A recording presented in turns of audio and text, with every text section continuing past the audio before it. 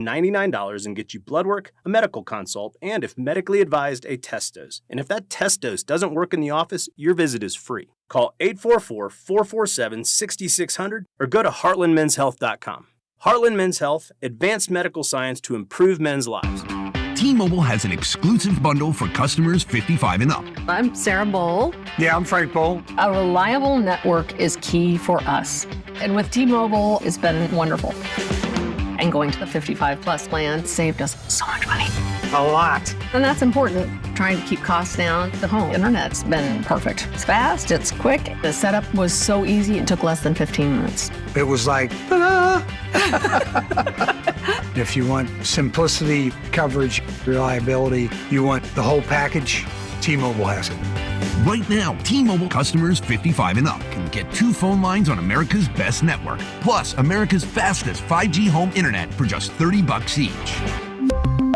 $30 per month each line with autopay plus taxes and fees. Minimum age 55. Pricing for home internet rely on 2 lines of Essentials Choice 55. $35 connection charge per line required. Best mobile network and fastest 5G home internet based on analysis by Ookla of Speed Test Intelligence data 2H 2025. All rights reserved. This is the story of the one. As a maintenance engineer at a beverage manufacturing plant, he starts his day knowing every line is ready to run because Grainger delivers the industrial-grade products he needs to keep mixers, conveyors, and packaging equipment moving. With Grainger's vast selection of bearings, belts, and motors, he keeps operations running smoothly, so nothing grinds to a halt. Call 1-800-GRAINGER, click Grainger.com, or just stop by. Grainger, for the ones who get it done. The U.S. Treasury just released its official financial report for 2025. Buried in it is a startling admission. By its own numbers, it appears the U.S. government is insolvent. When governments go this deep in debt, they print money, raise taxes, or cut benefits, none of which can help protect you. That's why people move part of their savings into physical gold and silver. Call Monetary Gold at 877-NOW-GOLD for their complimentary gold and silver guide. That's 877-NOW-GOLD. Call Monetary Gold now at 877-NOW-GOLD. Do it before the next headline, not after. Performance may vary. You should always consult your financial and tax professional. Hey, it's Rob Brennan. We hope you're enjoying Beyond the Pitch KC, a podcast on how Kansas City landed the world's biggest sporting event. It's presented by Commerce Bank. Visit commercebank.com/soccer26. New episodes released every Wednesday on the Odyssey app or wherever you get your podcasts. The Cody and Gold Garage Sale benefiting the Negro Leagues Baseball Museum is on Wednesday, June 10th on your home for Kansas City sports. 96.5 The Fan, KFNC FM and AM, HD1 and HD2 Kansas City, an Odyssey sports station. Welcome into The Drive with Carrington Harrison on your home for Chiefs football. Touchdown, Kansas City! And your home for Royals baseball. Fastball hit high in the air, deep left field, way gone into the bleachers. A 2-run homer for Bobby Witt Jr. Watch The Drive by subscribing on our YouTube channel or listen on demand with the Odyssey app or wherever you get your podcasts. This show is always going to stand on principles. Dippin' Dots are incredible. Red Lobster is the best restaurant that America has to offer, and baked beans are trash. You're listening to Kansas City's FM sports station, 96.5 The Fan. Here's C-Dot.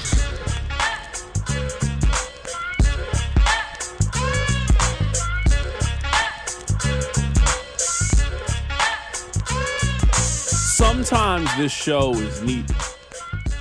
I like to think of myself as a voice, a beacon, so to speak. And I think right now, I want to implement something that I think could help everybody. We'll do that here coming up in a bit. Another day, another dollar, another edition of The Drive. Very happy that you are here. We will call Rob at some point to see how his Kansas baseball ticket journey is going. I do not know how it is going for Rob. I've not talked to Rob in a couple of days. Rob said he was taking a couple of days off. He is a slacker. I mean, we got game 1 of the NBA Finals to recap. We got game 2 coming up. Rob's MIA, nowhere to be found, but I'm here. I don't just randomly leave you guys. No, I'm locked in. I'm dedicated to this. I'm not new to this. I'm true to this. Nathan is here. Nathan coming off the bench, giving quality minutes, knocking down a couple of shots, playing good defense, gets a couple of steals, gets back, puts his hands up on defense. Good communicator. That's all I need him to be. He's the Jose Alvarado for this show. I don't need him to be Jalen Brunson. Just be Jose Alvarado. Come in, give some quality minutes. Landry Shamet, knock down a couple of threes, and go back to wherever you normally are. I don't know where you are Monday through Friday from 2 to 6. But when you're here with me, I just need you to do your part and contribute. He's done a great job. I love when Nathan's here. Yeah, shout out Landry Shamet. Wichita Absolutely. State dude. On fire right now. Hasn't missed in about 3 weeks. We got a lot to get into in today's show, but before we do that, I need to remind you guys of a couple of things. Number one, listen to The Drive each day at 2 o'clock. I would really appreciate that. I would also appreciate if you would tell one friend to listen to the show.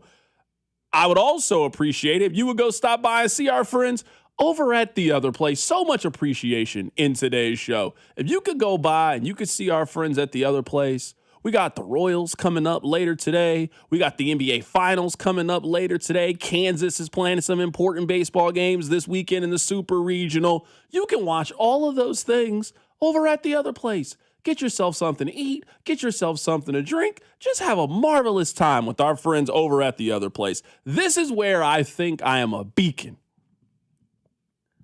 You know what I would like to implement into life? I would like to implement something called the Common Sense Commission.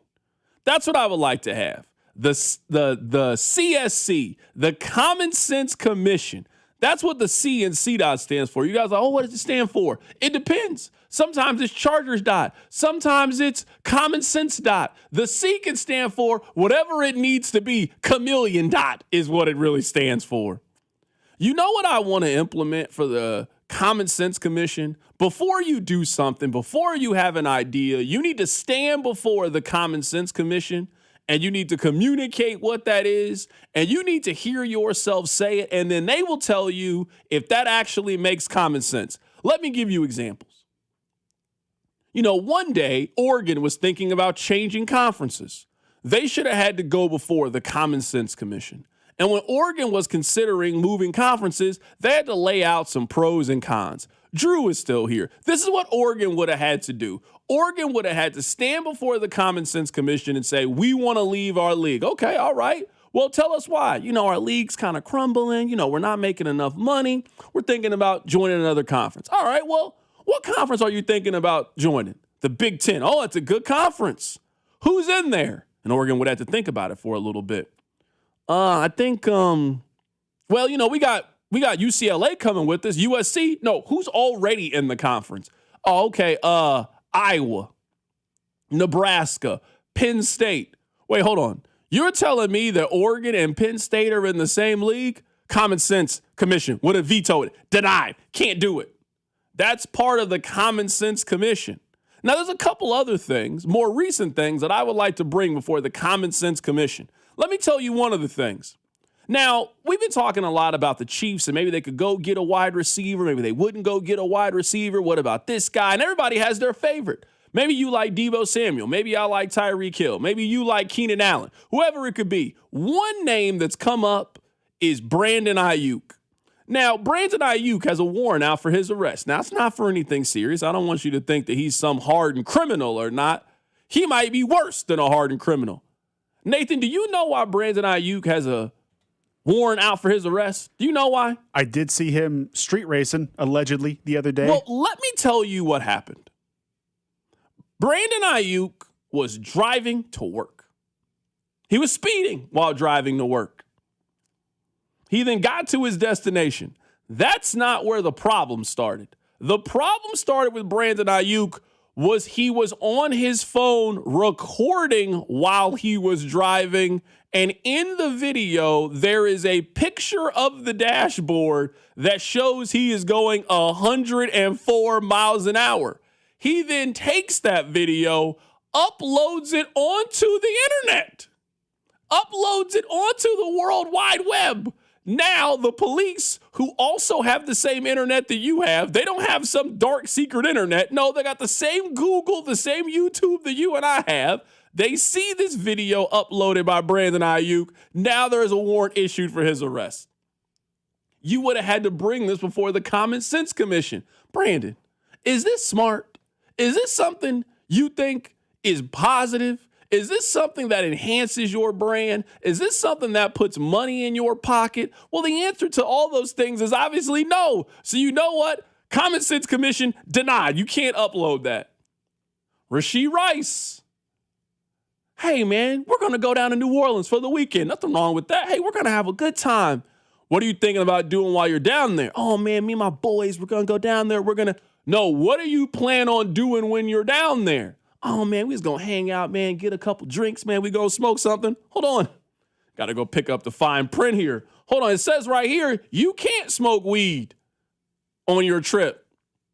Maybe you shouldn't. Maybe that violates the Common Sense Commission. Let me give you a couple more recent examples. These have happened in the last 24 hours. Example number one, did you guys see that the Chicago Bears could be moving to Hammond, Indiana? Now, I think that Chicago is one of the great cities in America. I love Chicago. Tomorrow, if I had to move to either LA, Chicago, or New York, I had to move to one of the three major cities, I would pick Chicago. Every time I've been to Chicago, it's been magnificent. I love the North Side. I love the Cubs. They got an NBA team, great food, great pizza, great culture. Been to Navy Pier, got family from Chicago. Man, I love the Windy City. Today, I saw an article come across. I saw a statement come across from the Bears. Yesterday, the Chicago Bears Board of Directors met and voted to advance our stadium development project in Hammond, Indiana. Timeout. This is where the Chicago Bears would have had to go stand before the Common Sense Commission. Hey, what are you guys thinking about doing? We need a new stadium. We've been in this stadium for a long time. You know, we don't have a whole lot of parking. It's kind of congested. We need a new stadium. Okay, that's fine. Where are you guys thinking about building it? We're thinking about building our stadium in Hammond, Indiana. No, you're the Chicago Bears. That means something. Earlier today, I was listening to Colin Cowherd, and he was saying, you know, the same argument that people had a couple of months ago. You know, it's just across the river. It's not that far. You know, it's not that big of a deal. Your civic identity is tied up into these teams. So seeing the Chicago Bears now move out of downtown Chicago and seeing them move to Hammond, Indiana, a place that nobody lives, nobody has seen, nobody goes there. I was talking to my guy Heiss earlier today. I also was talking to my guy Mark Carman. They said it's a toxic dump is where they're talking about building the stadium. Somebody from the Common Sense Commission should have been able to come together and just say, no, this is not smart. This is not what the people want. Nobody wants the Bears to move to Hammond, Indiana. I'm not even from Chicago. I try to stay out of their business. I don't want the Bears to move to Hammond, Indiana. Why would I? What does Indiana got going on that they can have two sports teams? Hold on, what's going on? How are there two NFL teams potentially in Hammond, Indiana? Maybe this is a play to, you know, get the people of Chicago to sit back down and have negotiations. And I know they've been having that conversation about Arlington Heights and all of that kind of stuff. That's something that would go before the Common Sense Commission. The last example that I want to give you today is this one. You guys remember we were talking a couple of days ago about that kid that ran on the court? Remember the kid that ran on the court in game one and got the picture with Victor Wembanyama that's actually a really, really bad picture, and he posted it on TikTok? You maybe haven't even seen the TikTok, but you know exactly who I'm talking about. Kid ran on the court. Nathan, did you know that Buffalo Wild Wings reached out and said, hey, if you don't have a place to watch game 2, you should come watch it with us? No. Now, I get it. The internet's trying to do a funny. You know, the internet loves to be funny. And I don't got any problems with that. It's a joke. We should not be encouraging these kids to run onto the playing surface. We should not incentivize it in any way. We should not say, well, if you run on the stadium at a Royals, if you run on the field at a Royals game, then Town Topic will hit you up and offer you 100 hamburgers. No, it should not be if you run on the field at a Chiefs game, Lamar's Donuts will hit you up and say they got a dozen donuts for you. No, you shouldn't get anything. All you should get is a prison sentence. That's what you should get. You should go to jail. You know what? I've got something even better. This is what the Common Sense Commission would like to. You know what these kids should get when they run on the court? When anybody runs on the floor, they should have to go to timeout. They should have to go to summer timeout, not jail. They should have to go to summer timeout. Now, I don't know how your parents disciplined you when you were a kid, but my mom knew I loved to go outside. I love to go outside and play basketball. I love to go outside and play kickball and tag and, all the things that a young, rambunctious boy would love to do. So came to a point, you know what? I didn't get whoopings anymore. You know what my mom would do? You got to stay inside. And for the first couple of days, you're like, oh, man, I can watch TV. It's great. All of a sudden, you start seeing all the kids outside playing basketball and you can't go outside. Miserable. All of a sudden, all the girls is outside. Everybody riding their bikes and you want to go outside. No, you got to stay inside. That's what we got to start doing to these kids. When you run on the court, you know what? You are on house arrest from Memorial Day to Labor Day. I'm talking about no concerts, no time at the lake, no pool, no fireworks, no nothing. You just got to stay in the house. I bet you won't do this again next year. I bet you won't do all this nonsense because you probably want to go outside and get all the clout. See everybody. Oh, you know how funny it was that you ran on the court? Ha, ha, ha. No, it's not funny. I used to say tase these kids. I used to say pepper spray these kids. I understand why you can't do that. You know what you can do? Put an ankle monitor on them. You got to stay in the house. You can't go anywhere. You go to work. You go to school. You come back here. There's no Hot Country Nights for you. There's no J. Cole concert. There's no FIFA Fan Fest. None of it. You don't get to do any of those things. That would be my suggestion. That's how I would stop these kids from running on the court. I wanted to start today's show with something that we need because there's an epidemic outside. There's a problem going on right now. We need to implement the Common Sense Commission. I think it could help a lot of people. Nathan, can we call Rob really quickly? And let's just get an update. Because the tickets went on sale today for KU. I was reading what people had to say. It doesn't sound like anybody bought tickets from that website. I don't even know if tickets were actually available on the KU website today. I didn't see anybody happy. It was like the sneakers app 3 years ago. It didn't seem like anybody hit. It didn't seem like anybody won. I want to make sure that our dear brother, I want to make sure that our dear friend Rob Britton got taken care of. We'll also continue day 2 of L'Jarius Sneed watch and seeing if he's going to sign in Kansas City. Keep it right here, so drive. The Drive with Carrington Harrison and Rob Bretton. You losers is what you are. On your home for Kansas City sports. 96.5 The Fan. We could describe it, use words like refreshing, perfectly balanced, and ice cold, or we could tell you it was called Frostbite by Casey's. It's a delicious frozen drink, and mediums are free every Friday with Casey's Rewards. Free Frostbite Fridays. It's not crazy, it's Casey's. See store for details. At Liberty Mutual, we love helping people with things like customizing car insurance, just like how we customize a song for you. Catered country tune. Liberty Mutual, saving you bucks by protecting your truck. 'Cause 30 told me to only pay for what I need. Thank you, Limu. I'll always trust in Limu with Liberty, Liberty, Liberty, Liberty. Wow your dad this Father's Day. Gift him perfectly aged, oh-so-tender steaks and hand-selected gift packages from Omaha Steaks. Get USDA-certified tender steaks at your local Omaha Steaks store at the Fountains in Overland Park. Or go to omahasteaks.com for fast delivery. Hi, I'm Carter. And I'm Charlie. We'd like to share a quick story about a homeowner named Jack. Jack had a home he needed to sell fast. And Jack thought he had it all figured out. So Jack talked to multiple cash buyers. Jack chose the highest offer. But the day before closing, guess what? The buyer backed out. Leaving Jack with the moving truck all packed in the driveway and not sure what to do. Jack learned the hard way that the highest offer isn't always the right offer. Jack got suckered. Make sure you aren't hung out to dry. Call our dad at Rex Buys KC. Our dad is local, he knows Kansas City, and he actually closes deals.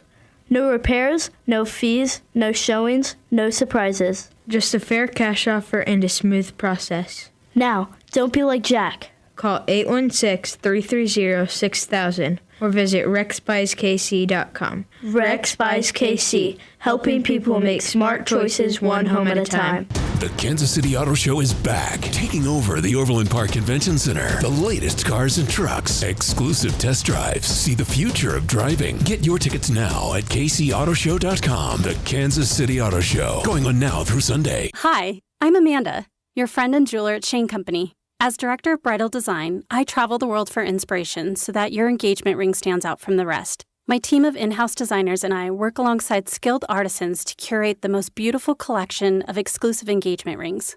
At Shane Company, you'll find the ring that's a reflection of your unique style. No cookie-cutter designs here. See our selection in-store or at shaneco.com. Because a friend wants you to get exactly what you want.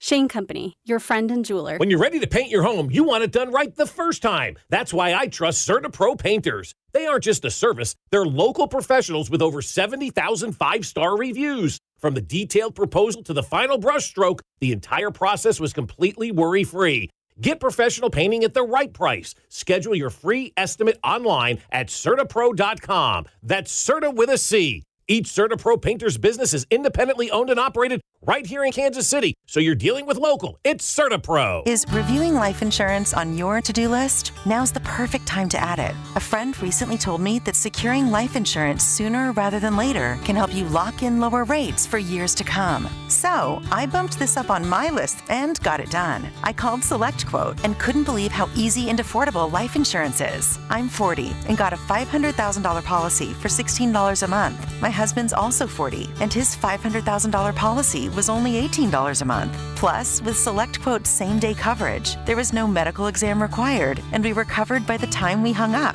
Knowing I have this checked off my list feels amazing, but the peace of mind knowing my family is protected feels even better. Call SelectQuote at 1-800-329-1010. That's 1-800-329-1010. Or go to SelectQuote.com to get your free quote today. That's 1-800-329-1010. Details on example rate at SelectQuote.com. What if everything you learned in history class was only half the story? I'm Dr. Harini Bhatt, host of Hidden History. Every Monday, I go where history gets mysterious. Vanished civilizations, doomsday prophecies, paranormal phenomena, and events that science still can't fully explain. On Hidden History, I treat these moments like open case files. Not myths, not superstition, just incomplete explanations waiting for a closer look. Listen to and follow Hidden History, available now wherever you get your podcasts. You're listening to 96.5 The Fan from the DM Injury Law Studios. Mike's got this. Car, truck, or motorcycle wreck? Remember, Mike's got this. 816-888-7500. Mike's got this. This is 96.5 The Fan, your home for Chiefs football. All right, so we are trying to reach out to Rob Britton. Now, I love Nathan. When Rob is not here, I specifically ask for Nathan to step in. I mean, Rob's my number one. Rob's not going anywhere. That's my brother. That's my dog. But like any team, when he's not here, and then Spec comes to me and says, hey, who would you like? I like Nathan. I like working with Nathan. I think you guys like Nathan. I think Nathan helps the show. Nathan, you can't book Rob as a guest? I mean, I'm not asking you to go out here and get the big dogs. I mean, that's not your job. But you're telling me that you're the fill-in producer. You can't book the actual producer of the show? There's some people that should be automatic. You know who? Vern. We should never have any problems getting Vern to come on the show. Listen to The Drive at 3 p.m. today. Fesco, Dusty, Alex. You know, there's a group of people that should be real easy to be able to get. Rob should be number one on the list. I asked you to call Rob to get him on the phone. He replied to you and said he's busy. Yeah. What? And listen, no one's more disappointed in me than myself because I fancy myself a Peyton Pritchard type, like you mentioned. No, Rob said I cannot, I don't have time to call into the show today. But you know what he did give? He did give an official written statement. Okay, so hold on. I got to call timeout here. I got to call a timeout. I asked you to get Rob on the show. He's the normal producer. He's off today. You're doing a great job filling in. In radio, we couldn't hear Rob's voice. You couldn't even get Rob to record a little voice note for us. You couldn't get Rob on the phone really quickly, pop in, get us a little recorded message. You got to read a statement from Rob like this is a press release. What do you guys got going on over there? Oh, and this is the most You know, when the team says we're aware of the incident and we are investigating it, and that's the entire statement. That's the entirety of this statement from Rob. He just gave me the total PR written statement and was unavailable for phone call. Got it. What did he say? Here it is. The official Rob Britton KU ticket update statement is as follows. Got it. We're worried about it. Still working on a handful of options, including through my KU basketball ticket officer to get tickets. Hoping to have some in hand by EOD. He's not going to the game. No guarantees. He's not going to the game. He's still working on it.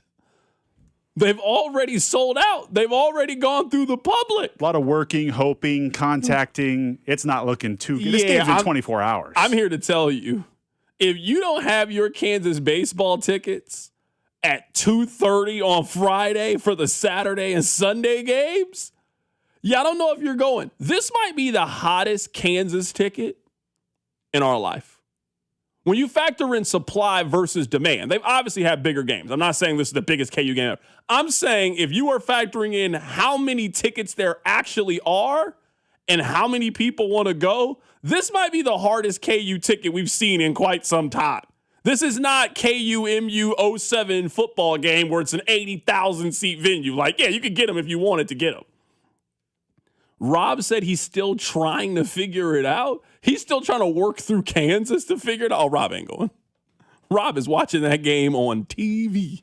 Is what he is going to be watching it on. My mind instantly went to a lot of those big basketball games, but I think you're right. Like, there are so many people, like donors to the university or season ticket holders for other sports that are like, yeah, I'm on hold with my guy at the university. It is not looking. What can they fit in there? 4,000 people with the new backyard? Yeah, it's limited. It's in demand. No, someone on the text line, this is more of an indictment on Rob than Nathan. Hey, shout out. I don't. Good looks, 913. Both of you have really let me down in the last 10 minutes. It's equal disappointment, you know? I don't know who I'm more disappointed in, you for not getting Rob on the phone or Rob not actually coming through with his own tickets. I'll say this to keep beating on Rob here.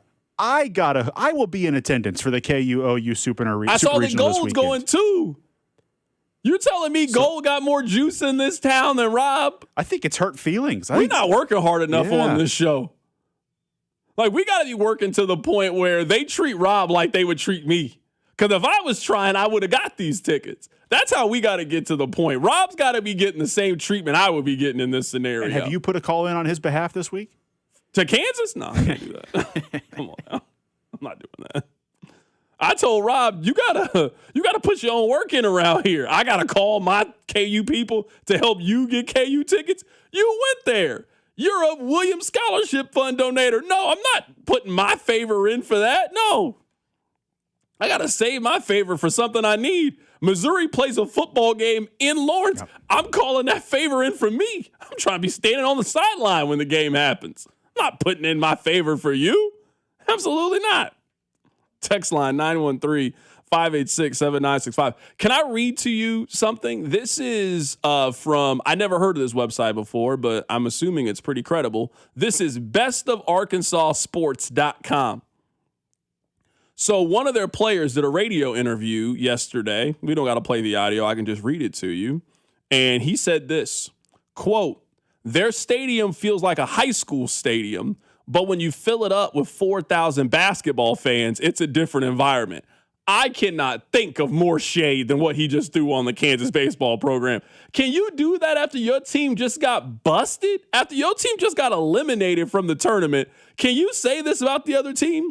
It feels like a high school stadium, but when you fill it up with 4,000 basketball fans, it's a different environment. Quote, there were multiple times where our mom was getting yelled at and there was beer being spilled all over and some pretty nasty stuff. I wish we could have beat them.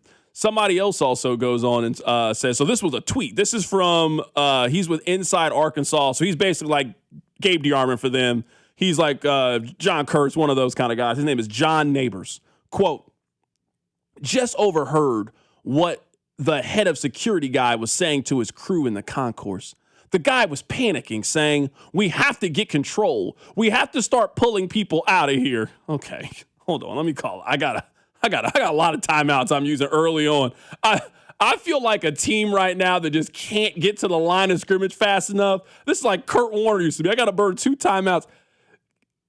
This guy is talking about a college baseball game. Listen to this. Just overheard what the head security guy is saying to his crew. The guy is panicking, saying, we have to get control. We've got to start pulling people out of here. Is this Lieutenant Dan from Forrest Gump? What is he talking about? This is a college baseball game. This sounds like Big Dom from Philadelphia is who this sounds like. We have to get control. We have to start pulling people out of here. What are we talking about? This is ridiculous. Quote, I don't think I've ever had a more expletive-filled interaction with an opposing fan base in my life. Now, I want to be clear. I know you guys laugh at me. I know you make fun of me, but I've been to my fair share of Kansas sporting events. I have. I've been to enough Kansas football games. I've been to enough Kansas basketball games. I've been to enough. There are way worse fan bases that you can deal with than KU fans. I've gone to Allen Fieldhouse wearing Missouri stuff. Proud. You think I'm walking in there with my head down? No, I cheer for Mizzou, and I want you to know, M-I-Z. Now, I'm not here to be obnoxious, but I'm allowed to cheer for my team. There's way worse fan bases than Kansas. And I refuse to believe if you real SEC, you're telling me that's the worst you've heard? Arkansas must not have been playing enough big-time games. They're not playing any night games at LSU. They're not playing any big football games against Alabama. If Kansas baseball's the worst interactions you've had with fan bases, this is wild. This to me, and I'm the one to come to Kansas defense here. This sounds like a little bit sour grapes to me. It really does. It sounds like a little bit sour grapes is what it feels like to me. You guys are big bad Arkansas in baseball. There might not be a program in the Midwest with a more inflated sense of who they actually are. They think they should be Kansas in basketball. They think they should be Ohio State in football. Meanwhile, you're Boston College with a different accent. I don't know why you guys think that you're this good at anything that you do. I think this is a little hateration to me, holleration, and I'm not going to stand for it. I also think, now, I'm not saying you should be throwing beer at people at the game. I'm not saying that you should be, having people curse at you. Like, you should be allowed to cheer for your team.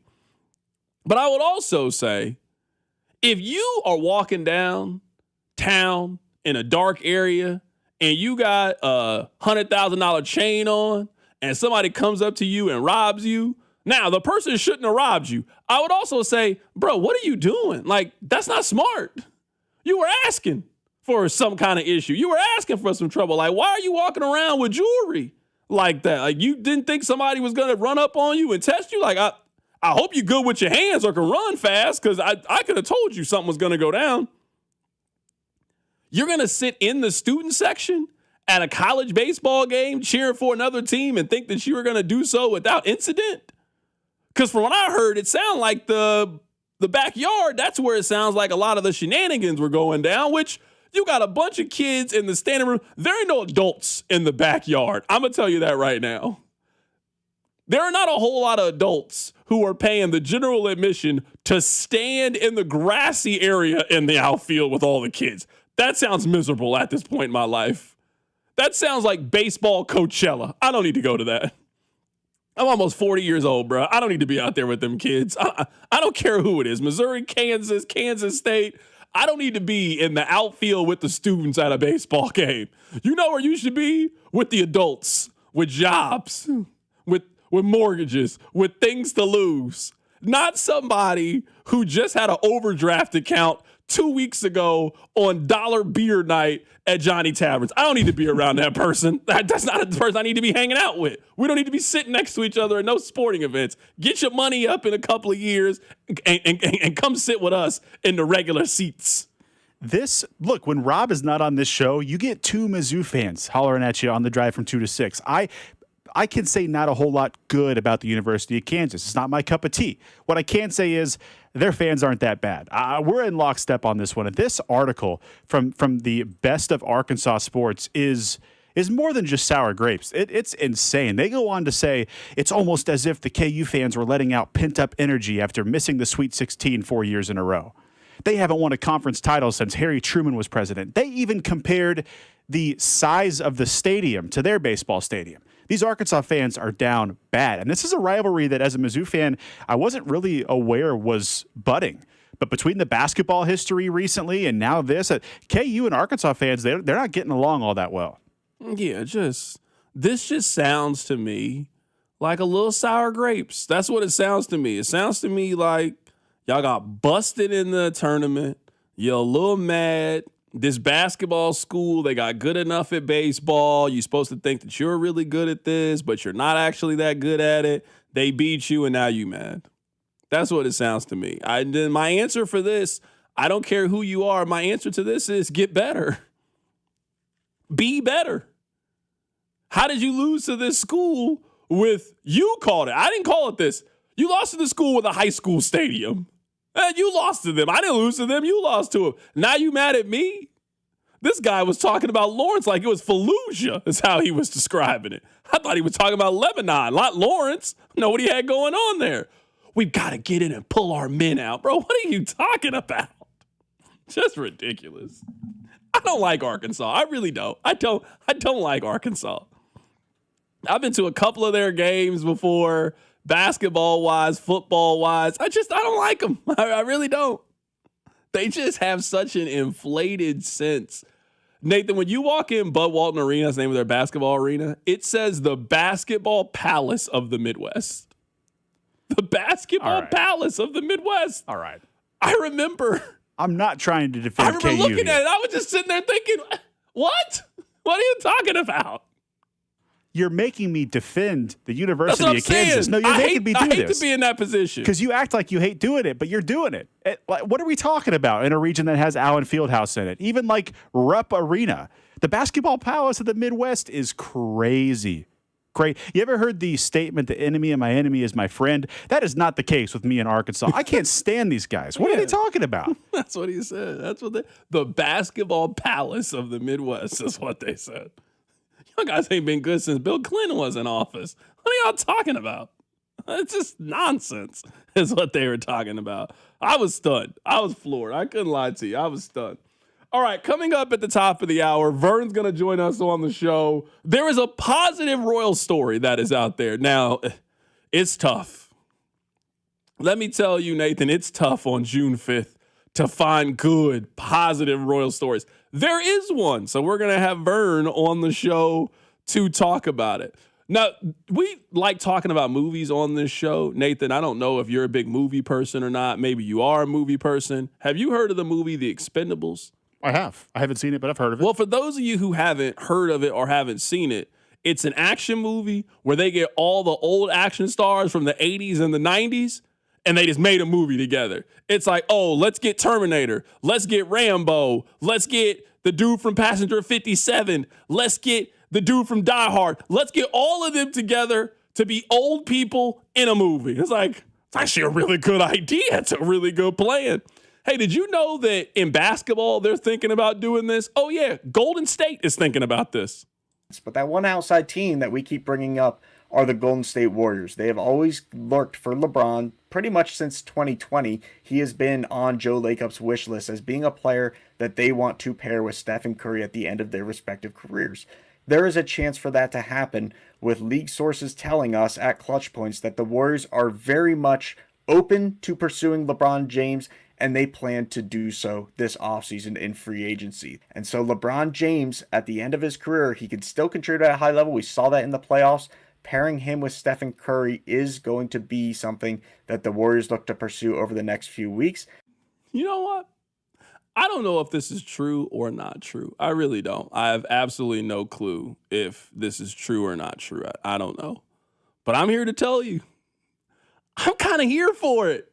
If you were telling me that LeBron at 97 years old is going to team up with Steph Curry and Draymond Green, and I don't think they're winning a championship. Just like I don't think Expendables, I mean, it's not a Mission Impossible. It's not a Rambo. It's not a John Wick. It's not an all-time movie franchise. But you know what The Expendables was, for those of you that saw it? It was fun. That's what it was. It was fun. I'm here for fun.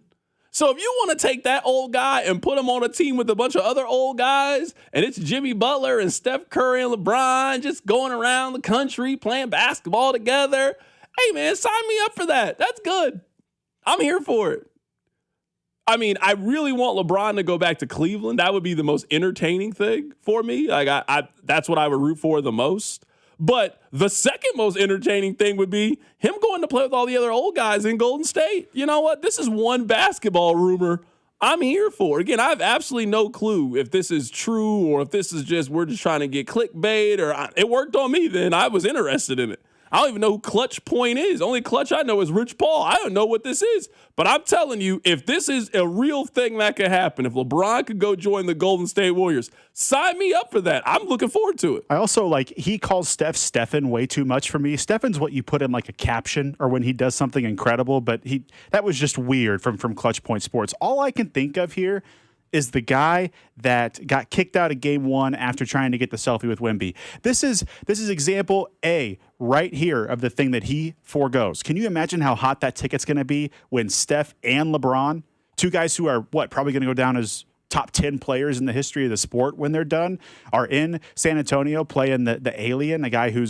could be on track to eclipse everyone in terms of accolades? What a hot ticket that's going to be. That's my takeaway. If LeBron and Steph team up, I got to get down to San Antonio when they're in town. Oh, that is a historic lineup of guys you'd be able to see. I mean, let's just lean into it. Let's go get Anthony Davis. Sure. You know what I mean? Like, if Giannis wants out. If Golden State is going to be the old guys, then I really want you to lean into anybody who could have been a 99 on NBA 2K26. I want you to add that guy to the team.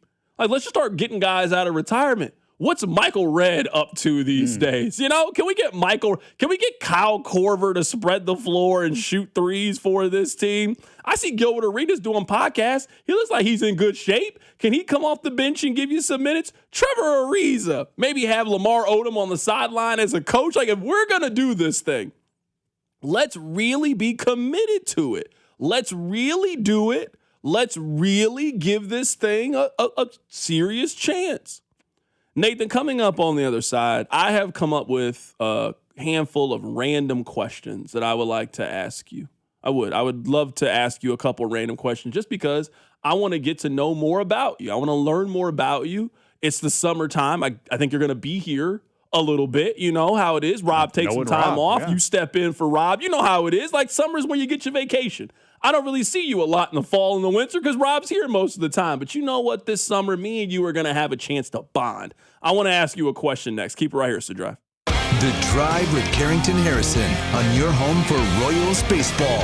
96.5, The Fan. Who do you think will be wearing the ring at the end of the NBA Finals? You can take your shot with FanDuel, and you just might be celebrating a victory of your very own. Right now, new customers can hit the court with $350 in bonus bets guaranteed after betting $5 for 7 straight days. FanDuel is the best place to bet all your favorite players during the NBA's biggest event. You can seek out those individual player markets for baskets or who's going to have the most rebounds, or build an epic same-game parlay for a chance at a bigger payout. And with FanDuel, you get paid instantly when you win. Just visit FanDuel.com/local to join now to get $350 in bonus bets guaranteed after betting $5 for 7 days. FanDuel, an official partner of the NBA and 96.5 The Fan. 21 in President, Missouri. First online real money wager only. $5 minimum wager required for 7 consecutive days. $5 first deposit required. Bonus issued as non-withdrawable bonus bets, which expire 7 days after receipt. Gambling problem? Call 1-800-GAMBLER. If you're looking for new work, Gann Asphalt and Concrete is seeking motivated candidates to add value to their business and, of course, their clients. They give top pay in the industry. They have health, vision, dental insurance, paid time off, and, of course, advancement opportunities. Work with a great local company who wants to see you grow with them. Go to GannAsphalt.com and find out how this new career opportunity can work out for you. Gann Asphalt, one contractor, all things parking lot. Did you know one blood donation can save up to 3 lives? In just 1 hour, you can make a difference in Kansas City. Make your appointment today with Community Blood Center by visiting savealifenow.org. This is the story of the one. As a maintenance engineer at a beverage manufacturing plant, he starts his day knowing every line is ready to run because Grainger delivers the industrial-grade products he needs to keep mixers, conveyors, and packaging equipment moving. With Grainger's vast selection of bearings, belts, and motors, he keeps operations running smoothly, so nothing grinds to a halt. Call 1-800-GRAINGER, click Grainger.com, or just stop by. Grainger, for the ones who get it done. I need a little ranch, step to the ranch. There's a new flavor in town, the Jalapeno Ranch Club at Chick-fil-A. With that juicy Chick-fil-A original spicy or grilled chicken, a buttermilk ranch bun, candied bacon, pepper jack cheese, and jalapeno ranch sauce. It's got big ranch vibes with a little heat.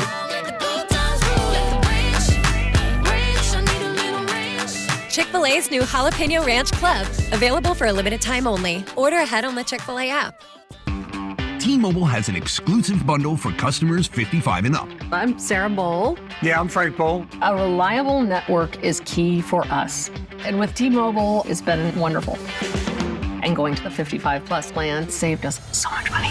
A lot. And that's important. Trying to keep costs down. The home internet's been perfect. It's fast, it's quick. The setup was so easy, it took less than 15 minutes. It was like, ta-da!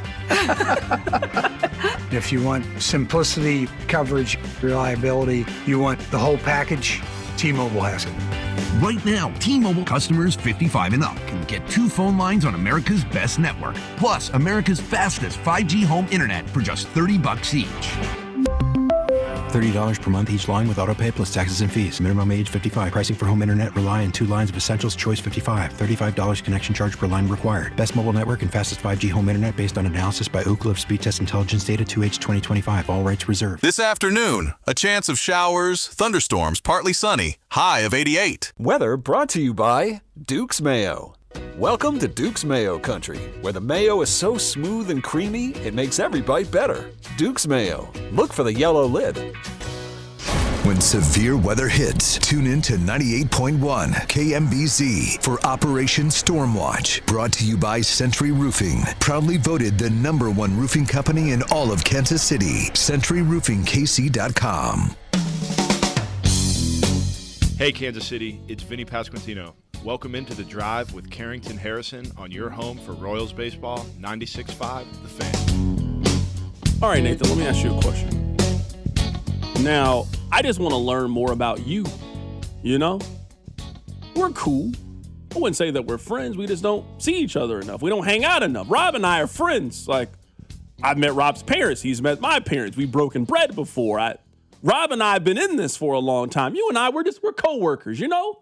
But I wouldn't mind making you a friend. I enjoy you being here. Let me ask you a question.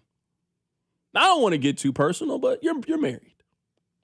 Let's say that your wife's car starts to have some problems. It's making a clunking sound. Now, I don't know if you're a handy person or not, but I'm going to guess that, you are not a mechanic. And in this situation, if your wife's car is having some issue, you would just take it to the mechanic. Well, in this scenario, your wife says to you, "Oh, my ex-boyfriend, he's a mechanic. He can fix it." What do you do in this situation? How do you handle this situation? Because you can't do it. And maybe there is a chance that because of their prior relationship, this will end up being cheaper than you taking it to your normal mechanic. This is cheaper than taking it to Amico or wherever you can get your car fixed. She knows this person. This person hopefully would look out for her, make sure that she doesn't get ripped off. But she also indicates that they have a prior history, that they've been together before.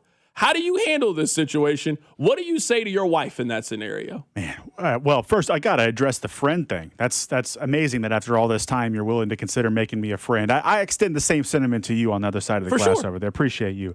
Look, it is really dependent on why they broke up. The only situation that I'd be comfortable with is if it was hey, she let him go because he just didn't have it together. He wasn't motivated. He wasn't getting anywhere. And she's like, you know what? I'm a little bit better than what he's able to give me. If it's anything else, if there's there's a lot of different things that it could be. So what if it's in this scenario? My answer is probably no. What if it's in this scenario?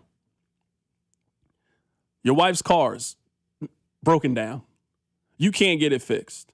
She then tells you, oh, my ex-boyfriend, he's a mechanic. They're still friends on Facebook. Nothing wrong with that. I don't mind you being friends with Tyler on Facebook. Yeah, that's cool. Yeah.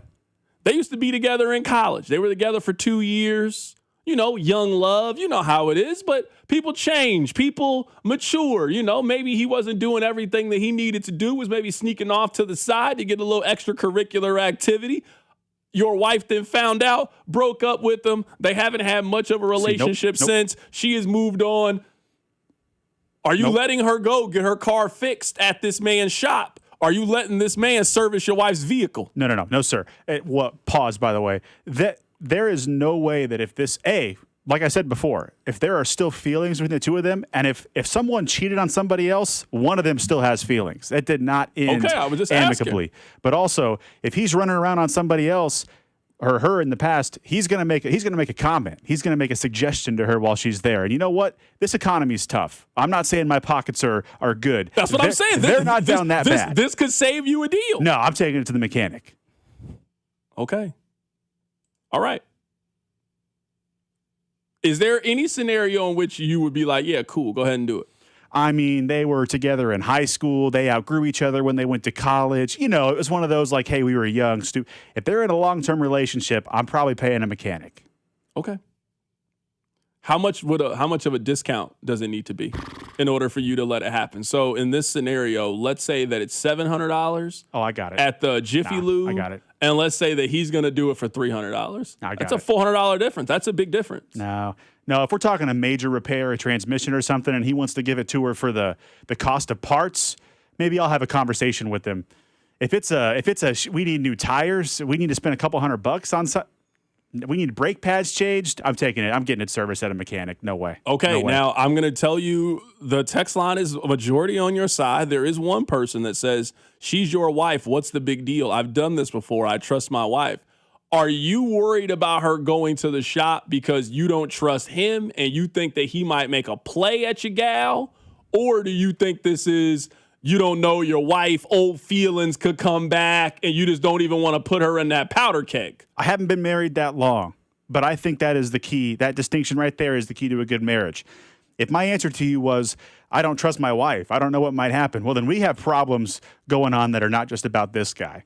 In this situation, my concerns are about him and how he would not respect our relationship, right? And so, I mean, I will peek behind the curtain here. There are exes my wife is in touch with and exes that she is not, and that just depends on how they end. There are exes that I have been in touch with and exes that I have not. Okay, now we're getting somewhere. Hold on, now we're getting somewhere here. We're diving deep into this. But there have been no, hey, you can't talk to that person, you can't go over there. I felt like we both met it with respect. How would you define in contact with?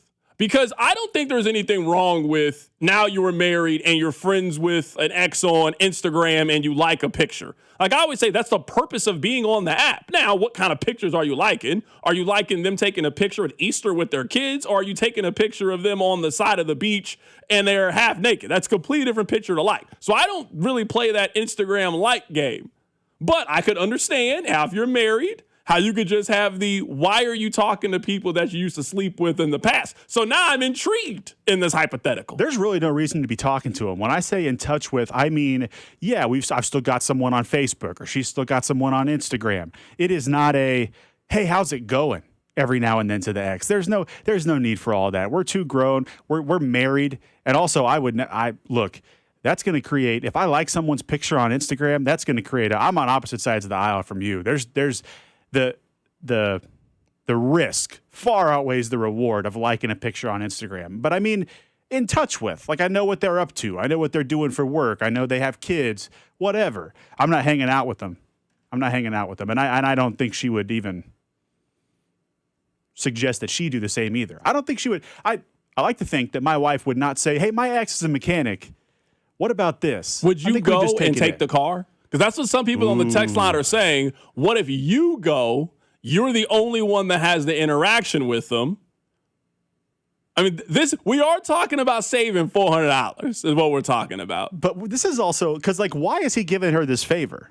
Do you know what I mean? They know each other. They're looking out. No, but they're either too friendly and they're too close already, or he wants to see her, and that's the reason that he's giving her the discount. I show up, hey, bro, $300, right? I got a feeling the answer is going to be like, no, not for you. Okay, I was wanting to know. I wanted to ask you. I wanted to see what you thought. I wanted to get your opinion. Very limited circumstances in which I'm okay with that happening. Yo, I think the text line's on my side too. No, for sure. Can you imagine if you're like, even if you were like, let's say you go with your wife, for example. Like, let's say you're like, all right, cool, whatever. I trust you. It's not that big of a deal. Like, all right, whatever. Can you imagine like a song comes on and he looks at you and like, God, we used to love this song when we were in college. Oh. You got to fight right then in that moment. The police are, we might as well go ahead and call the police. We got to fight right then in that moment. Yeah, you can't be reminiscing with me right here. No. That's crazy. That's work. why he's offering her the discount in the first place. I guarantee you. He's not just so cool with his ex that he wants to save her a few $100 on his car. No, sir. He wants her to roll up in that thing and he wants to have a conversation. All right. That's why the answer is 99% of the time, no. Okay. I wanted to ask. I wanted to get your opinion. I wanted to see how you thought about Her car's this. getting the Midas touch is what's happening. Text line 913-586-7965. We're learning more about Nathan. Nathan, I've got more of those as the show goes on. That's just the first one, so we can just test. We can learn more about how you think. Yeah, I'm down. Coming up this weekend, you guys know that Kansas is playing Oklahoma. They are in the Super Regional. Good luck to you if you got tickets. That's one of the hardest tickets to get right. It was easier to get tickets to Argentina. It's easier to get tickets right now to the semifinal game than that game. That's one of the hardest tickets to get right now. We've seen it a very, very long time. We had somebody on for Baseball America yesterday. We asked him, what does KU need to do to win? What does OU need to do to win? Yeah, right before I jumped on with you, I heard you talking about the NBA Finals, so I'll make a basketball reference here. High variance teams in basketball, the teams that are going to go shoot a whole bunch of three-pointers, are volatile teams. If that's not going to sink, then their high variance way of playing the game is going to end up being the thing that causes them to trail by a bunch. I think that Kansas baseball has a lot of those qualities as well, and their three-pointer in a way is the home run. Kansas has relied very heavily this season on its ability to put the ball over the wall and kind of create these moments in games where they swing violently in one direction or the other. If they get shut down this weekend, if they strike out a bunch this weekend, which is something that Oklahoma is really good at, so I guess this key kind of cuts both ways, then I think that Kansas could be in trouble. The pitching has been volatile. They aren't necessarily constantly the best base-to-base team, the team that's going to win a game based on stringing a bunch of hits together. They're the kind of team that wants to put the ball over the wall. And if Oklahoma can prevent that in turn, then I think that it could be a really good weekend for the Sooners. So the thing that I would watch if I was tuning into the Lawrence Regional would be, is Oklahoma throwing a bunch of strikes and missing bats? Or is Oklahoma throwing a bunch of strikes or walking guys and the strikes are getting hit out of the yard? Because that will be the key to who wins this, in my opinion.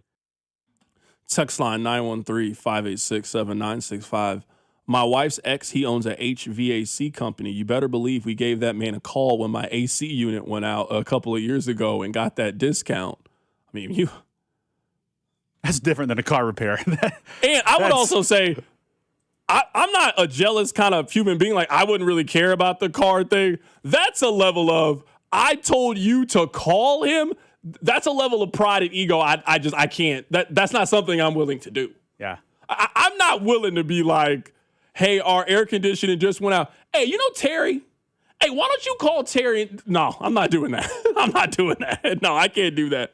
I couldn't do it. It is kind of an ego thing too. You're right. Even back to the car thing, because like I can change a tire. I can perform like regular car maintenance. I could change my oil if I had to. But if her answer was, oh, you know who knows more about that than you? My ex. Those feelings are coming up, I think, already, even in that car hypothetical of, you know what? There is a little bit of pride that's going to stand in the way there, admittedly. I'm being serious. Like, I can't even imagine as a man being like, hey, I can't fix this, but you know who can? Hey, that guy you used to sleep with in college. Right. I couldn't do it. I'm sorry. That's just that's one place I couldn't. Yep. I'm not willing to go. I can't do it. Vern is married. We'll ask him this question coming up on the other side. Plus, we'll talk about the Royals. Maybe, perhaps. It's The Drive. Your off-season home for everything Chiefs football. Talking about the top story, the Chiefs, they have a new offensive coordinator. 96.5, The Fan. Man, I love this place. I've been surfing here since I was a kid. Now, seeing my grandson out on the water, it means everything to me. Watching him and taking in the blue waves, the sea breeze, the blurry horizon. If you have geographic atrophy, or GA, subtle changes in vision could mean it's progressing toward irreversible vision loss. Izervay is proven to slow GA progression and could help preserve your vision for longer, so you may keep seeing the world around you. Izervay, or avacincaptad pegol, is an eye injection. Don't take it if you have an infection or active swelling in or around your eye. Izervay can cause eye infection, retinal detachment, or increased risk of wet AMD. Izervay may cause blood in the white of the eye, blurred vision, or a temporary increase in eye pressure. Do not drive or use machinery until vision has recovered after an eye injection or exam. Ask your retina specialist how you can slow your GA with Izervay. To learn more, call 1-855-IZERVAY or go to izervay.com. Paid for by Astellas Pharma. Performance matters in intimate moments. Don't let ED ruin them. This is Jeff for Heartland Men's Health, and I want to assure you that if you're like the vast majority of guys, you don't have to suffer with ED anymore. In fact, you might be pleasantly surprised at how the right treatments could positively impact your love life. At Heartland Men's Health, our advanced medical therapies go far beyond pills. We have treatments that are effective in well over 90% of cases, and we offer specific and combinative treatments that can dramatically enhance both your performance and your stamina. You could even last up to an hour or more and bring a far greater level of intimacy to both you and the one you love, perhaps performing like you haven't in years. So call us today and find out why our advanced treatment strategies offer so much more. Your first visit is just $99 and gets you blood work, a medical consult, and if medically advised, a test dose. And if that test dose doesn't work in the office, your visit is free. Call 844-447-6600 or go to heartlandmenshealth.com. Heartland Men's Health, advanced medical science to improve men's lives. The world's biggest soccer tournament has arrived, and you can trade the entire tournament on Kalshi. On Kalshi, you can trade every match from the opening stage all the way to the final. Maybe you want to follow one of the local teams who are in KC right now. The Dutch trading at 4.1%, meaning a $100 investment could see a return of $2,440 if they manage to take down soccer's biggest prize. I can't wait for matches in Kansas City. On Kalshi, you're trading against peers in a live market, meaning there is no house. And as the probability changes, you can buy in and out of your position. And for a limited time, download the Kalshi app and use code TAPP, T-A-P-P, to get $10 when you trade 10. K-A-L-S-H-I, Kalshi. Trade the beautiful game. 18 plus only. Restrictions and eligibility requirements apply. Event contract involves trading risk and may not be suitable for all investors. Prices, values, and available markets may differ from those mentioned. For more information, see kalshi.com/regulatory. This is the story of the one who keeps multiple buildings running smoothly day after day. Plumbing that flows, HVAC that hums, cleaning supplies that keep surfaces sparkling. That's why she counts on Grainger. With easy reordering online and 24/7 support, Grainger helps her keep the products she needs on hand. So shelves stay stocked and buildings stay ready. Call 1-800-GRAINGER, click Grainger.com, or just stop by. Grainger, for the ones who get it done. Gomer's voted KC's #1 liquor store, family owned and operated since 1969. With excellent price, selection, and service, Gomer's has helped customers find the perfect libation for any occasion for over 50 years. When it's time to find the good stuff you're looking for, you find it at Gomer's. David is a real Prevagen user, and this is his story. Nice to meet you. My name is David. I've been a pharmacist for 44 years, and I'm from Flowery Branch, Georgia. When I first started taking Prevagen, I noticed stuff just seemed to come together and fit like a jigsaw puzzle. When I have customers come in, I recommend Prevagen. Number one, because it's safe and effective, does not require a prescription, and I've been taking it quite a while myself, and I know it works. I wouldn't recommend something like Prevagen if I didn't think it was worth it because it works so good for me. And I love it when the customers come back in and tell me, David, that really works so good. Makes my day. Prevagen, at stores everywhere without a prescription. This product is not intended to diagnose, treat, cure, or prevent any disease. Testimonialist was compensated for their time. Brought to you by Climate Control Heating, Cooling, and Plumbing. Visit ClimateControlKC.com. Climate Control has been serving KC homeowners for over 35 years and know how to get your cooling system ready to handle the scorching hot summer. Schedule your AC system tune-up for just $49. Don't wait. Visit ClimateControlKC.com today. climate control, heating, cooling, and plumbing. The 5th annual Cody and Gold Garage Sale is back Wednesday, June 10th, with all auction items benefiting the Negro Leagues Baseball Museum. This is your home for Kansas City sports. 96.5 The Fan, KFNC FM and AM, HD1 and HD2 Kansas City, in Odyssey Sports Station.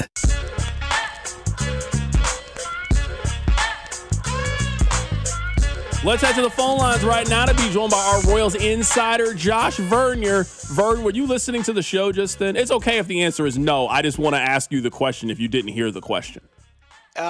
Is the question – I believe so. I believe that the question is, because I can't work on cars, but if my wife's ex had a shop, would I take it there? Yes. So your wife's car is acting up. And she suggests to you, hey, you know who could fix my car? Tim. Tim has his own shop. Are you letting your wife take her car to Tim's shop? Certainly. Yeah. Listen, if it's the best deal, go for it. And I don't know any of her ex's names. They've certainly never come up. I've seen a few pictures, and you go ahead. You go see what he's up to. Yeah, I don't think it's that big of a deal. Now, the other situation that the guy presented where his air conditioning went out, he then told his wife to call her ex because he had an HVAC company. I can't do that. That's a step too far I'm willing to go. Yeah, that's it's not completely there, but you are kind of, pimping her out, right? I mean, if that's the term you want to use. I think it's something like that. Like, hey, you got a hookup from a previous hookup. Go see what's percolating there. Right now. I don't like that. Right now, we're joined by Josh Vernier, our Royals insider, joining us on the show today. You know what? Usually I ask you to give me one interesting thing about the Royals. I know what the interesting thing is about the Royals. Tell me more about Josh Rojas. This is an incredible story. Like you want to know about the baseball player or you want to know that story? Because I can't imagine you give a damn about the baseball player because you shouldn't. I care about either one you want to tell me. It is a remarkable story. To be in AAA earlier in the day, to get on a flight and then go get a hit in a Major League Baseball game, this used to be something, in the summer when they just run out of like sports content on ESPN, they would just have like these random feel-good segments. This is a good random feel-good Bob Lee E60 segment. Oh, no doubt about it. Last night was a very enjoyable game from start to finish, and a game that you normally only see in baseball. Yeah, he starts the day off in Ohio, leading off for the AAA team, and then he ends up coming through with the game-winning knock for the big league club later on in the night. The only reason he's able to take that AB is because there was a 1-hour rain delay. He missed his first flight, hops on the second. As he lands in Minneapolis, he realizes there's a rain delay and realizes he might actually make it to the game, so he starts hitting his boys up saying, hey, tune in. I might actually get into this game. I might have a chance to play 2 professional baseball games in 2 states in one day. Pretty neat. Is there anything else interesting happening with the Royals? Like if that's interesting thing number one, a Disney original movie plot line. Is there anything else happening positive? Is there any other feel-good Royals information right now? Bobby Witt Jr. is now the front runner for the American League MVP. To me, if I'm in that clubhouse, that's a new thing to refocus on because, C-Dot, what in your opinions most likely the reason why Bobby falls short? Is it Bobby's play? Is it Bobby's health, or is it Bobby's teammates? It's likely Bobby's teammates. So, man, if baseball's a weird game, but if you can find it, sports, if you can find something to rally around, hey, more power to you. Whatever they were attempting to rally around back on opening day, that didn't work. So let's find some new goal for 2026. I like the idea of working tonight to get Michael Wacha to the All-Star game. It's been 11 years since he's been to an All-Star game. I believe the all-time record between your first and second All-Star game is 12 years, and this would be 11 for Wacha. I like the idea of playing for Waka, get him to the All-Star game, playing for Bobby. Let's get him the Royals' first MVP since 1980. Only the Guardians have a longer drought since their last MVP award. Yeah, this in no way is an indictment on how I feel about Bobby Witt Jr. or his skill set. But just let's say that his splits just continue. I just kind of find it hard to believe that the American League MVP is going to be on a last place team for a guy that hit 290 with 27 home runs and 92 RBIs. I just feel like somebody else eventually emerges in the American League on a much better team that has somewhat comparable stats, and then that person gets the push to win MVP. Yeah, certainly Bobby would have to put up some remarkable numbers because not everyone that votes dives into the defensive analytics and the base running numbers to truly take in the total package that is Bobby. Because when you do that, you see it's likely not close. But, yeah, we got 100 games to go, 3 divisions still to be won. The 3 teams that win that division will likely be led by some spectacular performance from a player. So, the cards are certainly stacked against Bobby winning this award, but he is, in my opinion, the most talented all-around player in the American League. So if anyone's going to do it, it's him. But, of course, he needs some help from his teammates. Not only do they need to perform well, they need to win. You need to get out of the basement. You need to somehow find your way up to third place. A third-place team, it's a little bit easier to digest them having the MVP, but he needs to pick it up, no doubt about it, at least offensively with the eye-popping numbers as far as the home runs and the RBIs, the eye-catching numbers, I should say. But it's more on his teammates in the organization, more so in my opinion, than it's on Bob. Yeah, I think it's a lot different, I think, for the Cy Young Award. Like, we've seen pitchers on bad teams win the Cy Young Award. It's much different for MVP. Like, you better be A-Rod on the Rangers, where you just hit 50-something home runs with 120 RBIs that you just make it undeniable. But I think Bobby's going to have a very good season. He'll start in the All-Star game. He's clearly one of the best players in baseball. I just don't know if his numbers are going to be undeniable, where I'm guessing whether somebody from Tampa Bay, somebody from Seattle, Cal Raleigh, maybe somebody from Cleveland emerges as one of those teams, they likely have the MVP. Yeah, Jose Ramirez in Cleveland. It won't be Cal Raleigh in Cleveland or in Seattle. Maybe a Julio Rodriguez with Aaron Judge out. Maybe a Cody Bellinger, Ben Rice with the New York Yankees could do it. But again, we're talking about first basemen, corner outfielders, corner infielders. If you truly understand the totality of Bobby's game, if he puts up, 35, 40 some odd home runs and 90-plus RBI. If he could do that, he should win the award. He should have won the award, in my opinion, a few seasons ago. But, to me, the problem is too many people look at what you're talking about. Too many people are enamored with home runs and RBIs and batting average rather than taking in the total package that is the player. But, C-Dot, you mentioned something there that Bobby's still yet to start an All-Star game.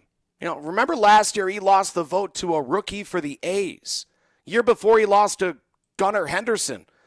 He should win it this year, but there's another rookie putting up a good season in Detroit. That's the closest competition. You would like to dismiss it and say no way, but how the hell did Jack Wilson start last year? Is it Jacob Wilson? Jack's his dad. How the hell did he start last year? So Bobby should be the MVP. He should obviously be the All-Star game starter at shortstop, but again, those home runs, that batting average and RBI, people are just so focused on those numbers sometimes. Who are you cheering for in the NBA Finals? Are you cheering for the Spurs or the Knicks? I find myself cheering for the Spurs, but when I sit down, I'm just cheering for a good game. Cheering for Wemby. Although I am worried, man, the celebration after the Western Conference Finals, I loved it. And then I'm watching Kevin Garnett talk about it, and he was very against it. He's getting too high. There's still 4 more games to go, and, man, they give game 1 away in that fashion. It made me think, KG's onto something that maybe the steely-eyed focus of the New York Knicks will ultimately get it done. Vern, I'm not sure how many conversations you and I are going to have in the month of June. I'm sure in July it'll pick back up because the Royals will be rumored to trade 15 different people on the team. So this is the last time I'm guessing we're going to talk a little bit. You say this every time we talk. Let's just stop talking then if it's always the end. No, but drives me nuts. But I'm saying, you know how it is with a relationship where you're like, man, it's going to be the end, but hey, what are you doing later? I know, but you say it all the time. Yeah, but I'm saying I never know when it is. That's what the beauty is when I'm like, hey, we should have Vern on the show. I was going to ask you this question, something I can remember you by. Vern, every kid had a movie that they just watched way too many times when they were a kid. What was that movie for you? Like, what's a movie that like 11-year-old Vern just like, there's you've a seen the bunch. movie 45 each different times. age had a different one, from Kindergarten Cop to Teenage Mutant Ninja Turtles. And then, you start to get older. Hook. Man, I watched Hook a lot. I love that movie. And then, Happy Gilmore, Billy Madison, Dumb and Dumber as you get older. You want to come on next week at 3 o'clock on Friday? Why don't we just, No, I'm good. We don't have to talk again for all I care. That is our guy, Josh Vern. You're joining us on the show today. Vern, I will miss you very much. All right. That is our guy, Josh Vern. You're joining us on the show today. All right, coming up on the other side, you guys remember, this was, 2-3 months ago. Remember we had the spokesperson for the Missouri Workers Center on the show, and they were talking about the stadium. Well, they had a little bit of a statement. I want to read it to you. We'll do that next. Keep it right here. It's The Drive. The Drive with Carrington Harrison on your home for K-State Athletics. 96.5 The Fan. FanDuel is giving you even better payouts on same-game parlays all NBA playoffs long. And with more ways to build and more value every time you play, you can stack your picks your way for every game, every matchup, and every moment. From point spreads to player points to threes and so much more, you can build it all into one simple same-game parlay and go for an even bigger payout. So if you're betting a same-game parlay this NBA postseason, you can bet them with America's #1 sportsbook app with our friends over at FanDuel. More options, better payouts, all NBA playoffs long. So head to FanDuel.com/local to get started. One more time, that's FanDuel.com/local. FanDuel puts player research right at your fingertips so you can check every stat, trend, and matchup all in one place. You can make your picks with confidence. Everything you need in just one app, so don't miss your shot. Head to FanDuel right now, America's #1 sportsbook app and official partner of the NBA, and play your game. 21 and present in Missouri. Gambling problem? Call 1-800-GAMBLER. The Kansas City Auto Show is back, and we're taking over the Overland Park Convention Center with more brands, more test drives, free parking, and all new features. Now through Sunday at our exciting new location. Get up close to the latest cars, trucks, and SUVs, plus exclusive test drives you won't want to miss. Don't miss your chance to see your future of driving all in one place. Get your tickets now at kcautoshow.com. The Kansas City Auto Show happening now through Sunday at Overland Park Convention Center. I can't raise my arms, I can't climb stairs, and I can't kneel down, which means I can't play with the kids, golf with the guys, or get through a workday without exhausting pain. Hey, it's Bob Fesco, and I'm here to celebrate what you can do. That's exactly what QC Kinetics patients are doing, not bracing for that next jolt of pain. It's gone. They've moved on, back to living their lives. You've heard me talk about the team at QC Kinetics, and so many of you have already been through their game-changing regenerative treatments, and it's all done right in the office. No missing work, no surgery, no long recovery. The inflammation calms down and the pain backs off. So go find out what you can do. It's a good life out there, folks. Go live it to the fullest. Let's get rid of that pain starting right now. The consultation is totally free. 816-412-6299. That's 816-412-6299. QC Kinetics off 435 in State Line and in Gladstone. 816-412-6299. This is the story of the one who keeps multiple buildings running smoothly day after day. Plumbing that flows, HVAC that hums, cleaning supplies that keep surfaces sparkling. That's why she counts on Grainger. With easy reordering online and 24/7 support, Grainger helps her keep the products she needs on hand. So shelves stay stocked and buildings stay ready. Call 1-800-GRAINGER, click Grainger.com, or just stop by. Grainger, for the ones who get it done. Get everything you need for the entire job delivered. From lumber to drywall, flooring, and fixtures, get it all delivered from the Home Depot. with same day, next day, or any day delivery. Staying on track and on time is crucial to your job. That's why it's our job to get you what you need when you need it. We deliver the supplies. You deliver the results. Brought to you by the Home Depot. My name is Whitney Allen, and I'm a widow. My husband, Ryan, died. We never thought we'd ever have to use life insurance, but the unexpected happened. With Ethos, signing up was fast and 100% online. You can get a quote in seconds, apply in minutes, and get same-day coverage. No medical exams, and you can get up to $3 million worth of coverage. I'm grateful we were prepared. Get your free quote at ethos.com/radio. That's ethos.com/radio. Paid spokesperson. Time spent on application may vary. Online health questions required. Shawnee Mission Ford, on a mission to do more. Visit our inventory at ShawneeMissionFord.com. You're listening to 96.5 The Fan from the DM Injury Law Studios. Mike's got this. Car, truck, or motorcycle wreck? Remember, Mike's got this. 816-888-7500. Mike's got this.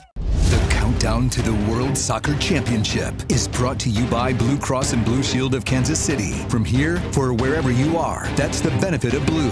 Visit bluekc.com/benefit of blue for more information. Here's your traffic report on 96.5 The Fan. Brought to you by SWL Injury Law, the Car Crash Kings. It's what they do. Visit SWLinjurylaw.com. Brought to you by Kansas City Auto Show, now through Sunday, Overland Park Convention Center. Okay, we've got the crash that is down, let's see, south of Olathe, 35 southbound at Lone Elm, off to the right shoulder. We've got 70 eastbound just past 435. That's a stall in the right lane. I'm Val with traffic on 96.5 The Fan. This is your home for Kansas City sports. 96.5 The Fan.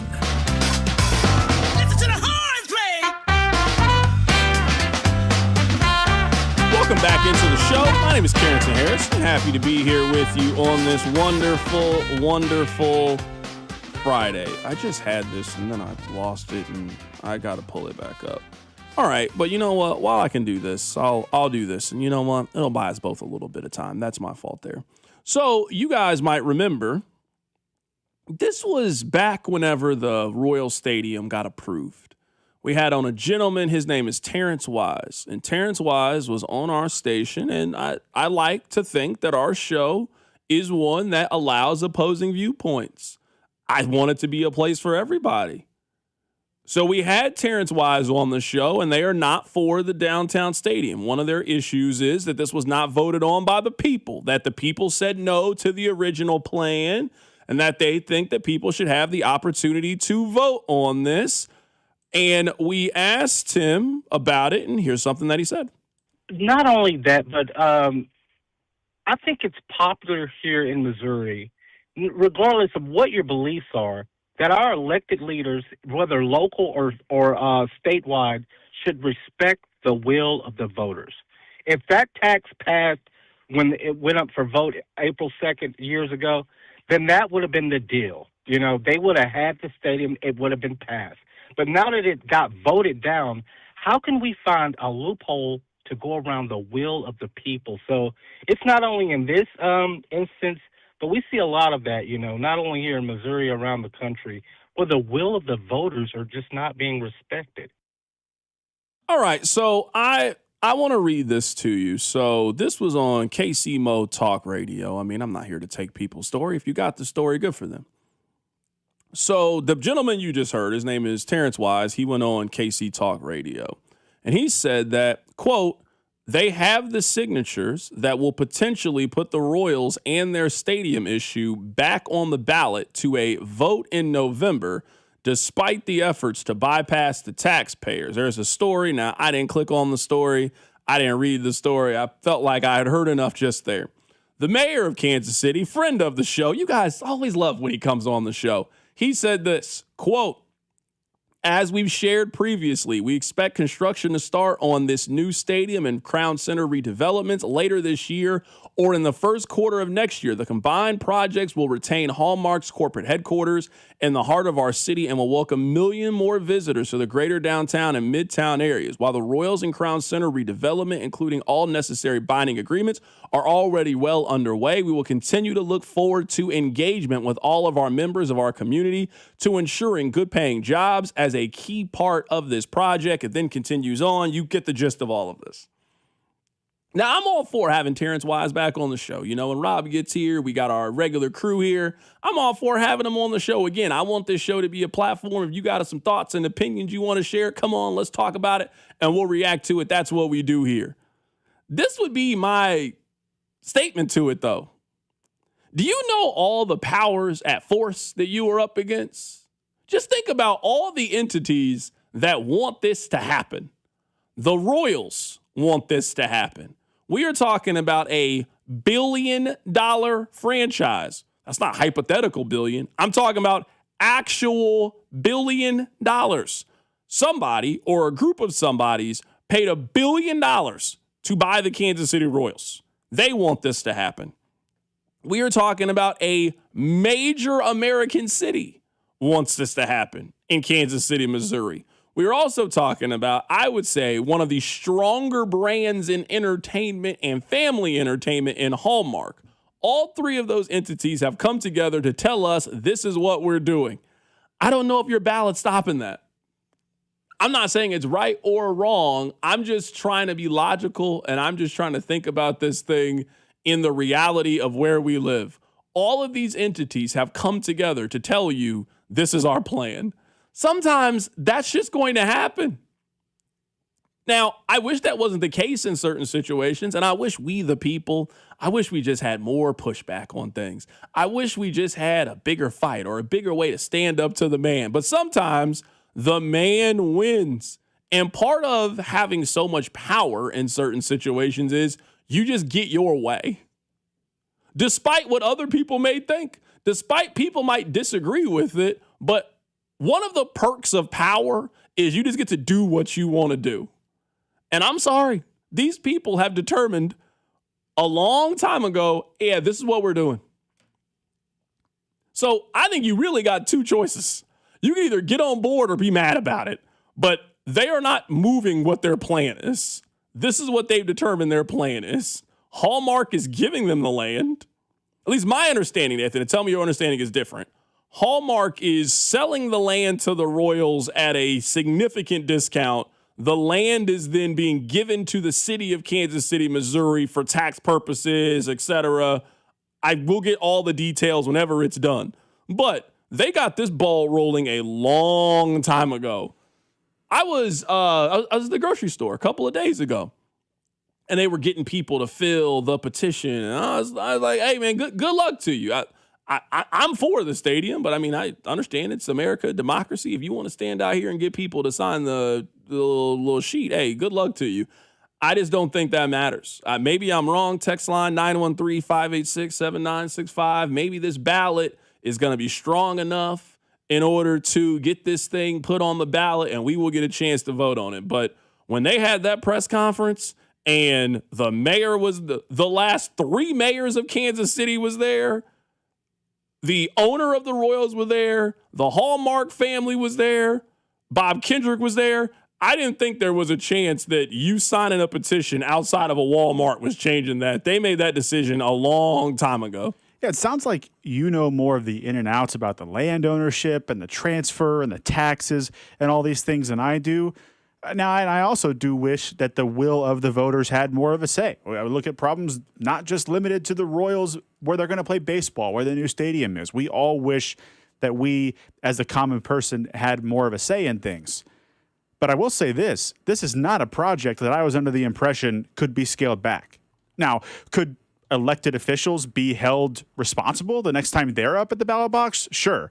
But when you talk about all those forces, the mayors and the owners and the CEOs who are collectively the man has pushed the ball too far down the track, and it's not stopping at this point in time. I don't care how many things are signed or what's put on the ballot.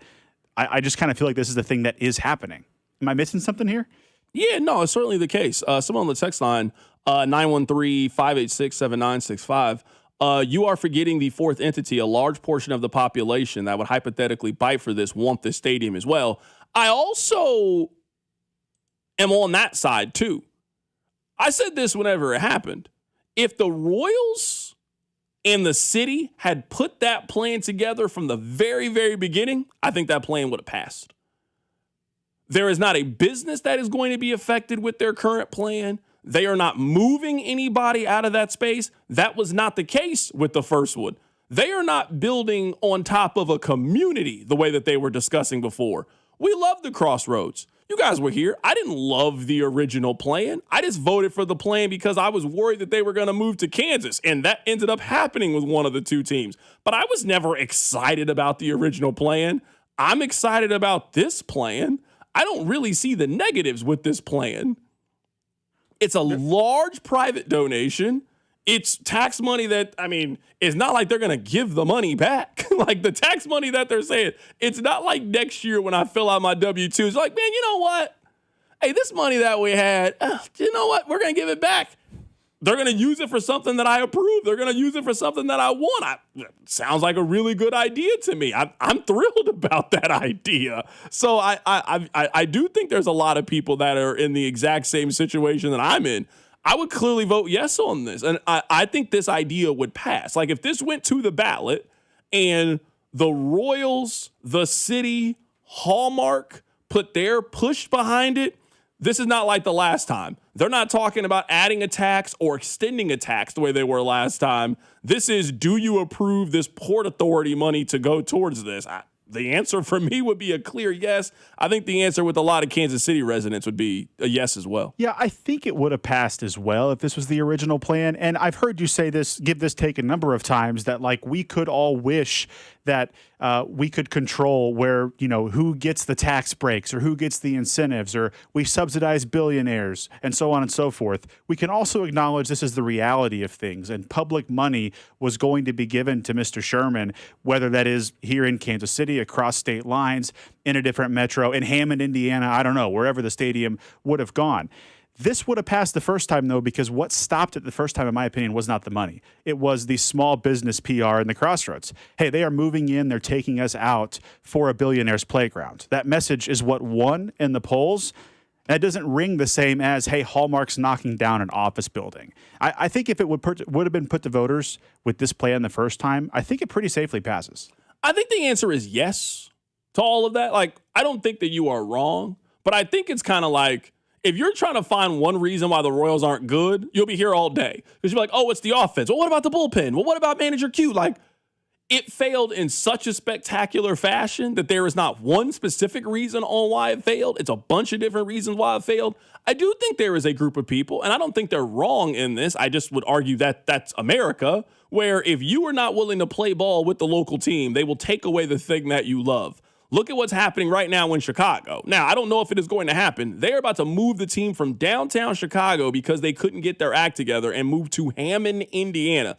That, yeah, it's across the river, but you're about to lose that and now give it to another state. Like we just know what the penalty is when you push back and say no on these kinds of things. It is usually not in your favor. So we can complain about the way that America works. And I'm not saying that you're wrong to feel the way that you feel, but I don't know if you're stopping America from being America. And one of the things that we have signed up for in this country is the public pays for these kind of things if you want to have it in your city. So the money was never really that much of an issue to me. It was, to me, building on top of a community. It was the fact that I thought their plan was very, very haphazard. This is a plan that I'm very much for. This is a plan that I am excited about. This is a plan that I think rallies the city together and gives the community a hub in the middle of the city, a place that I don't know it really exists here. I don't know if there's a lot of touristy places in Kansas City, which is perfectly fine. If this vision comes together the way they think it will come together, we will have a touristy place. There will be a place that people will want to come from other places and, oh, I want to go to a Royals game. I want to go downtown. I want to do this. which I am all the way for. I want to play one more cut from Terrence Wise when he was on the show a couple months ago, and then we'll move on from this and talk a little bit of basketball. So I asked him if this idea was on the ballot, does he think it would have passed? I think it would have passed if we had the things that we had in the community benefits agreement. And, I had an intimate look at that. I was at the negotiating table with the Royals, with John Sherman and his entourage, discussing a community benefits agreement before the vote. We demanded good, affordable housing, good jobs, not only in the stadium, but around the district that was planned to being built. And the Royals walked away from that table. They did not negotiate in good faith. They showed us who they were prior to this vote. And I do believe that if we could have reached an agreement with the Royals, had a truly beneficial community benefit agreement for all of Kansas Cityans, then we would have got that vote passed the last time. So to be back here and to see our elected leaders here go around the will of the people, and try to push this new deal through is really disheartening, Text line 913-586-7965. CDOT, the situation in Chicago, it's the same thing as the Chiefs moving to Kansas. I would actually say that it's worse. I think Chicago, just as a city, is a brand. It's a brand. Their stadium is also currently in downtown Chicago. Moving from downtown Chicago to the suburbs is a substantial difference than what the Chiefs are. Like, just a very, very big difference. Number one, Kansas City's not Chicago, and that's part of it too. Also, the Royals or the Chiefs are moving from one suburb part of the city to another suburb part of the city, just the state line. This is moving from directly the heart of the city that is right there on the bank of Lake Michigan and now moving it to rural Indiana. I don't think they're the same. Where if I'm the Chicago Bears, I would say part of your branding is Soldier Field. Part of it is that you are in the heart of Chicago. Maybe they're not going to keep it that way. It doesn't sound like they're going to do that. But moving to Indiana is just, it seems like a really, really bad brand idea. That I heard somebody say this, and I do think this is a really, really good point. Now, I don't know if this is going to happen in Kansas City because of the way Kansas City is put together, but I'll give you an example. If you have been to San Francisco, it is noticeable how far away the stadium is from the city. It's noticeable. You got to make a real hike if you are in San Francisco to go see the football stadium. You got to really make it a part of your day to make it. I've been to San Francisco 3 times. I've never seen the football stadium before. I've never seen it. My friend's like, yeah, but why would we go over there? Like, there's nothing else over there. That's a long way. Like, there is something about being connected in the middle of the community that I don't know if the Bears see the value of that. You lose a little bit of that juice when you move out there. That's what I'm saying. I think it's different with the Royals or the Chiefs. I think the Royals are going to be more connected, the fact that they are in the middle of the city and the heartbeat. I don't think it really changed much for the Chiefs. If you live in 135th and Metcalf, it's the same drive for you one direction that is the other direction. It's not like a whole lot of people live over by the Chiefs Stadium. It's not a real populated part of the city. I think it's very, very different. Yeah, I think comparing either of these stadiums here locally to the Chicago Bears debacle is really it's not a good comp. First of all, Chicago there are bigger East Coast cities like New York City. There's a bigger West Coast city like LA. They have so many influences from other cultures, other countries. Chicago is the biggest all-American, for lack of a better term, city. Chicago is the American city. Losing its football team, right? Me calling this the American city and them losing their NFL team. What's more American than the NFL? That's a big deal. And also, these teams, the Chiefs, they didn't move to Warrensburg or Topeka. You don't have to take a day trip to go like you would to Hammond, Indiana, which is 45 minutes away, plus probably game day traffic. They're just 10 minutes on the other side of downtown Kansas City. So I'm not really seeing that comp. Yeah, and the guy replied and said, I see the branding issue. They will still be the Chicago Bears. But where I think it's different is the brand of Chicago and the brand of Kansas City are two drastically different brands. I think you can argue that Chicago is the best city in America. Mm-hmm. I think you can legitimately make that argument. I'm not saying Chicago doesn't have its problems. Every American city does. But you could make the argument that Chicago is the best city in America. The brand is drastically different. So I think being attached to the brand and being in the heart of the city is a part of Bears culture and the climate that I think they are just going to move if they move to Hammond, Indiana. So I think this is a, hey, we're actually serious about this. Let's put the feet to the fire. And you guys have been playing around. Like, we will actually make this move that ultimately I think they stay in the city to some regard. But yeah, this is a bad decision to me if you are the Bears.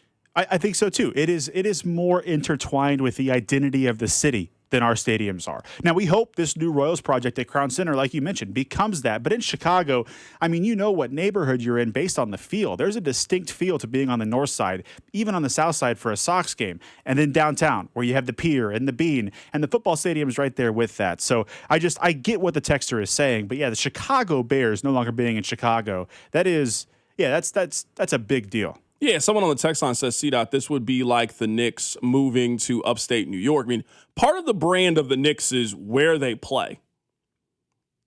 And not just in New York. I mean, it is in downtown Manhattan. It's right next to Penn Station. It is right next to Times Square. It is right on Broadway. Like, it is, for a place that is about entertainment, it's right in the middle of all of it. Yeah, if the Knicks move from that area, it changes the entire culture and climate around the team. Even if they stay in New York and they're still called the Knicks, it's in downtown Manhattan. Yeah, no, that's a really, really good comparison, a really, really good point.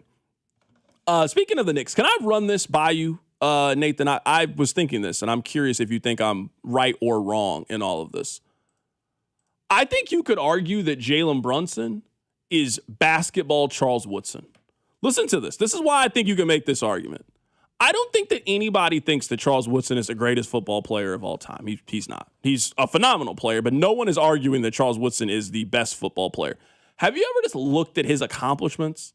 Charles Woodson won a Super Bowl, won Defensive Player of the Year, won Defensive Rookie of the Year. He's been an All-Pro 8 different times in his career. He's led the NFL in interceptions. He's on the All-Decade team. That's just as a pro football player. As a college player, national champion, Heisman Trophy, unanimous All-American multiple times, Big Ten Player of the Year, phenomenal player. Charles Woodson is one of the most accomplished football players of our time. That, again, no one is arguing that Charles Woodson is the greatest football player of all time, but there is not a single hole in his resume that you can point to and say, man, Charles Woodson didn't do X. Randy Moss is one of the greatest players we've ever seen. There's holes in Randy Moss's resume. Never won a Super Bowl, never did this, never done that. Cannot make that argument with Charles Woodson. We are 3 games away from that being Jalen Brunson. Jalen Brunson was a McDonald's All-American. So the greatest honor that you can have as a high school player, you are a McDonald's All-American. In college, National Player of the Year, won 2 national championships, consensus All-American multiple times, first team All-Big East when the Big East was still really a thing and really mattered. In the NBA, been a multiple-time All-Star, been on the All-NBA team. They won the NBA Cup. They're 3 games away from potentially winning the NBA championship and him being NBA Finals MVP. I am not arguing that Jalen Brunson is the greatest basketball player of all time. We all know that's not the case. It will be very, very difficult to argue that you had a much better basketball career than Jalen Brunson has had. Somebody like, I don't want to tie this too much into the Russell Wilson conversation from yesterday. I know we're up against it. This is the kind of player that I think the Hall of Fame should be reserved for, because you have the tier of, man, this guy's in the GOAT conversation. Then you have the tier of, man, if you looked at his Pro Football Reference page, that thing is decorated. There's a lot. Have you looked at Will Shields? No one says he's the best player of all time, but you look at that thing and the Pro Bowls and the All Pros, you're like, whoa. Incredible accomplishment. That dude's a great player. And yeah, Jalen Brunson is definitely on track to be one of those. Yeah, I guess this month could really accelerate that as well. You think about college and what he's done. He's exploded the last few years in the league, but he's had a solid start to his NBA career. The guy's almost 30. I didn't realize he was that old. He's been doing this for a minute, and he's pretty decorated as well. Jalen Brunson has a chance to again, there are not more accomplished basketball players than him if he wins this. He would be able to walk around and say something that not a lot. I won a championship for the New York Knicks. There's some championships that are different. The reason we started having the Bron conversation again is because he won a championship in Cleveland. If Bron had 4 championships and 3 were in Miami and 1 was with the Lakers, we talk about Bron differently. But the fact that he won that 1 in Cleveland and how he won it and you won with that franchise changes it. You win 1 championship with the New York Knicks, who haven't won since the 70s, you're having a different conversation about Jalen Brunson. People will talk about Jalen Brunson like he's Isaiah Thomas 20 years from now. That's how they will talk about Brunson if they can finish this thing off. He was incredible in the end of game 1. All right, coming up at the top of the hour, Victor Rojas is going to join us on the show. He is on the call for Kansas and Oklahoma. Keep it right here. It's The Drive. You're listening to The Drive with Carrington Harrison. I mean, come on, guys. What are we doing here? On your home for Chiefs football, 96.5, The Fan.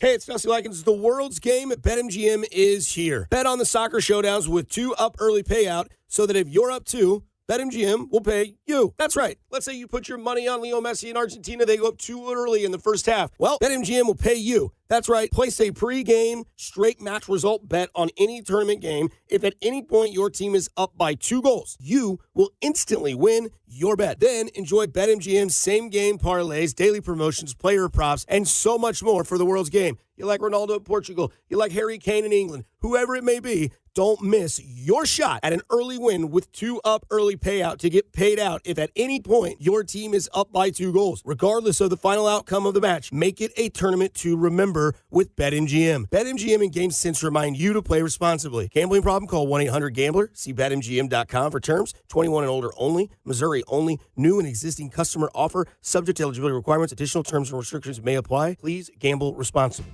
When Kansas City storms roll through, hail and wind can damage your roof without you even realizing it. If your home was hit, call us at Century Roofing for a free inspection today. We handle every step with your insurance company, making the process stress-free and easy for you. For over 35 years and more than 35,000 roofs, we've been protecting Kansas City homes. Let us protect yours. Trust the Pillars of Strength with KC-based and female-owned. Century Roofing, KC.com. Century Roofing. Trust the Pillars of Strength. Hey, it's Rex here with Rex Buys KC. I get it. Selling your house can sometimes feel overwhelming or scary, right? I've seen it too many times.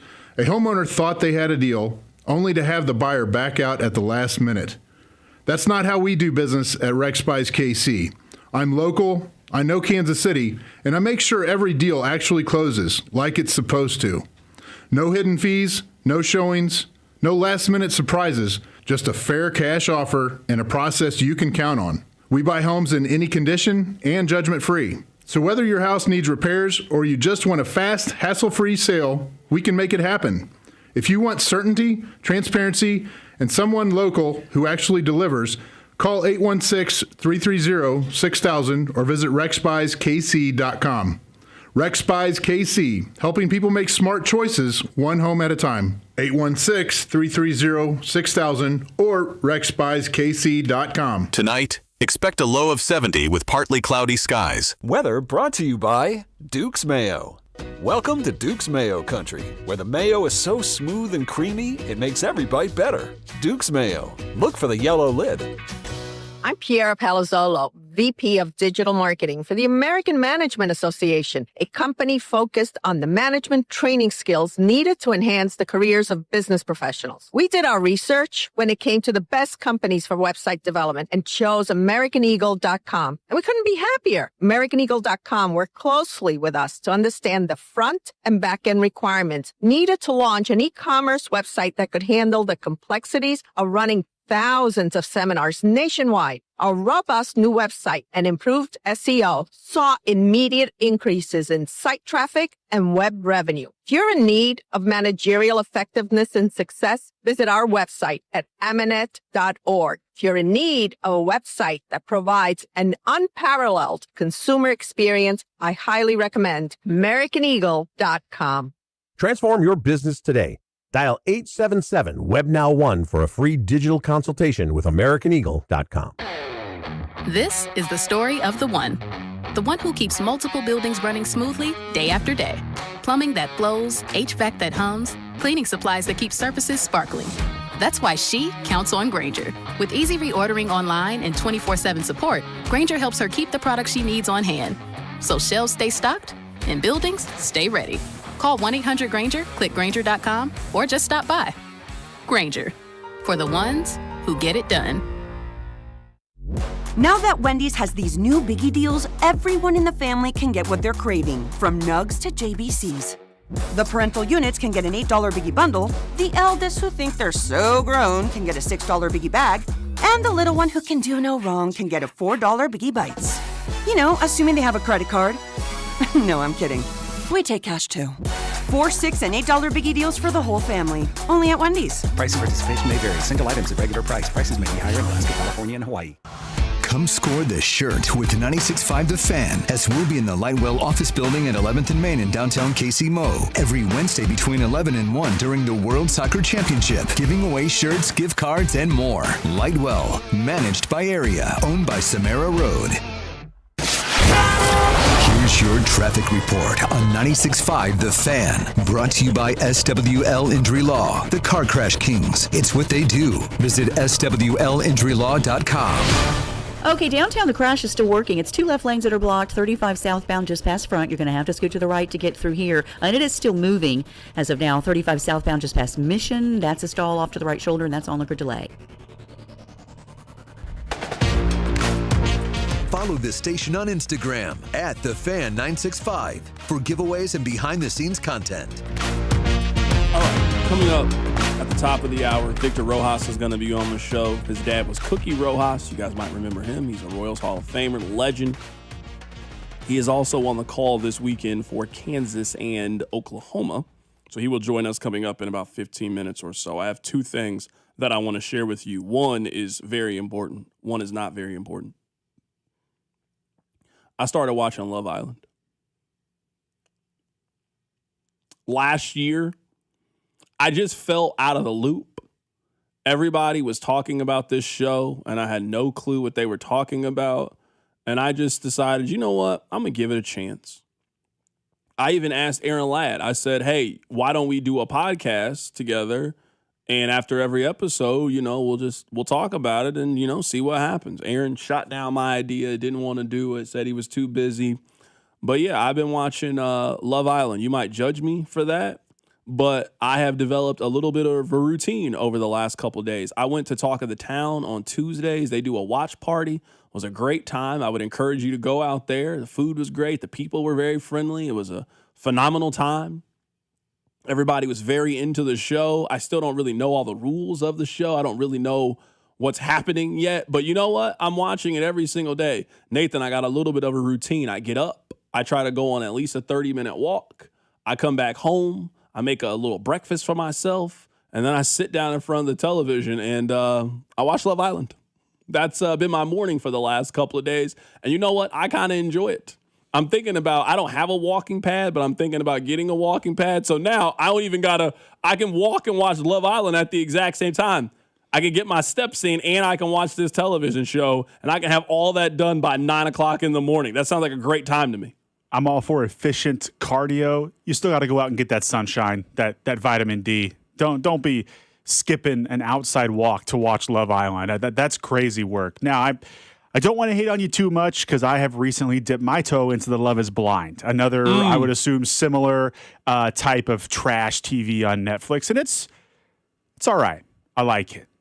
I'm going to watch it again. Is this your first season of Love is Blind? I've watched 3 or 4 seasons now with the wife. Yeah, this is my very first episode of, Tuesday was the first time I'd ever watched an episode of Love Island. Now I've watched every episode so far. What's the point? Because Love is Blind, I get it. They don't want to see each other when they get married. Love Island, are they just hot and dramatic? What's going on? Basically. Okay. I wish I could give you a better answer to your question. I certainly would love to do that. I don't have a better answer to your question. I still don't really understand the concept of the show, but you know what? I am watching the show nonetheless. All right, let me give you a very serious sports thing before we're joined by Victor Rojas, because that's the purpose of us being here. So, I don't know how to pronounce this gentleman's last name. I think it might be Magana, I think how you pronounce it. He does great work with Arrowhead Pride, but I've never heard his last name pronounced. I don't mean to disrespect, I just don't know.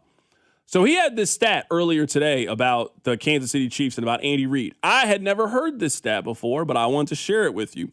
Before last year, Andy Reid had 3 losing seasons as a head coach. In each following season, an Andy Reid coach team, after having a losing record, won double-digit games the following year. He has now had 4 losing seasons in 27 years. He then added this commentary.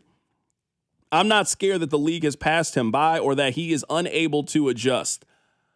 I do think that some of the conversation about the Chiefs is a little bit reactionary. We've been having conversations about scheme and all of these things.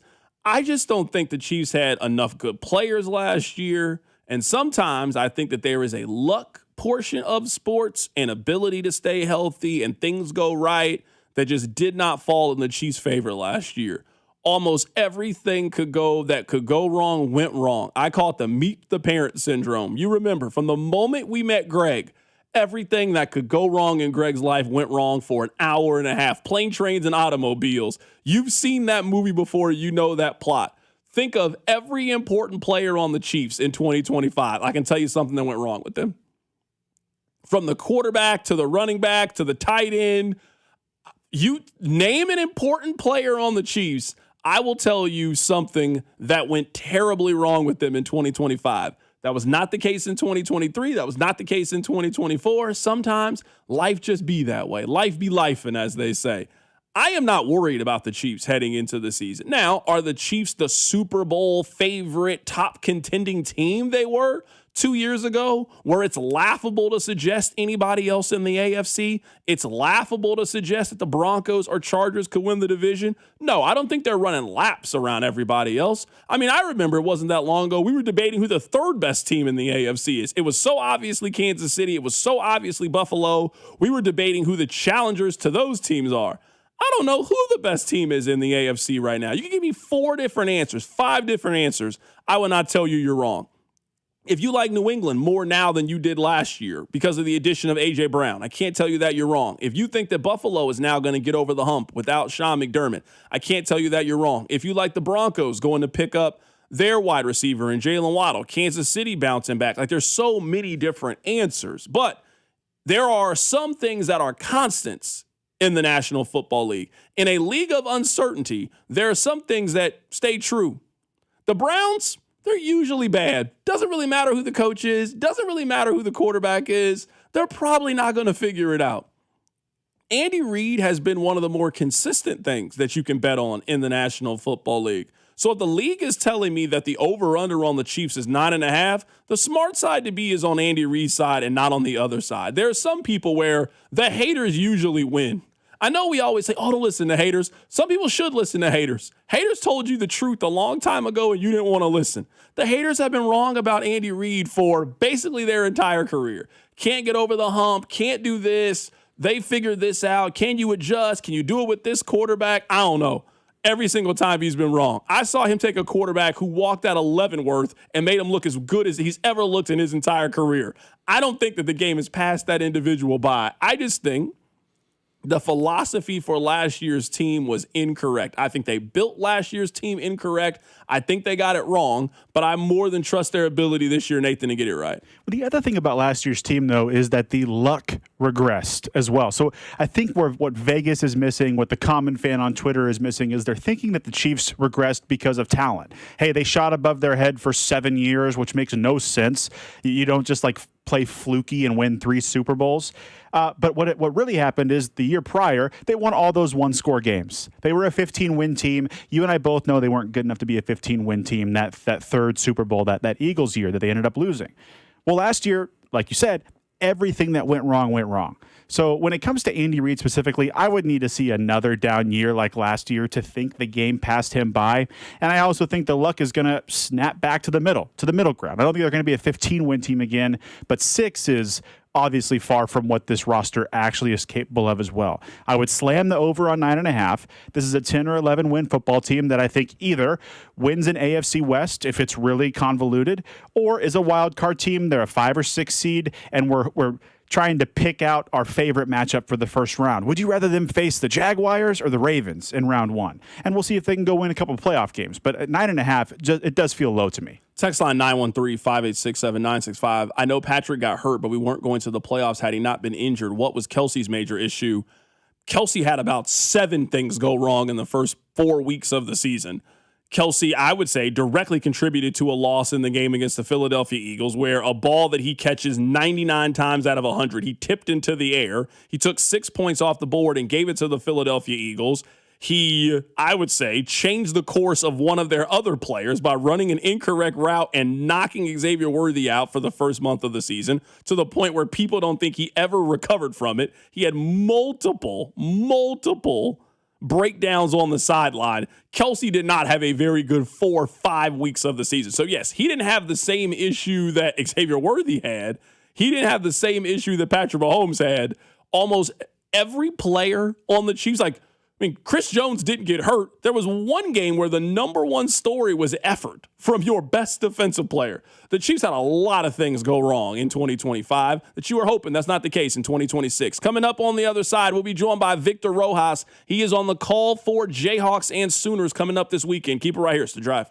The Drive with Carrington Harrison on Kansas City's only FM sports station, 96.5 The Fan. Here's your traffic report on 96.5 The Fan. Brought to you by SWL Injury Law, the Car Crash Kings. It's what they do. Visit SWLinjurylaw.com. Okay, downtown, the crash is still working. It's 2 left lanes that are blocked, 35 southbound just past Front. You're going to have to scoot to the right to get through here. And it is still moving as of now. 35 southbound just past Mission. That's a stall off to the right shoulder, and that's on for delay. Getting a little older doesn't have to mean, well, getting older. This is Jeff for Heartland Men's Health, and if you're feeling low energy, can't sleep, can't lose weight, are struggling with brain fog, or your sex drive is off, it's time to change it up. At Heartland Men's Health, our advanced medical strategies featuring TRT, GH peptides, NAD+, GLP-1s, PDA, and more treat low T and other hormonal issues to help you shed pounds, have more energy, enhance your body composition, improve sleep, increase your sex drive, and so much more. Getting you back in the game again. So don't be older. Be stronger in the gym. Be sharper at work. Be better in the bedroom, and be more confident in every part of your life. So call us today and find out how our advanced treatment strategies could change the game for you. Your first visit is just $99 and includes blood work and a medical consult. And if you start on one of our advanced treatment plans on the day of your appointment, your visit is free. Call 844-447-6600 or go to heartlandmenshealth.com. Feature therapies are compounded and have not been evaluated nor approved by the FDA. Provider prescription required. See website for details.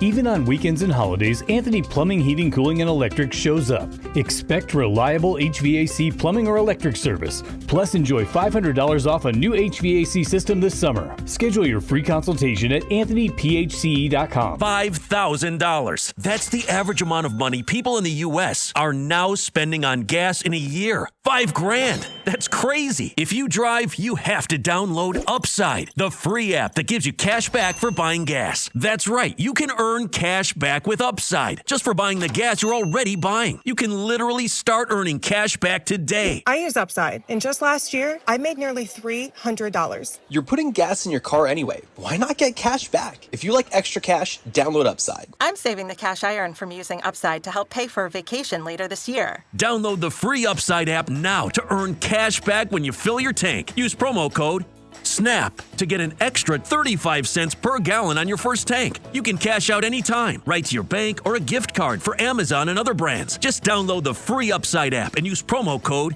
SNAP for a 35 cents per gallon bonus on your first tank. That's code SNAP for a 35 cents per gallon bonus. Baseball season is in full swing, and that means the summer heat is coming. The guys at Climate Control have been serving KC homeowners for over 35 years, and they know how to get your cooling system ready to handle our scorching hot summer weather. Stay cool and comfortable this summer. Call Climate Control today at 816-265-2830. 816-265-2830 for all your cooling, heating, and plumbing needs. Don't wait. Visit ClimateControlKC.com today. Climate Control Heating, Cooling, and Plumbing. Pump up the volume. Business moves fast. Orders roll in, deadlines close in. When you ship with USPS Ground Advantage, you can keep up with confidence. Every package stays in our secure network from dock to door.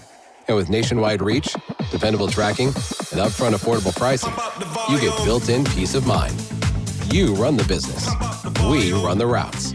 Visit USPS.com/ground advantage to learn more. Royals coverage sponsored by Renner Garage Door. Forward and back, RENNER. Almost Andy Reid here for Renner Garage Door, America's oldest family-owned garage door company, serving both wholesale and retail markets. Free repair or replacement quotes and $100 off a new garage door. RENNER.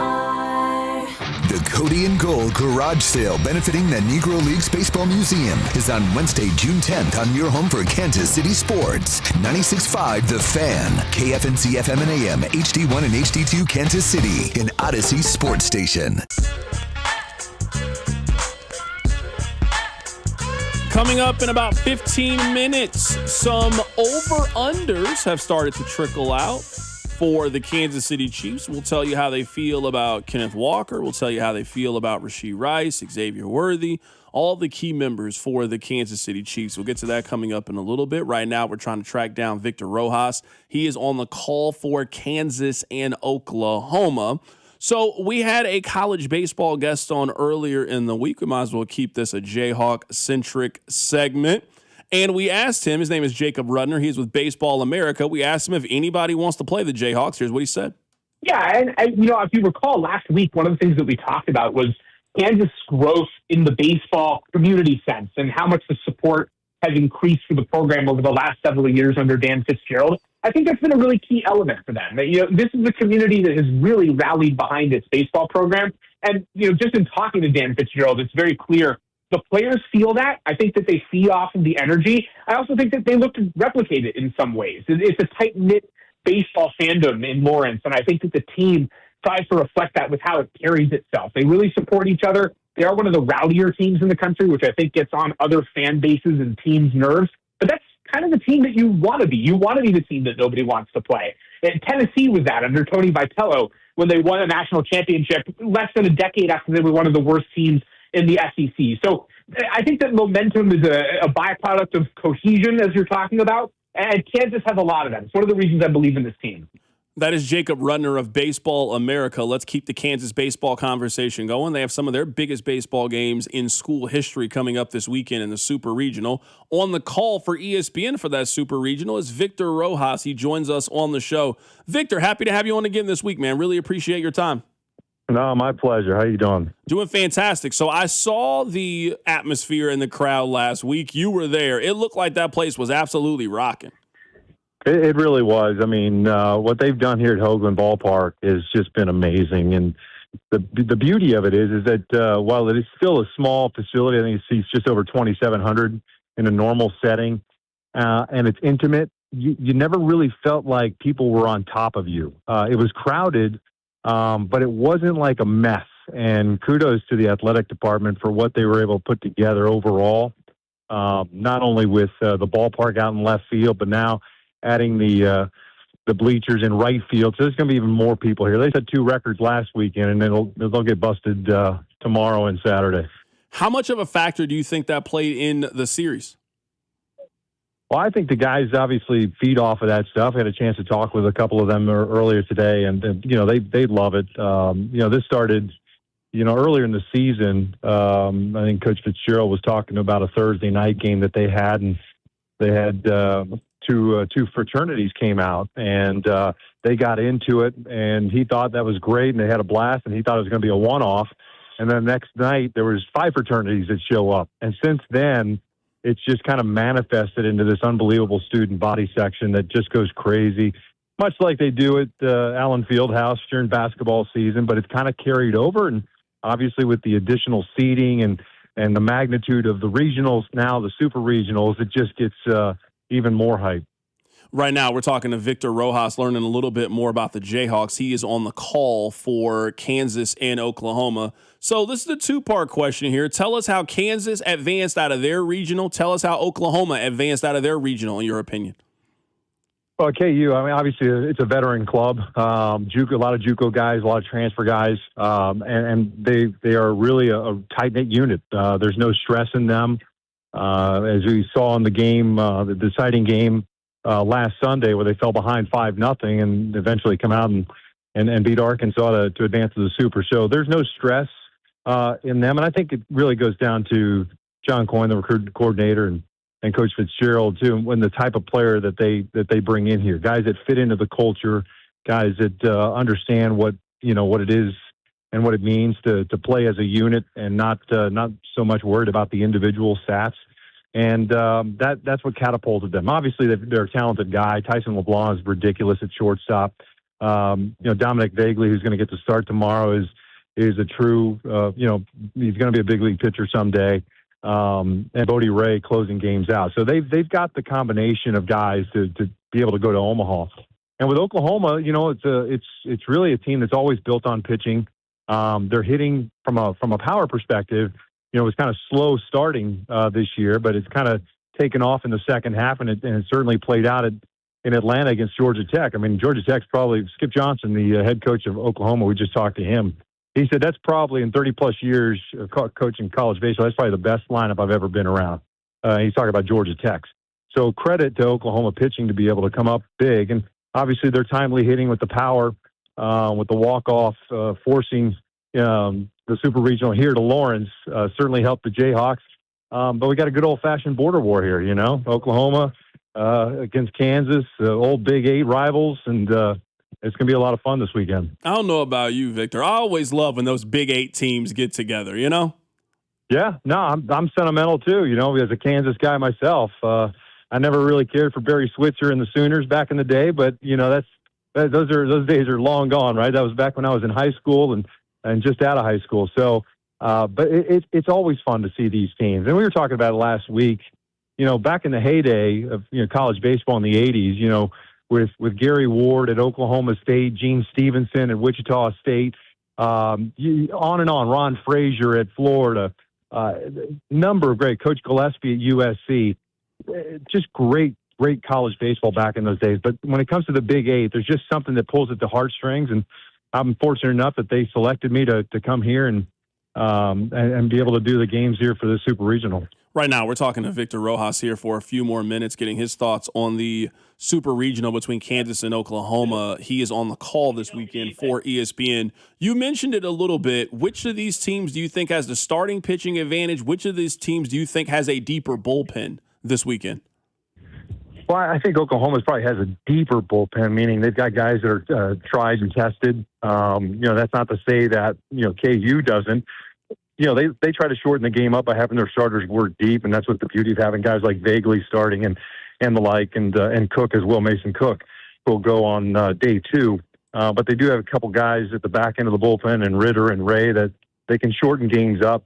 But Oklahoma's had, they got to go through the SEC gauntlet, right? So they are tried and tested. And, they had a long regional last weekend in Atlanta, and obviously they persevered to get here. So I think it's a really good matchup on paper and as well as on the field. Who are some players on Oklahoma? Because there's going to be a lot of people that are going to tune in for this that are big Jayhawk fans but don't necessarily keep up with college baseball. Who's a couple of players on Oklahoma that KU needs to watch out for? Tonkin at first base, he's the one that hit the walk-off against Georgia Tech. LaChance line to play. It's a really good prospect. Deshaun Harris is their team leader in batting average. So they're a dynamic offense. They can hit the long ball, and they can steal bases. They got over 100 stolen bases. So that's just a number of guys. They've got a couple of freshmen that are going to be starting this weekend on the mound. And so that just tells you what Skip is willing to do, and certainly not afraid of running the kids out there just because they are tried and tested. Give me a key to a series win for Kansas, what they need to do to advance to the College World Series. Same thing for Oklahoma. Well, I think for Kansas, just continue to do what they've been doing, just passing the baton offensively. For Oklahoma, I think they, if the power bat kind of goes away from them this weekend, I think they might be in a little trouble. So I think they got to continue that, just because that's been the thing that's kind of catapulted them over the second half of the season.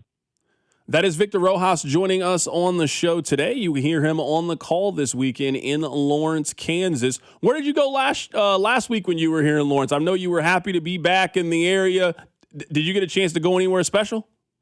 No, I stayed in Overland Park, had some family over there, so I made the drive every single day and got a chance to go back through my old stomping grounds, and it looks exactly the same as when I grew up, and so it's always nice to come back here. But Lawrence is obviously, growing up just 30, 35 minutes away from here. We always came here, especially when our basketball team was in the in the high school finals and get a chance to play at Allen Fieldhouse. So it's great to be here. And I'm just thrilled that they selected me to come back here for a second weekend. Well, I don't know, everything you got. I'm sure you got a lot going on. Make sure you get some barbecue before you head out of town. I don't know how often you 100%. get a chance to come back to the area.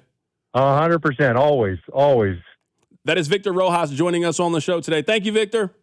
You got it, brother. Absolutely. That is Victor Rojas joining us on the show. He is with ESPN. You will hear him on the call this weekend between Kansas and Oklahoma. Maybe this is just nostalgia, but I like when those old Big 8 teams come together to play each other. I'm excited that Missouri plays Nebraska in basketball this year, and it's going to be in Kansas City. I'm excited that it's Kansas playing Oklahoma. When you get those teams together, those fan bases together, those old memories together, you can always sign me up for an old school Big 8 matchup.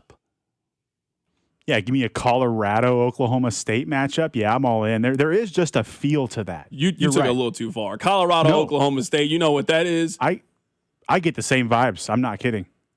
Colorado-Oklahoma State, that's got session 1 of Big 12 tournament written all over it. I'm not watching that. I'm telling you.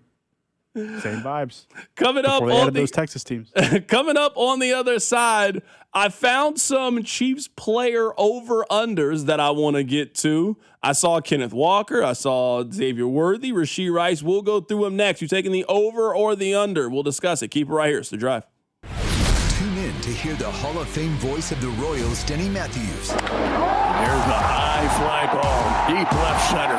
That goes Ward to the wall. Gone. Bobby Witt Jr. Every Monday at 3, right here on your home for Royals baseball. 96.5, The Fan.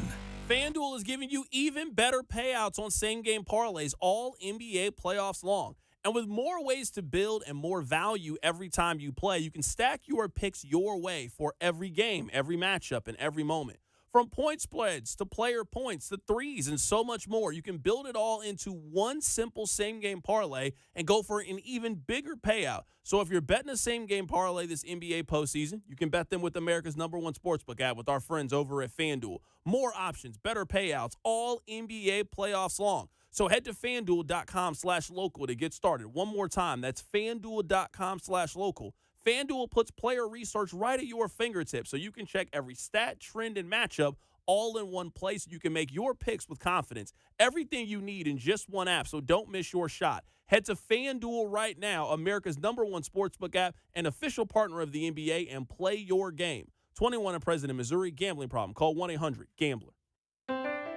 I'm worried. Since your accident, we've got medical bills and you're missing work. I know. I just don't know where to start. We call SWL Injury Law the Car Crash Kings. It's what they do. If they can help us get through this. We've helped people just like you recover what they deserve. Visit us at SWL Injury Law today for your free consultation. We're the Car Crash Kings. It's what we do. Visit SWLinjurylaw.com. The choice of a lawyer is an important decision and should not be based solely upon advertisements. Gomer's voted Casey's #1 liquor store, family owned and operated since 1969. With excellent price, selection, and service, Gomer's has helped customers find the perfect libation for any occasion for over 50 years. When it's time to find the good stuff you're looking for, you find it at Gomer's. Hey, it's Dusty Likens. The world's game at BetMGM is here. Bet on the soccer showdowns with 2 up early payout so that if you're up 2, BetMGM will pay you. That's right. Let's say you put your money on Leo Messi in Argentina. They go up 2 early in the first half. Well, BetMGM will pay you. That's right. Place a pre-game straight match result bet on any tournament game. If at any point your team is up by 2 goals, you will instantly win your bet. Then enjoy BetMGM's same-game parlays, daily promotions, player props, and so much more for the world's game. You like Ronaldo in Portugal. You like Harry Kane in England. Whoever it may be, don't miss your shot at an early win with 2 up early payout to get paid out if at any point your team is up by 2 goals. Regardless of the final outcome of the match, make it a tournament to remember with BetMGM. BetMGM and GameSense remind you to play responsibly. Gambling problem? Call 1-800-GAMBLER. See BetMGM.com for terms. 21 and older only. Missouri only. New and existing customer offer. Subject to eligibility requirements. Additional terms and restrictions may apply. Please gamble responsibly. This is the story of the one. As a maintenance engineer at a beverage manufacturing plant, he starts his day knowing every line is ready to run because Grainger delivers the industrial-grade products he needs to keep mixers, conveyors, and packaging equipment moving. With Grainger's vast selection of bearings, belts, and motors, he keeps operations running smoothly, so nothing grinds to a halt. Call 1-800-GRAINGER, click Grainger.com, or just stop by. Grainger, for the ones who get it done. I need a little range, step to the range, come on, meet me at the Introducing the new Chick-fil-A Jalapeno Ranch Club Sandwich. With that juicy Chick-fil-A chicken on a buttermilk ranch bun, jalapeno ranch sauce, and pickled jalapenos, it's a little ranch with a lot of kick. The new Chick-fil-A Jalapeno Ranch Club with original spicy or grilled filet. Available for a limited time only. Order ahead on the Chick-fil-A app. Okay, I have to tell you, I was just looking on eBay where I go for all kinds of things I love, and there it was. That hologram trading card. One of the rarest, the last one I needed for my set. Shiny like the designer handbag of my dreams. One of a kind. eBay had it, and now everyone's asking, ooh, where'd you get your windshield wipers? eBay has all the parts that fit my car. No more annoying, just beautiful.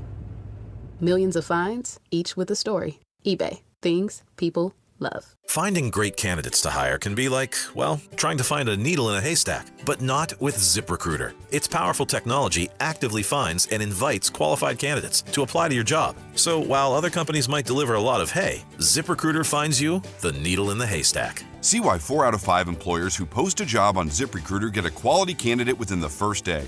Try ZipRecruiter for free at ZipRecruiter.com/team. That's ZipRecruiter.com/team. ZipRecruiter. Shawnee Mission Ford, on a mission to do more. Visit our inventory at ShawneeMissionFord.com. You're listening to 96.5 The Fan from the DM Injury Law Studios. Mike's got this. Car, truck, or motorcycle wreck? Remember, Mike's got this. 816-888-7500. Mike's got this.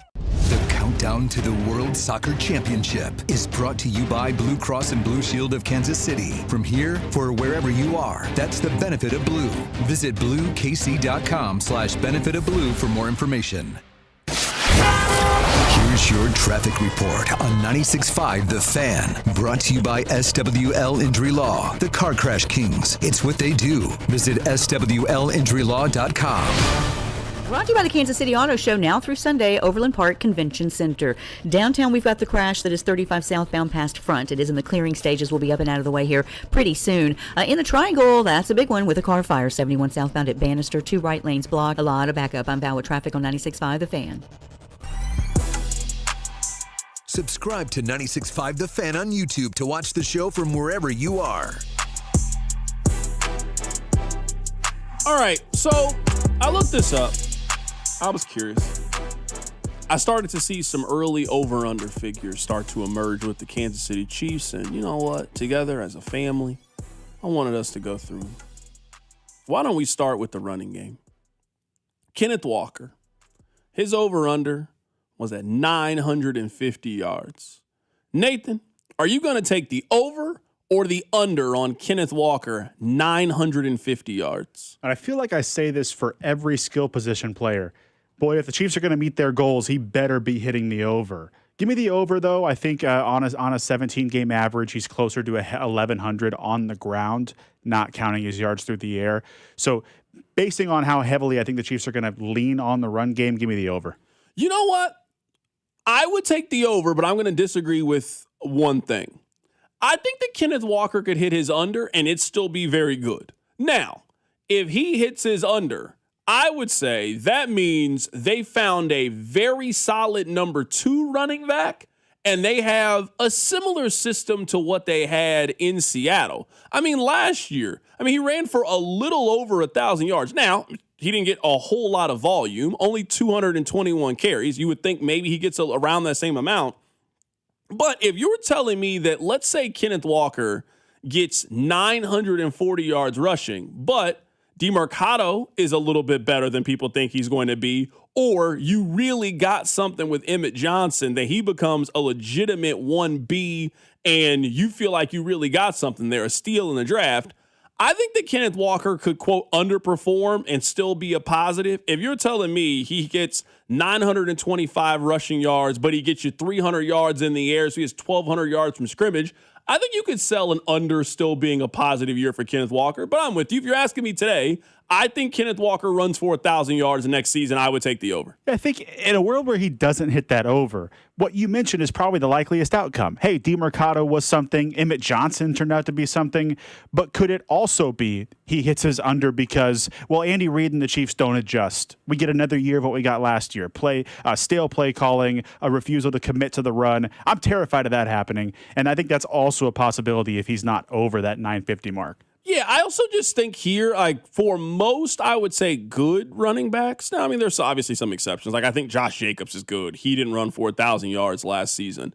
I mean, there were 17 different players last year that ran for 1,000 yards. That's basically what you're talking about. Like, do you think he runs for 1,000 yards? I mean, my answer would just be yes. I think he's probably close. Like, if you want me to find a comparison for last year, I think it's Breece Hall. Breece Hall last year had 243 carries for 1,065 yards and had 6 touchdowns last year.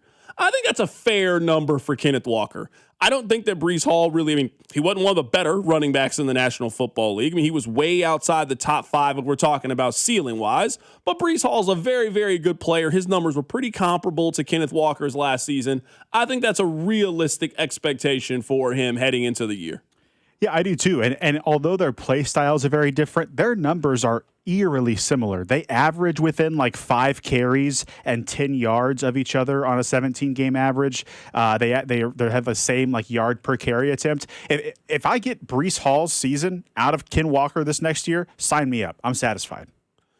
Text line 913-586-7965. We're going through some of the early Chiefs over-unders. Just want to get a feel for where people are. Right now, Kenneth Walker, his over-under is at 950. You taking the over or the under for the new Chiefs running back? Let's get to the wide receivers. Why don't we start at the bottom?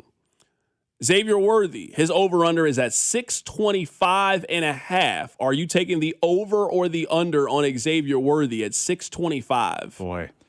He barely eclipsed that number in his rookie year. I'm going to go over. I think there's more opportunity based on Somebody got to go under in this offense. I know, so I'm but curious that's really who you got low. going under because somebody's got to hit the under. I was going to say under until you gave me the number. And I just think he missed a couple of games last year. He was obviously babied as a rookie in the first few months like every Andy Reid receiver is. He's got to get over 625, doesn't he? Do you want to know how many receivers last year had more than 625 yards? Sure. 56. 56 pass catchers last year had over 625 yards. So your wide receiver 1 and 2 should both be able to do that. Right? Rice didn't do it last year. Worthy didn't do it last year. Now, I understand Rice, suspension, all those kind of things. Xavier Worthy had 500 last year. Him taking a jump up to 625, that'd be 100 yards, and that'd be one of his best seasons. It wouldn't necessarily be close. I'm trying to find who the comparison could be. Do we think he could be Juwan Jennings?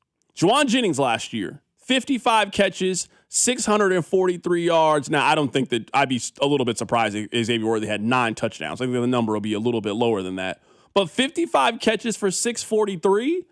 I think most people would take that with Xavier Worthy. Now, obviously, I hope the ceiling's a little bit higher than that, but how high of a ceiling do you think it potentially is? We've used Khalil Shakir as an example. 72 catches, 719 yards, and 5 touchdowns. I mean, I would sign up for that season right now. I don't need to spin the wheel and find out if you can get potentially more. I will take that right now for Xavier Worthy. 72 catches for 719 yards and 4 touchdowns. That's exactly what I envision when I think about what Xavier Worthy can and, again, needs to be in this 2026 offense. If that over-under was around that 700 number, I would really hesitate. But 625, I think I'm pretty safely slamming the over. We agree if he hits the under on this that we can start calling him the B word, right? 100%. I mean, nobody wants to do to that halfway into the season. No one wants to say that word yet, and I'm not ready to put that label on Xavier Worthy. But if you got Xavier Worthy taking the under on 625, we don't have to debate that word anymore. He absolutely is. This is the year that he needs to get closer to 700 to 800. I don't think he needs to come out and have some 1,000-yard season. But if you got 745 yards this season from Xavier Worthy, maybe he's not a guy worthy of where they selected him, no pun intended, but that's a receiver you can do something with. That's a receiver that's a legitimate threat. That's a receiver that, all right, we can have some conversation about what you want to do, and do you want to pick up that fifth-year option. I don't care what the reasoning is. Injury. If he hits the under on 625, he will be a bust, in my opinion. I don't think you'll be able to debate it. I don't think Xavier Worthy is ever going to be a 1,000-yard receiver in this league. But if he's around that 700 or 800 mark, he's a guy that, like you said, he could be in your plans. Do you think he can be a consistent, productive receiver? Because I'm with you. 1,000 yards receiver, I think, is the absolute ceiling. Do you think he can be a consistent producer in the league? Because I would say, really, outside of maybe the last 7-8 games of his rookie year, he has not really been that. He was not that early on in his career, which it takes some time in Andy's offense, not really holding that against him. He wasn't really consistent last year. So we have a very small window in seeing that kind of receiver. Do you think he can develop to get to be that kind of receiver? Yeah, I do. Would I bet on it? I'm not so sure. But I think he can easily be a guy that sticks in the league. I mean, with that Khalil Shakir season, 750 and 5 touchdowns or 4 touchdowns. I absolutely think that's reasonable to expect out of Xavier Worthy. I understand that they're different kinds of receivers, but you know what I'd be fine with if he turned out to be? Romeo Doubs. If you got Romeo Doubs level of production from Xavier Worthy, I'd be happy with that. I mean, last 3 years, 724 yards, 600 yards, 674 yards. He's a guy that's going to have somewhere between 4 to 6 touchdowns every year. If Xavier Worthy could be Romeo Doubs for the remainder of his rookie contract, I'd be fine. Again, that to me, I'm past the point of asking, can he live up to being a first-round pick? I think the answer is no, but I think there's a difference in you not living up to being a first-round pick and you being a bust. I think those are two different things. He could be trending towards being a bust. And as I said, if he hits this under, if he has 549 yards this year, that's not something we need to debate next summer. We all will have the answer. Right, and we say hindsight's 2020. I wasn't too sold on Xavier Worthy being worth a first-round pick when the pick was made. I certainly don't think he's going to live up to being a first-round pick at wide receiver. But you're right, that's different from being a bust. If he's Romeo Doubs, I'd be fine with that. And CDOT, so would he, because someone's going to give him $20 million a year 2 years from now if he's Romeo Doubs. Text line 913-586-7965. We're going through some of the Chiefs over-unders. We've already done Kenneth Walker. His over-under is at 950. We've also gone through Xavier Worthy. His over-under is at 625. Moving on, Travis Kelce, 675. You taking the over-under on Travis Kelce at 675. I'm guessing based on this trend, you're taking the over on everybody. You taking Kelce's over? Well, gosh, I really hope so. I really hope he's over 675. Where are the yards through the air coming from? That's my question to you, because I'm not over on everyone guy. If Xavier Worthy's under 600 and Kelce's under 600 and Rice is doing Rashee Rice things, is Mahomes throwing for 2,000 yards? Yeah, this is too low to me. Of all these, we haven't got to Rice yet. I think Rice is a fair number. I'll tell you that in a minute. I think the Xavier Worthy's a fair number. This Travis Kelce he had 850 yards last year. He had 823 2 years ago. He had 987. Now, he's not a 1,000-yard guy anymore, but he's consistently shown you he's an 800-yard guy. For you to think that Travis Kelce only has 675 yards this year, you think either the team is going to significantly scale back his role or you think he is going to be hurt because they've never used him like that. Now, maybe it's time to, just given his age, but he's never had a season this bad. And if Travis Kelce has 640 yards, something went wrong with him this year. Yeah. I also don't know if he comes back to have 640 yards. Right. That's exactly where I was going. If he did it on 76 catches. That's barely over 4 catches a game. I'm not great at math. It's not 5 catches a game. We think Kelce's not going to get 4 receptions a game this year. He's going to be used that little. I don't think he's coming back in that situation. This is another line to me where if this was 780, I'd be thinking about it because he has had that downtick in productivity. But 675, I've got to take the over on that too, I guess. Over. Give me the over. We have one more. It is Rashee Rice. I think the Rashee Rice one is actually perfectly set. 999. Over or under? Under. You're under on Rashee Rice. I'm slamming the under on this one. Wow. First of all, he's never had that many receiving yards in a season in his career so far. That's I get he was injured and suspended, even in his rookie year, where he was one of the more reliable receivers, and there was still a more prime-ish Travis Kelce in that offense. He didn't eclipse 1,000 yards. On a 17-game average, he's averaging a little bit over 1,000 yards. But am I expecting health out of a guy who's been suspended, had a serious knee injury, just got that thing scoped, obviously can't stop getting in trouble? There are a lot of things that could go wrong with Rashee Rice, and I'm not betting on him playing in 16, 17 games this year. Give me the under. I'm really torn here for a couple of different reasons. I think the under's the right play. Like, if you were asking me, is it more likely for Rashee Rice to have 925 yards or, let's say, 1125? I think it's far more likely he has 925 than 1125. I think if he gets to 1,000, it's probably right there on the line of it in a way that just would make me uncomfortable down the stretch. If you're asking me, like, to, I guess, find a comparison right now, I would take Jalen Waddle's season. Jalen Waddle last year had 64 catches for 910 yards and 6 touchdowns. I'd take that number right now for Rashee Rice. Absolutely. Now, that's not a deal that's going to get you a massive amount of money. But if you were telling me next year, you think Kenneth Walker is going to have potentially 1,000 yards rushing, you're going to tell me Rashee Rice is going to add 935. You're telling me that Xavier Worthy takes a step forward. Let's give him 700 yards, which is not an astronomical number.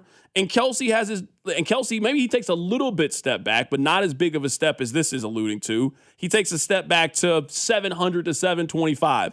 You can live with that in a Chiefs offense, I think. And then, hopefully somebody emerges. This guy is a little bit bigger contributor than we think. Who knows what happens? Tyquan Thornton's got to eat. This guy's got to eat. I think I could live with those numbers across the board. Yeah, I mean, if Ken Walker produces like we think he's going to, because just the quick math on this, putting about 700 to a guy like Kelsey and 700 to Worthy and around 1,000 to Rice.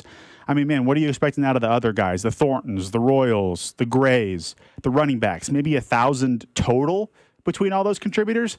Man, we're still south of 3,500 yards on the year for Mahomes. That just doesn't feel right. So this is a team that's going to have to rely more heavily on Ken Walker. So to bring this back to the start, that one simply has to happen. The over 950 for Ken Walker on the ground has to happen. Yeah, text line 913-586-7965. If you're taking the under on Rice and you think he's a number 2, I think we oversell this who's a number 1 and who's a number 2. I could live with that. I guess to me, I'd follow up with, what are we defining as a 1? If we are saying a number 1 is a Puka Nacua, Jamar Chase, one of those kind of guys, then yeah, I don't think he's that at all. Is he a guy that I think can be Jalen Waddle is a really good example. I think Drake London is a very, very good receiver. I would not put Drake London in the same conversation of CeeDee Lamb or Nico Collins, but I think that he is a very productive player, and if that is your number 1 wide receiver, I think you are in a good spot when it comes to it. I think the problem that has existed with Rashee Rice is he just hasn't really lived in that category for a bunch of different reasons, whether you got injured in year 1 or you were suspended in year 2. So we talk about Rashee Rice like he's one of these guys, but just consistently and actually been able to put pen to paper, he just hasn't accomplished those things yet. But I don't know if there's a tremendous gap between him and Jalen Waddle. If both are going to be healthy, both are going to get the targets and the option. I think those guys probably fall in line, numbers-wise, pretty close to each other. Yeah, I guess looking at the type of player he is and could be, sure, I'm with you. And that's what makes his behavior so much more frustrating and the injuries so much more frustrating and just all the noise that comes with Rashee Rice so much more infuriating. Yeah, sure, he could be Jalen Waddle on paper and in watching the games. He hasn't been that guy so far in his career. We've got 3 seasons of data, and this 4th one isn't starting off so hot. The guy is in jail instead of at practice rehabbing his knee.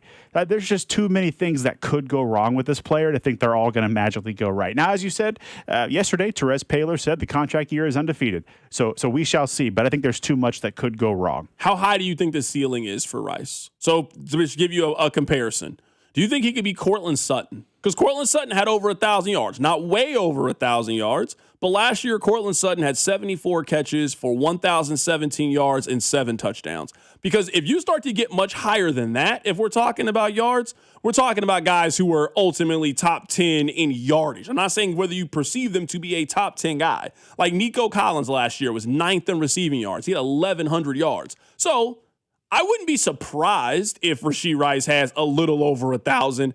How much higher over 1,000 do you think he can be? Do you think he can shatter past that? Because if he shatters past it, then we're talking about a guy you think just based off last year's numbers, you think he'd be top 10 in receiving.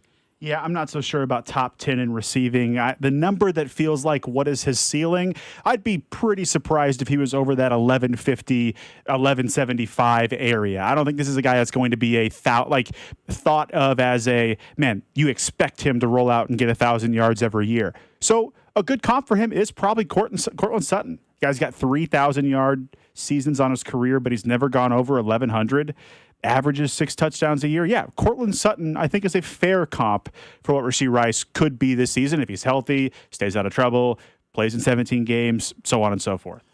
There are levels to a number one receiver. This is from the text line. The bare minimum is 1,000 yards in the season or yards per game average. Rice meets the minimum of a 1, but the injuries and off-the-field issue make him hard to trust in that role. Again, I think we just oversell this, who's a 1 and who's not a 1. For example, someone like Devontae Smith. I don't think Devontae Smith is a true number 1 in the sense of this conversation. But I also think if Devontae Smith is your best receiver, I think you are fine. Now, who's your number 2? How do you build around him? But I've seen enough Devontae Smith where if that's your number 1 option, like I think he's going to be in Philadelphia, I think your room is strong. I think your room is good if that guy leads your team in receiving. Now, I also think Devontae Smith's better than Rashee Rice.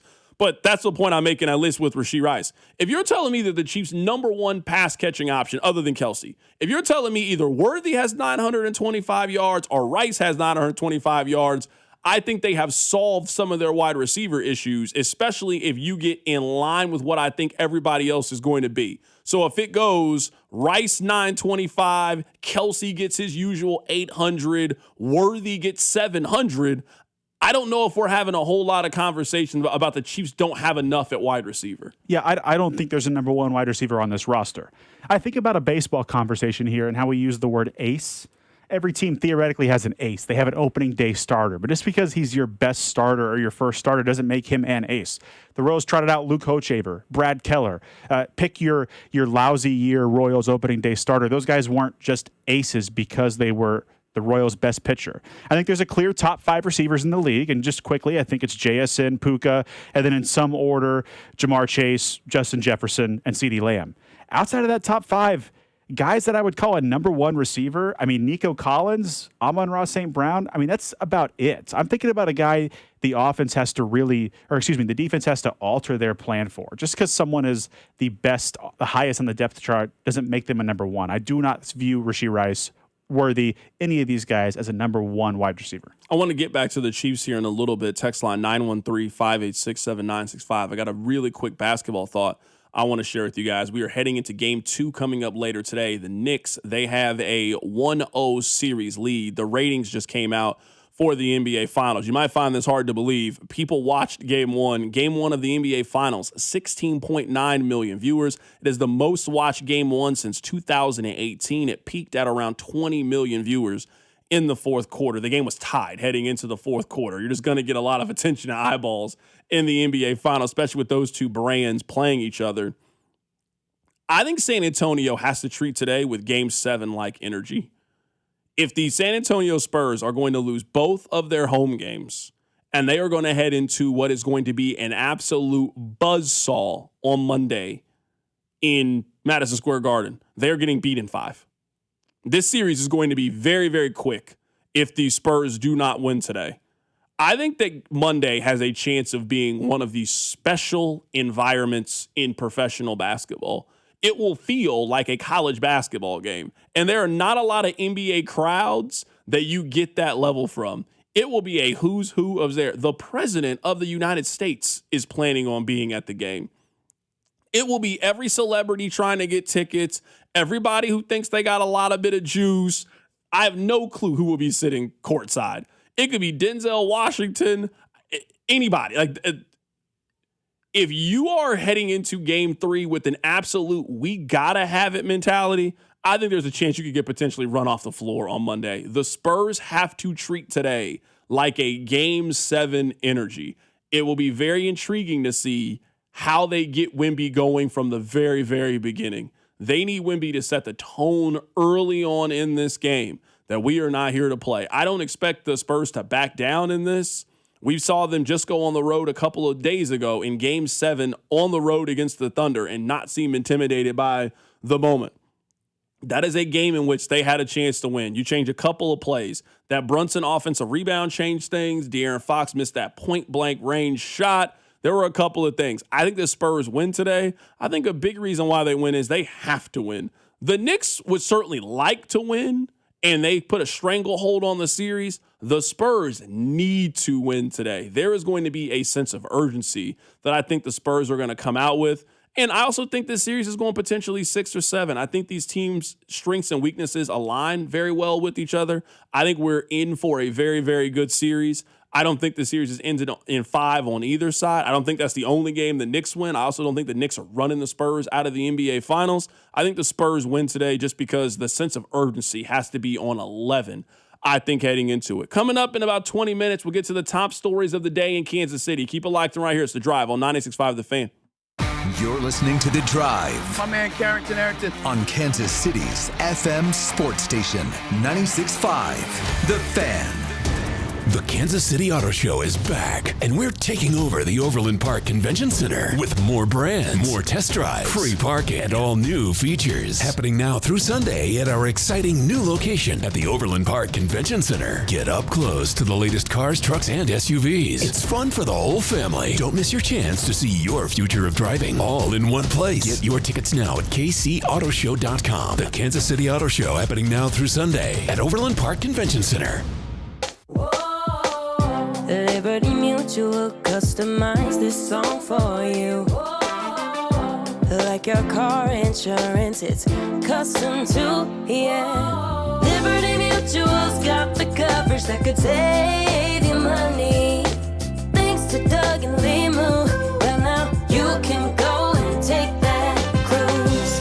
Liberty, liberty, liberty, liberty, yeah. Steak is for dads, all types of dads. Grill dads, cast iron dads, charcoal dads, all united by their love of steak. So shop in store at Omaha Steaks at the Fountains in Overland Park for the perfect Father's Day gift. From perfectly aged, oh so tender USDA certified tender steaks to hand-selected gift packages, Omaha Steaks makes it easy to give your dad what he really wants. A license to grill with a Father's Day gift from Omaha Steaks at the Fountains, or go to omahasteaks.com today for fast delivery. Ever wonder why Fanatics Sportsbook is America's fastest growing sportsbook? Other sportsbooks? Well, their rewards are just the same old, same old. But Fan Cash is the ultimate sports currency, and betting with Fanatics lets you stack Fan Cash. With Fanatics Sportsbook, you can get up to 10% Fan Cash back on your wagers, win or lose. Use your Fan Cash to unlock the world of Fanatics with unlimited profit boosts, exclusive merch, collectibles, game tickets, and so much more. If you want value for bets, Fanatics will always have your back. Did I also mention they're giving away millions in Fan Cash this year with games like Fan Cash Drop? Tap in every Friday and see what the fuss is all about. So switch to a sportsbook that will always give you more to play with. Go check it out for yourself and download the Fanatics Sportsbook app today. Winning hits different here. Must be 21 plus. Gambling problem? Call 1-800-GAMBLER or 1-800-MyReset. CT call 888-789-7777. MA call 800-327-5050. NY call 877-8-HOPE-NY. MD visit mdgamblinghelp.org. Offer not available in all states. Terms apply. See Fanatics Sportsbook app. While the world watches the stars at the FIFA World Cup this summer, Hyundai has its eyes on the next generation of talent. The future stars who are already turning heads at age 14. Because next doesn't wait for an invitation, and neither do we. Hyundai has always moved the future within reach. We did it when we made advanced safety standard on every vehicle and engineered EVs with ultra-fast charging capability. Because the future isn't some far-off concept. It's already here. Next starts now. Hyundai, an official partner of FIFA. When you're at work, you never know when you'll be interrupted. But with the Dell Pro, powered by Intel Core Ultra with vPro, no matter what distracts you, your laptop won't. It's battery optimized for the way you work with built-in intelligence that quiets distractions when you need to focus. Your laptop will help keep you locked in, even when it's bring your dog to work day. Built for those who stay in the flow. The Dell Pro, built for you. Dell.com/Dell-Pro. This is the story of the one. As a maintenance engineer at a beverage manufacturing plant, he starts his day knowing every line is ready to run because Grainger delivers the industrial-grade products he needs to keep mixers, conveyors, and packaging equipment moving. With Grainger's vast selection of bearings, belts, and motors, he keeps operations running smoothly, so nothing grinds to a halt. Call 1-800-GRAINGER, click Grainger.com, or just stop by. Grainger, for the ones who get it done. The U.S. Treasury just released its official financial report for 2025. Buried in it is a startling admission. By its own numbers, it appears the U.S. government is insolvent. When governments go this deep in debt, they print money, raise taxes, or cut benefits, none of which can help protect you. That's why people move part of their savings into physical gold and silver. Call Monetary Gold at 877-NOW-GOLD for their complimentary gold and silver guide. That's 877-NOW-GOLD. Call Monetary Gold now at 877-NOW-GOLD. Do it before the next headline, not after. Performance may vary. You should always consult your financial and tax professional. Brought to you by Climate Control Heating, Cooling, and Plumbing. Visit ClimateControlKC.com. Climate Control has been serving KC homeowners for over 35 years and know how to get your cooling system ready to handle the scorching hot summer. Schedule your AC system tune-up for just $49. Don't wait. Visit ClimateControlKC.com today. Climate Control Heating, Cooling, and Plumbing.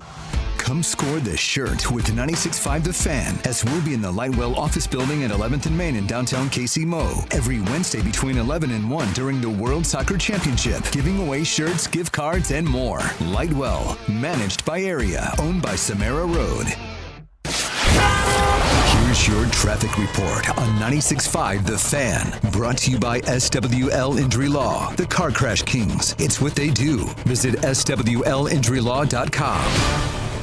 We've got a two-car crash, K10 eastbound. As you approach 435, headed north, the right lane is blocked. Let's see, in the triangle, the cleanup is underway. That was a car fire. 71 southbound at Bannister, 2 right lanes are blocked, and I do see pretty big backups. I'm Val with traffic on 96.5 The Fan. Hey, it's Trey Smith from the Kansas City Chiefs. Welcome back to the Drive with CDOT on your home for Chiefs football. 96.5 The Fan. All right. This is actually a worthwhile conversation that I like to have with you guys. I don't even want to talk about what I have planned to talk here. We were having the conversation about Rashee Rice, and his over-under right now is at 99.5. 999.5. Do you think Rashee Rice will get 1,000 yards? It led to a conversation of who's a number one and who's not a number one. Now, I think the conversation is a little bit overblown, but people on the text line have strong opinions about it. Nathan, can you define what a number one is to me?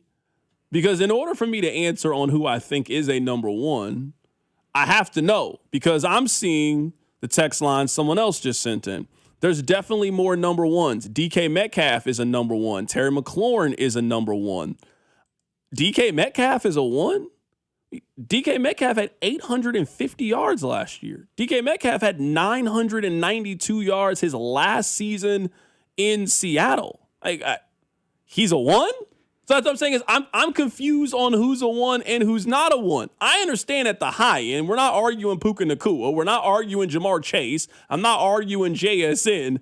I want to know how many ones we are attributing in the league and what makes you a number one wide receiver. What makes you that guy?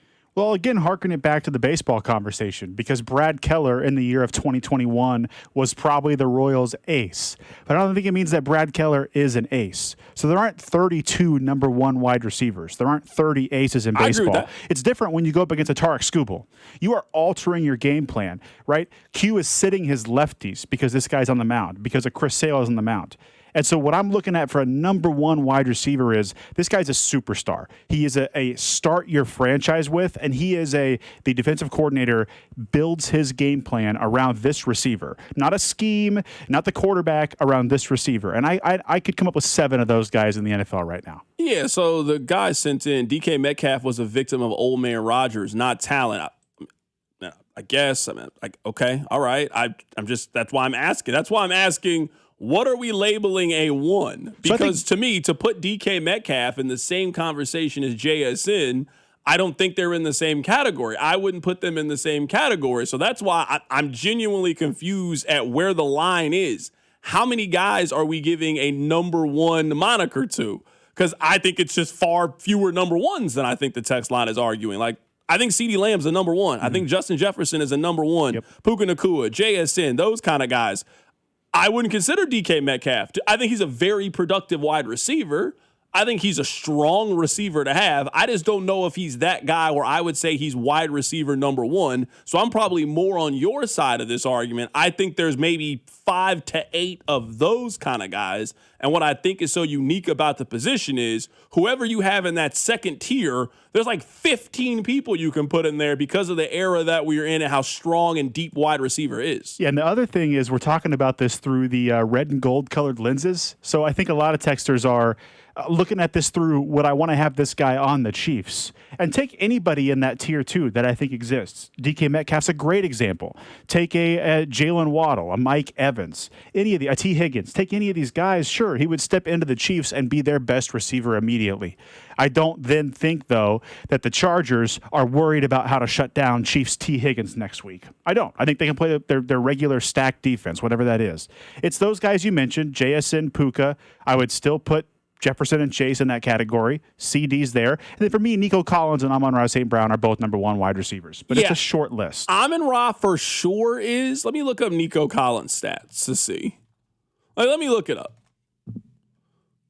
Last 3 years had over 1,000 yards. Okay, all right. Nico Collins is a stud. He's phenomenal. Very good. Phenomenal. Do I consider Nico to be a 1, though?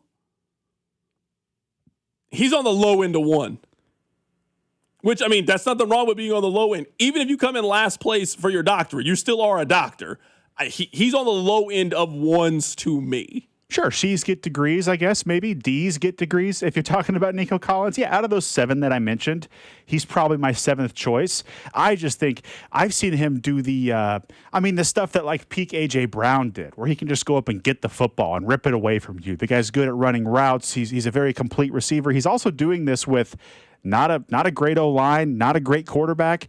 You can easily look at his production and say it would blow up in a better system as well. I think he is a number 1 wide receiver. I don't even think you can use financial barometers anymore. Someone just said DK Metcalf got paid like a number 1. I mean, Alec Pierce got paid like a number 1. I don't think we're arguing whether or not you feel that way about Alec Pierce. Christian Watson just got paid like a number 1. I wouldn't consider Christian Watson to be that. Now, someone makes the point, there is a difference between being an elite wide receiver and a number 1 wide receiver, which I think is a very fair point. Goes to what you said, a number 1 or an ace, which I do think there is a difference. How many 1s do we think there are in the league? Because I think the elite receivers, I don't think we would spend a whole lot of time disagreeing on. I think when you now move down the rung, so we're saying the cream of the crop, the premiums, the all-pro guys, they are the elite conversation. Now we're moving down to these guys are true number 1s. How many guys do we think are in that tier? There's a lot Because more. it sounds to me like people wouldn't put Jalen Waddle in that conversation. People wouldn't put Devontae Smith in that conversation, even though I think both of them are fantastic wide receivers and guys who are worthy of trading first-round picks for. Yeah, if you're looking at the conversation of this guy could be a Pro Bowler, right? Like he could be a number 1 on a lot of teams. There's probably 10 dudes, 12 dudes in that tier for me, in that 1A tier in the NFL. I mean, we're talking about dudes like Zay Flowers. I think A.J. Brown is still in that tier. I think this is where Devontae Smith would come in. I think the other T. Higgins out there in Cincinnati comes in. I think Drake London, who we've talked about, is in that tier. He's a 1? He's a 1A. He's in that tier, too, of he's a top 15 receiver in this league. Yes, sir. I think London's a very good player. He only has 1 year where he's had over 1,000 yards. That's what I'm saying is I think we got to just start being more diligent now. It feels like now the Hall of Fame, we're trying to put everybody in this conversation of being in there when, to me, you got to do something like putting Drake London and Amon-Ra St. Brown in the same conversation doesn't seem fair to me. Amon-Ra St. Brown has played 5 years. 4 of those years, he's had over 1,000 yards. Drake London's played 4 years. Only 1 has been over 1,000 yards. We can't use the quarterback excuse for all of these guys in the league. I'm sorry. I can't. No. Go put up your yards if you're that guy. DeAndre Hopkins didn't let that stop him. Andre Johnson didn't let it stop him. Larry Fitzgerald. I'm sorry. If you're that guy, you will find ways to get open. We saw Tony Gonzalez here in Kansas City. He didn't have the Hall of Fame quarterbacks, but somehow seemed to manage to get open and put up production. So I'm not letting that quarterback excuse rock for everybody in the league. Yeah, and I got to let you get your point out. My bad, man. No, listen, this to me is the conversation, though, because all these guys, I think there's probably 15 of these guys who I would consider a number one wide receiver at the text line is chiming in. I'm just saying there's a difference. There's a tier 1 and a tier 1A, and that tier 1 is this is a franchise-altering player. This is a game-altering player. And another guy on that periphery who I keep disrespecting in that Nico Collins, in between him and DK Metcalf area, is George Pickens. We haven't brought his name up. That guy is, him and CeeDee Lamb on the same team is not fair. It's bonkers. He could be a legit number one in this league. Someone just sent in, why are yards so big for you when it comes to a 1? Ultimately, that's all that matters. To me, all of that other stuff is subjective. It all sounds good. It's fun to debate. I love the debate part of it. All of that other stuff is subjective. Oh, that guy's really good. Okay. How many balls did you catch? How many yards did you have? How many touchdowns did you score? How did you affect the end result of the game? You can tell me you're a great salesman. I looked at your quota. I looked at your numbers. You came in 9th place at your dealership. You ain't that good of a salesman then if that's the case. So I'm with you. We want to talk about, this guy can high point the ball. This guy does. How many catches did you have? How many yards did you have? How many touchdowns did you score? Ultimately, is the way we could do this. I do feel like with some of these things, we start to try to add context, and we start to add that context if you ain't really playing that well. One of the reasons I think Mahomes is the best is the numbers. It's not based off vibes and feel. Yeah, I threw for 5,000 yards. I threw 50 touchdowns. I won MVP. In this game, I took my team down the field. It's tangible. It's things that you can touch, things that you can hold and grab, not all of these other things. So the yards and what you actually do and what you accumulate and accumulating that over time, that's the biggest determination to me. What makes you elite? What makes you a good player? Obviously, some of it's situation, some of it is other things. But, I feel that way about Amon-Ra St. Brown is because every year I know exactly what he's going to do. There is a certainty. The reason you feel that way about Travis Kelce is for a decade, you knew exactly what you were going to get from 87. That matters to me if we're having the conversation of elite, who's great, who's truly the best at their position. Coming up at the top of the hour, we'll get you ready for Game 2 of the NBA Finals. We'll also update you on L'Jarius Sneed. That's coming up. Keep it right here. It's The Drive. You're listening to The Drive with Carrington Harrison, the go-to show for dating advice you didn't ask for. If you got to ask your girl to help on the bill on Valentine's Day, you've done something wrong. On your home for Kansas City sports, 96.5, The Fan. Here's your traffic report on 96.5 The Fan. Brought to you by SWL Injury Law, the Car Crash Kings. It's what they do. Visit SWLinjurylaw.com. We've got a 2-car crash, K10 eastbound. As you approach 435, headed north, the right lane is blocked. Let's see, in the triangle, the cleanup is underway. That was a car fire. 71 southbound at Bannister, 2 right lanes are blocked, and I do see pretty big backups. Sunvale with traffic on 96.5 The Fan.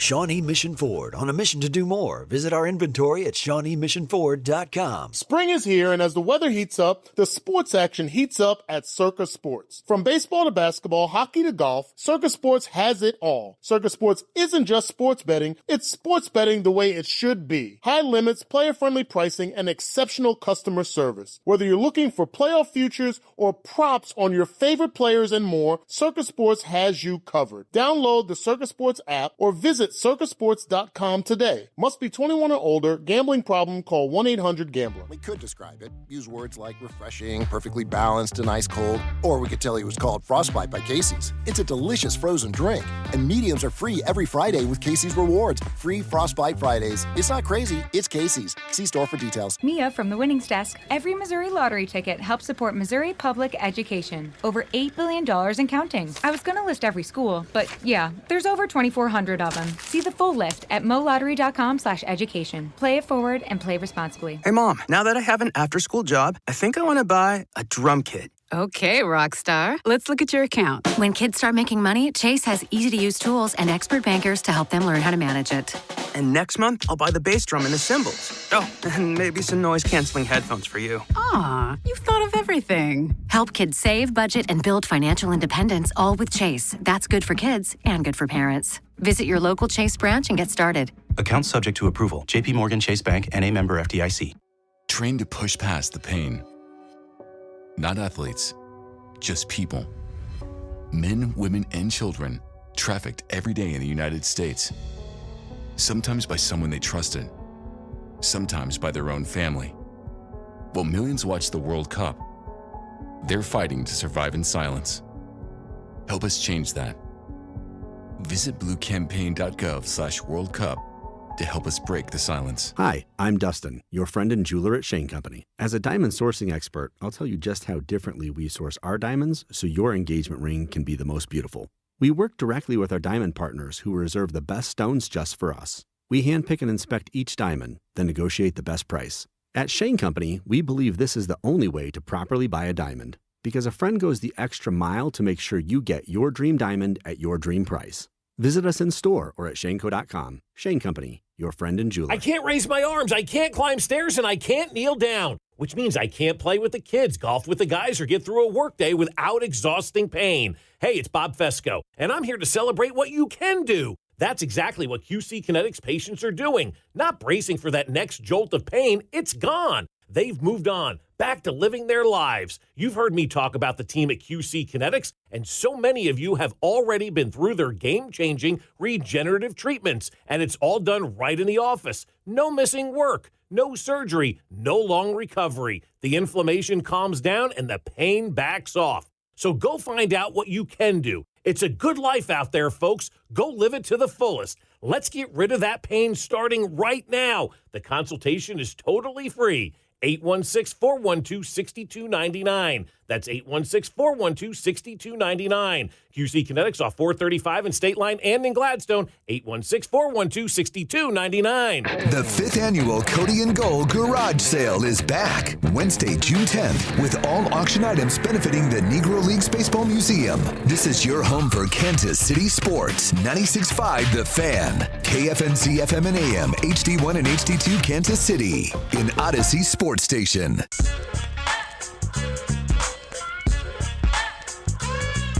Congratulations on getting through your 9 to 5. Thank you so much for listening. It is The Drive. You will listen to The Drive on 96.5 The Fan, 96.5thefan.com, and also the Odyssey app. We got a lot to get into in today's show. Why don't we just talk about this right off the gate? I don't think we need to spend a whole lot of time talking about this, but this is certainly a story that people are discussing. So, Terrence Wise, so we had him on the show a couple of months ago, right when the stadium news happens. He is the spokesperson for the Missouri Workers Center, and he said this on the show, so why don't we just take a trip back, and it'll further explain here once we come on the other side. So here's Terrence Wise, and they are frustrated as a community group that the new downtown stadium was not approved by the voters. They asked us the first time to vote. People said no. They then just pushed it through and did what they wanted to do. They are mad about it. They have been having people out to sign petitions to try to get this eventually put on the ballot. And they are coming out and saying that they have enough that they believe that this will force a public vote. We asked him about this a couple of months ago. Here's what he said. Not only that, but I think it's popular here in Missouri, regardless of what your beliefs are, that our elected leaders, whether local or statewide, should respect the will of the voters. If that tax passed when it went up for vote April 2nd years ago, then that would have been the deal. You know, they would have had the stadium, it would have been passed. But now that it got voted down, how can we find a loophole to go around the will of the people? So it's not only in this instance, but we see a lot of that, you know, not only here in Missouri, around the country, where the will of the voters are just not being respected. So they are frustrated that we didn't have a chance to vote on this. So they went on KC Mo Talk Radio, and he came out and told one of their hosts that they have all the signatures they need that will potentially put the Royals and the stadium issue back on the ballot to a vote in November, despite their efforts to bypass the taxpayers. Now, I didn't read this story. Maybe I should have read it. Maybe this segment will not be as great as it could have been if I had just simply clicked on the link and the article, you know? But I've lived in America a long time. In fact, I've never lived anywhere else. And I would tell you that there are some things that are pretty consistent about the experience of being an American. And you know what the consistent thing is? The rich people usually win, and they usually win at the expense of us poor folk, at least relatively poor when it comes to them. So this was a statement from the mayor of Kansas City.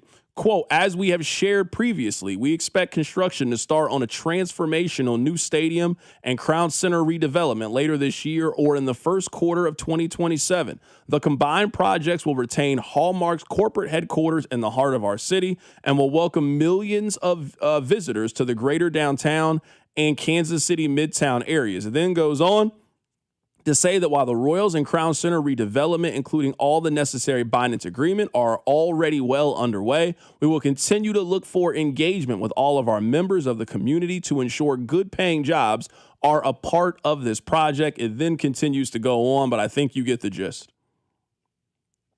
There is too much money and too much power all flowing in one direction for me to believe that a community effort has the ability to stop it. At the core of the argument, I don't think their argument is a wrong one.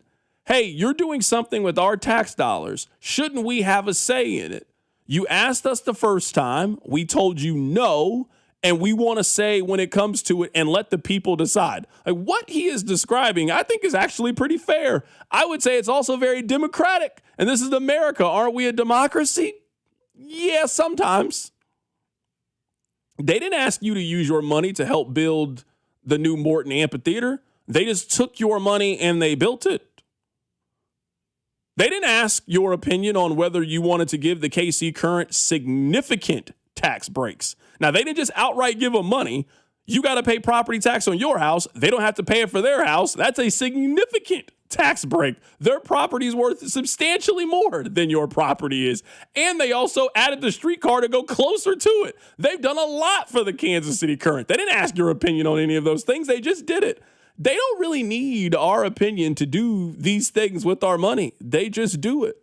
So again, if that's what you think should happen, I can't tell you that you're wrong. I can't tell you that you are off base. And I think in a utopic society, in an idealistic world, what you are saying makes all the sense in the world.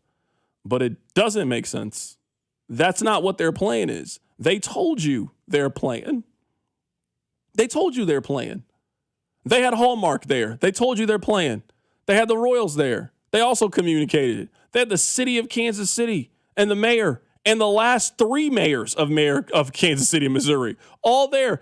Everybody that really, really matters seems on board with this plan. Everybody with the money seems on board with this plan. And usually, follow the money.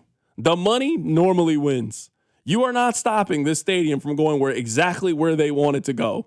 You got lucky the first time that they even asked our opinion, I would say. I think it was a bad plan. Ultimately, I think we saved them from them. In a roundabout way, I think this is much better than what it would have been before. The stadium is in a much better location. This is a much better plan for everybody than we had before. I'm excited about it. I also think that this would pass. Let's say that this worked, right? It could work. I don't think it's going to work, but let's not completely dismiss the idea that this plan could work. If they put this on the ballot in November, I think it would pass. I think there's pretty goodwill about this. I don't think it was goodwill. I don't think there's the number of community groups that are against this the way that it was against it the first time. I think KC Tenants kind of gets all the credit for being against it the first time. No, it was way more than just them. It was a lot of people that were against that first plan. There's not a whole lot of people against this plan. I think people, for the most part, are excited about this plan. I think people see the benefit of this plan and how it can revitalize a very important part of our community. I think that's where most people wanted the stadium.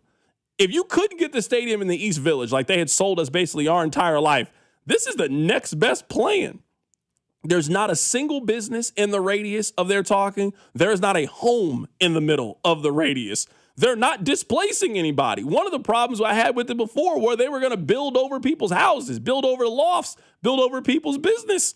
You got a problem with the Hallmark people selling their land to the Royals to build a stadium? I don't have that much of an issue with it. I just don't think this can be stopped. I think this is happening.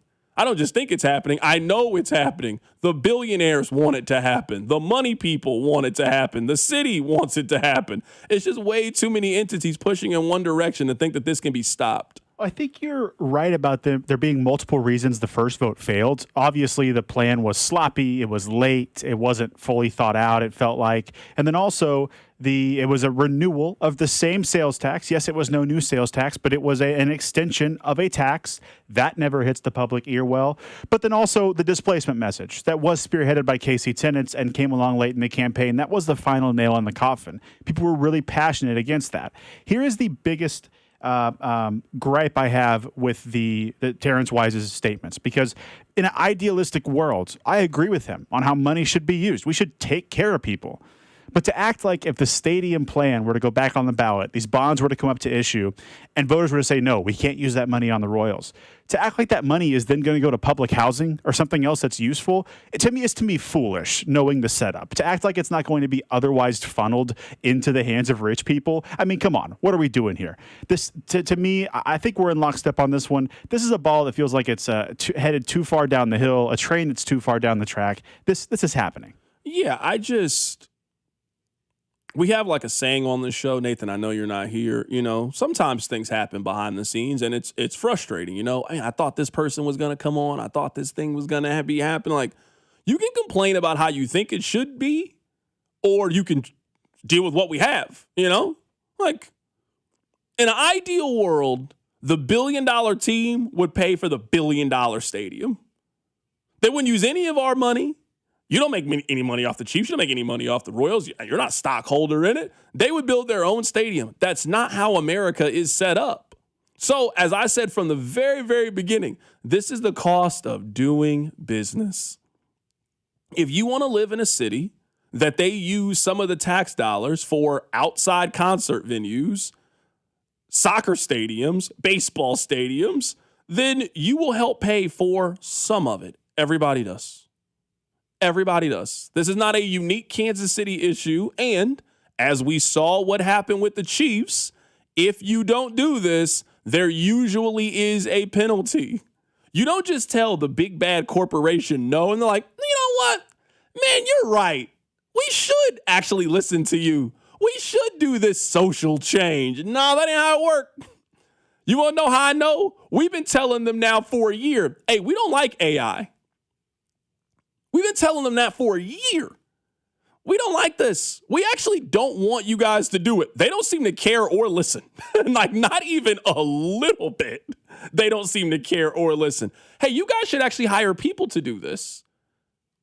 We don't like that this replaces people's jobs. We're going to keep doing it anyway. And this is the future. You guys should just get used to it. And we're just going to keep beating you over the head with it until eventually you just accept that this is the future. I just don't know how you can stop capitalism from being capitalism. I don't know how you can stop America from being America. That's just the way that it works.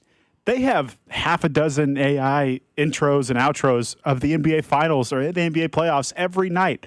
On ESPN the other night, they had an AI Tony Parker outro. Instead of having the real life, in the flesh Tony Parker, who exists. Yeah, man, if it's... I couldn't agree with you more. The one thing the corporations are not going to do is say, you know what? Yeah, forget that bottom line. We want to help the average person out. Yeah. Come on now. Like, can you imagine one day the NFL waking up like, man, you know what? All these games on Netflix and all these international games, you guys are right, man. You're right. No. If anything, they're going to keep telling you, yeah, we make a lot of money off of this. We can move on from this. Someone on the text line says, CDOT, there wasn't a damn thing wrong with where the stadiums were at. I mean, the only thing wrong with the stadiums where they are were the people that own the stadiums kept telling you at every turn, we don't want to be here anymore. That should have been the telltale sign. There were 2 signs that we should have known we were going to be here. Sign 1 was when the owner, his first press conference, John Sherman's first press conference, we love Coffin, we can do more. That was the end, right then and there. Yeah, this text, not a damn thing wrong with where the stadiums are at. Is that from 10 years ago? No, I mean, talk about the train leaving the station. I love where the stadiums are. Oh, same. But when they started, I mean, you saw that renovation plan. That renovation plan that the Chiefs put out there was not the plan of somebody who really loves that stadium. That was not the plan of somebody whose goal and vision it was to spend the next 100 years there. It was not a fun zone. It was not even close to being what the vision was for it. No, it was y'all giving money away. You might as well take some of it. And here, we'll give you some heaters for the pores. That was the original vision that they had. Someone says, where is Rob? Rob is taking a regular vacation day. It is the summer. You're allowed to take vacation days. I know this because it happens. I'll miss a day like, kids, everything okay? Yeah, everything's fine. It's July 10th. I just didn't feel like coming up here to debate once again on whether or not the Royals should trade Lucas Erceg. I just decided today is a day I just don't want to be here today. I want to go out and soak up the sun. So, no, Rob he was off yesterday. He's off today. Rob will be back on Monday. Hopefully when he is back on Monday, we'll be talking about his team going to the College World Series. You know what? Why don't we do that now, Nathan? Why don't we get to the hits? Your workday is over. Oh, yeah. You're headed home. And now you're stuck in traffic. Time to get caught up on the biggest stories in Kansas City and around the country with CDOT and Rob. It's time for the hits. Number 1. I know you guys disagree with this, but this is my official stance on things.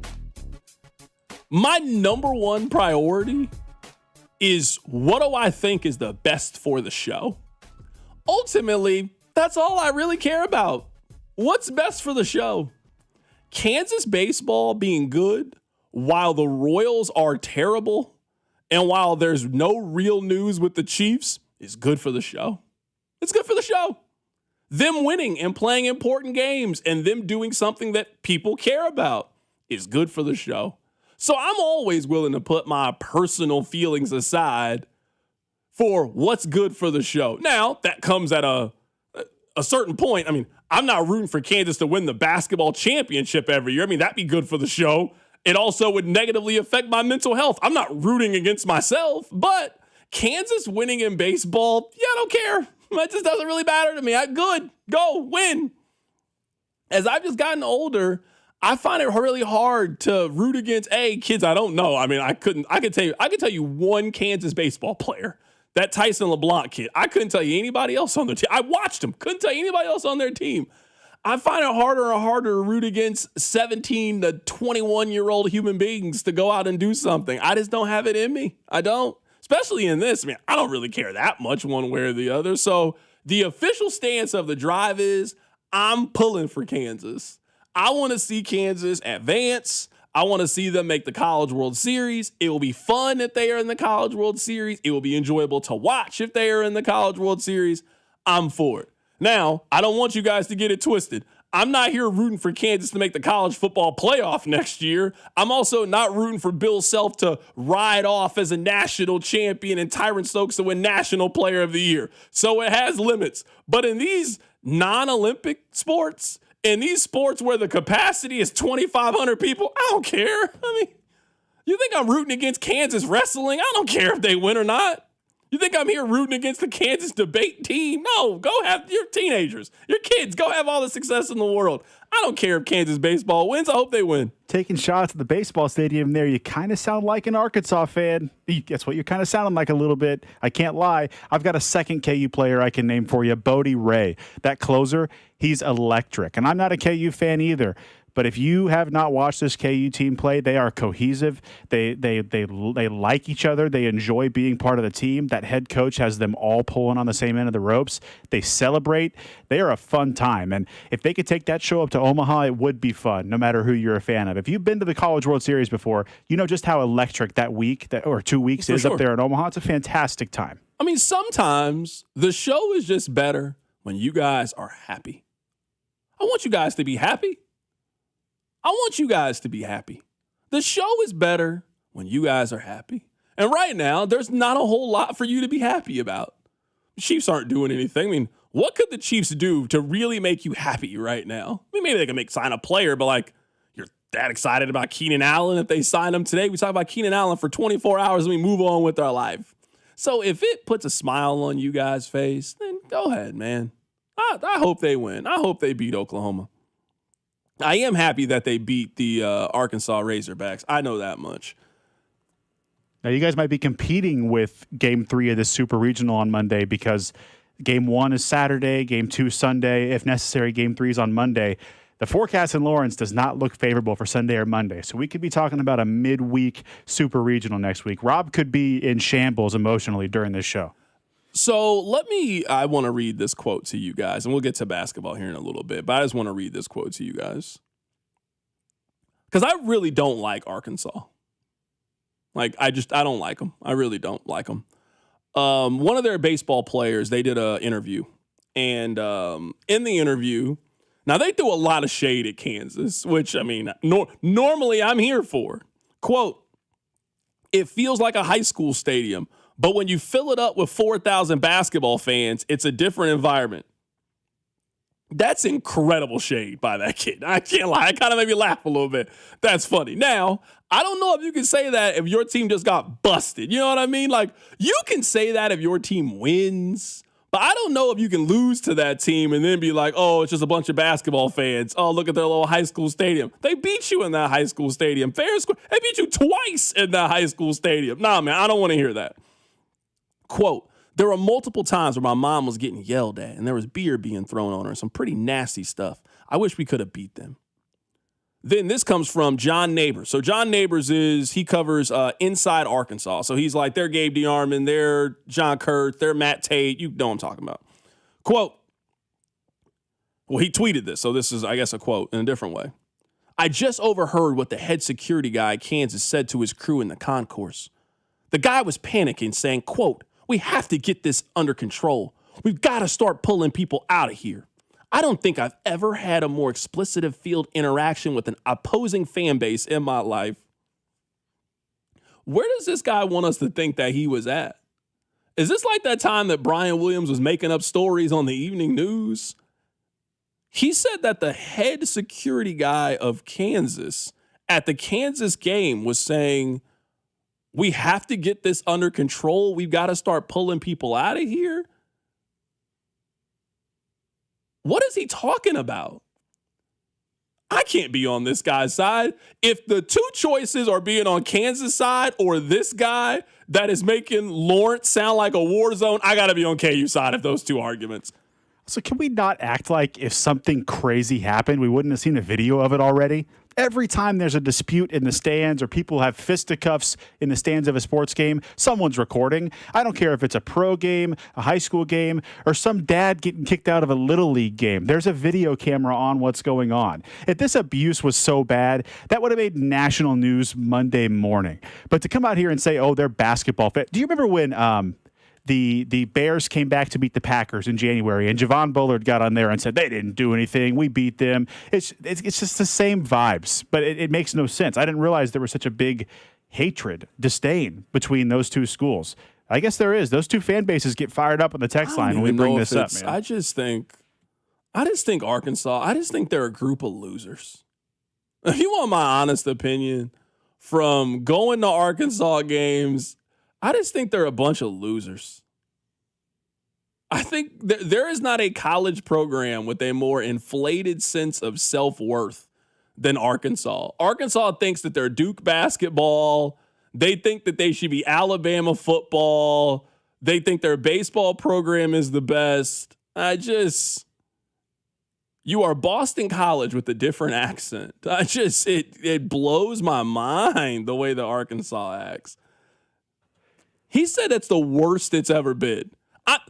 I feel bad doing this because I'm a Missouri fan. I've gone to KU events with Missouri stuff on. It's not the worst it's ever been. I don't think I've ever had a more expletive-filled interaction with an opposing fan base in my life. It was 4,000 people at the baseball game. It was the worst. Half of them were over there behind the center field fence. Yeah, like what are we talking about? Look, That's crazy. I've argued with my fair share of KU fans. They're fun to banter with. They go back and forth.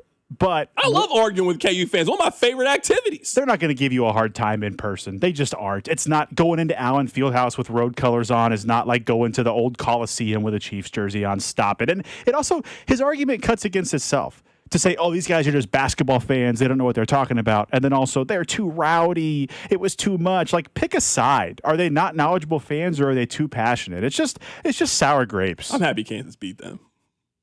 I'm thrilled Kansas beat them. Good luck to KU. You know, they got the College World Series next week. I hope they're playing in the College World Series. Dan Fitzgerald, friend of the show. He's been on multiple times. Someone said, what about K-State? I feel the same way about K-State that I feel about Kansas. If K-State was in this same situation, I'd be cheering for K-State to make the College World Series. Somebody said, CDOT, why would you root against KU to make the college football playoff as long as Missouri made it too? I don't want to see Kansas have that level of success in a sport that you guys really care about.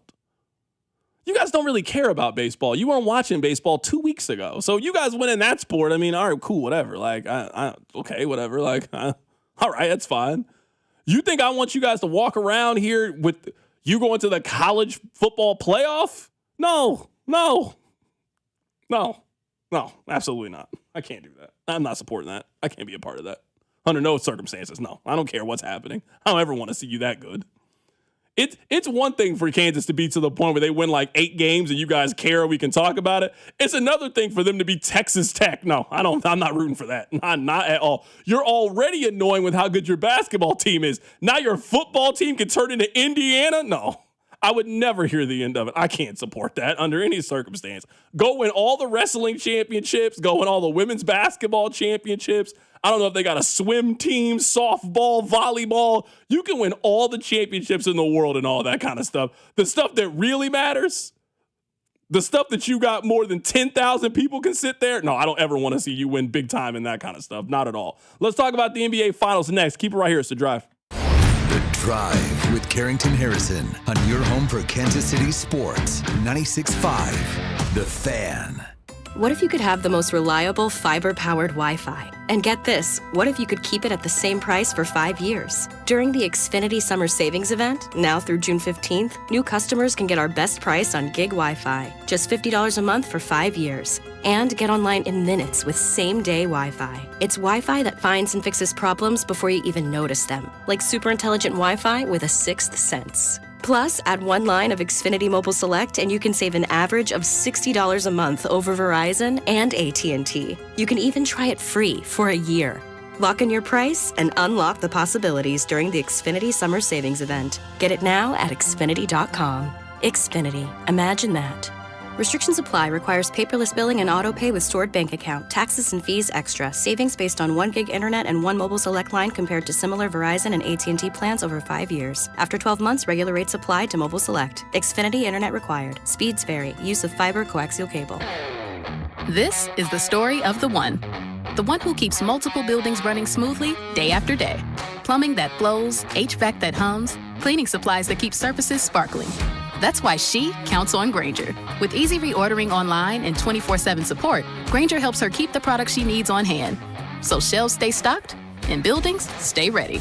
Call 1-800-GRAINGER, click Grainger.com, or just stop by. Grainger, for the ones who get it done.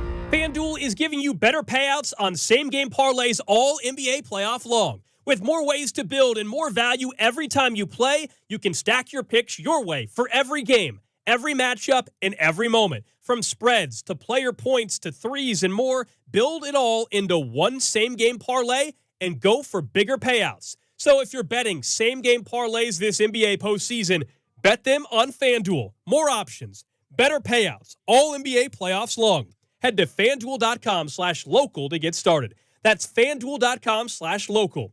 FanDuel puts player research right at your fingertips so you can check stats, trends, and matchups all in one place and make your picks with confidence. It's everything you need all in one app. So don't miss your shot. Head to FanDuel.com/local and bet your same-game parlays.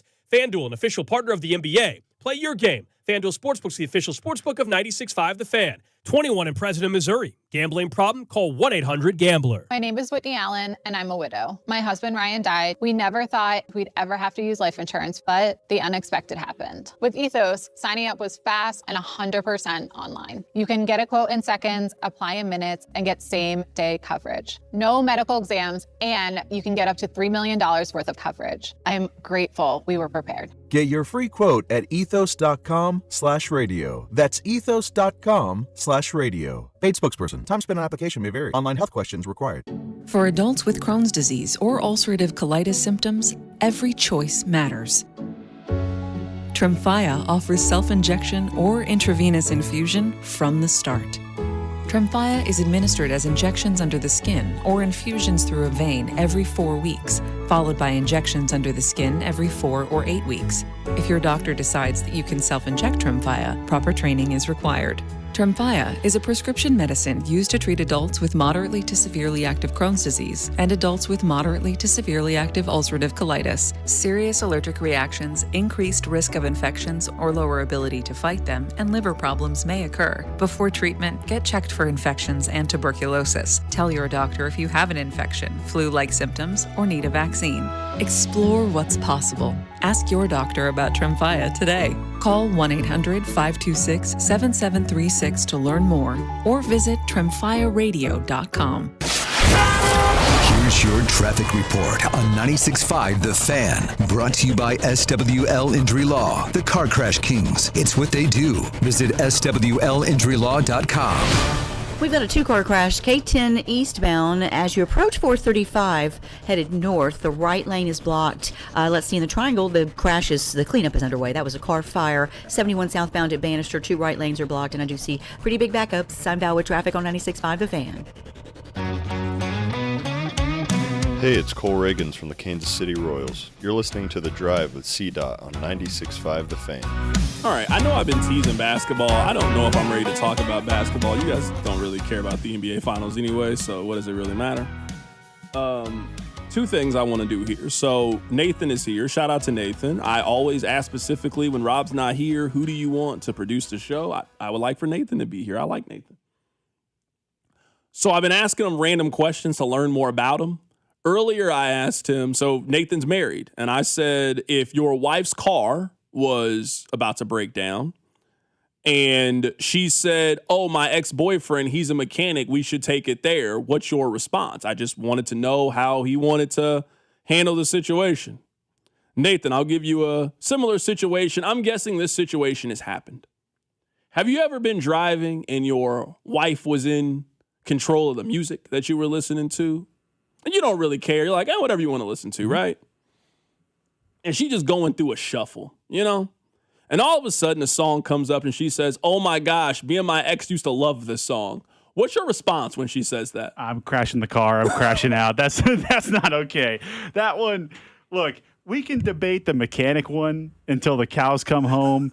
About if it's a good enough deal, if it's whatever, you don't be insecure. You got to trust. If she's sitting there reminiscing in my passenger seat to their song. Okay, but I'm just saying is she's flipping through the shuffle and all of a sudden T-Pain Buy You a Drink comes on and she's like, oh my God, me and my ex used to love this song. I haven't heard this song in so long. So I'm just saying, if she says that, does she have to immediately skip the song? Can she listen to the song? I just want to know how you would handle it. It comes up. I mean, I'm sure this has happened before, right? Because it'll be like, oh, I got a chance to see this band. They were really good. Oh, who'd you go with? Oh, well, me and you know who went a couple years ago. Like that conversation happens, and that's fine. Like, okay, you have a good memory with this person to this song.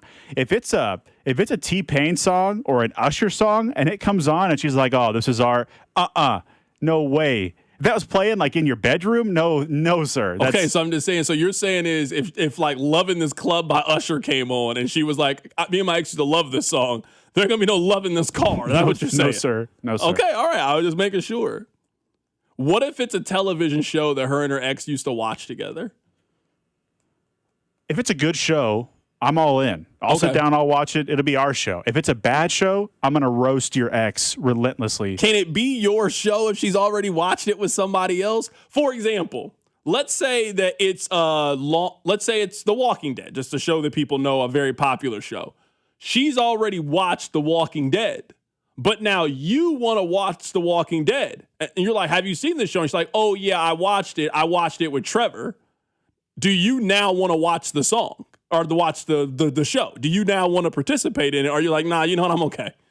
I don't think that one bothers me as much. I really don't. Now, would it become like our show in quotes? Probably not. But would I watch it with her? Sure. Yeah, if it's good, if I get hooked, yeah. Okay, this is the last question. I won't ask you anyone of that same vein. But I would say I'm really big on this rule, so I'm curious if you're big on this rule. Let's say that you and your wife start a Netflix show. And in the middle of the Netflix show, she falls asleep. There's 20-something minutes left in the show. Do you finish the rest of the show? Do you stop it there? Do you finish the rest of the episode and continue on with the show? How do you handle it? Because I'm big on, if you start together, you end together. We as a couple have decided we are watching this show. We can only watch the show together. I thought you were going to have the opposite take here. We were going to strongly disagree. No, if I fall asleep, she better pause that show. She's got to watch something else on back up. If she falls asleep, I'm going to pause the show. I'm probably going to nudge her a few times and be like, hey, we got to make it to the end of this one and we can come back tomorrow and start over. No, if it's your show, that's like, some people say that's worse than like cheating, is like watching your show without the other person. If you guys are in that together, you can't be watching that without the other partner. No way. Okay. I just was curious. Can I give you a quick stat? And I want to tell you something else. This actually just popped in my mind. More people watched Game 1 of the NBA Finals than all but 3 baseball games that have happened post-COVID. Did you know that? I only bring that up because now I don't know if this is by design. I mean, I have my theories, but I don't think you guys want to hear my theories on all of this. It is amazing how NBA news gets delivered compared to every other sport kind of news. Because to me, we always talk about the NBA from a sense of what's wrong with the NBA and not, hey, maybe the NBA is really, really popular. Did you know that for the last 2 years, the NBA has hit a high on attendance in tickets? Like, you would think that is this unpopular entity. It's actually very popular. People actually like watching basketball. It's crazy to think that. And I understand the Knicks are in it. The other market, it's not like it's Knicks Lakers in the championship. Think about that. Game 1 of the NBA Finals, more people, only 3 baseball games post-COVID, and more people watched it than Game 1 of the NBA Finals. And you would imagine that number will go up. Certainly that number on Monday. Monday night at Madison Square Garden, it will do a 20 million, especially if the game is close. What is the last NBA Finals, or really just playoff series in general, that you think had this level of aura? I think the most recent one that you could compare it to. Warriors. See, I was going to say maybe Raptors Warriors had the juice. You don't think so? Remember the Warriors had a lot of guys injured during that time. Remember KD got hurt. Well, he went Clay down in the got hurt. series. Yeah. No, I think this is the most anticipated final since Cavs and Warriors. It has been a minute. 2 things I want to share with you guys. Now, the example I'll set up for this is, have you ever told somebody that a movie wasn't good, and then they went to go watch the movie like, man, you were right. You know, like, I told you that movie was no good, but you didn't want to believe me. You had to see it for yourself. I am not a soccer fan. I don't watch soccer. I don't really follow soccer like that, but I've heard people talk about how corrupt FIFA is.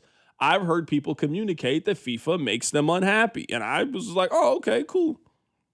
Well, now that the World Cup is coming to Kansas City, now that I bought tickets directly from FIFA, I've been keeping up with it a little bit more. I've been paying attention. I want to be knowledgeable when we talk about the World Cup. The World Cup starts next week here in America, so I try to know. You know what I've learned in this process? Man, FIFA sucks. They're the worst. Can I give you 2 stories?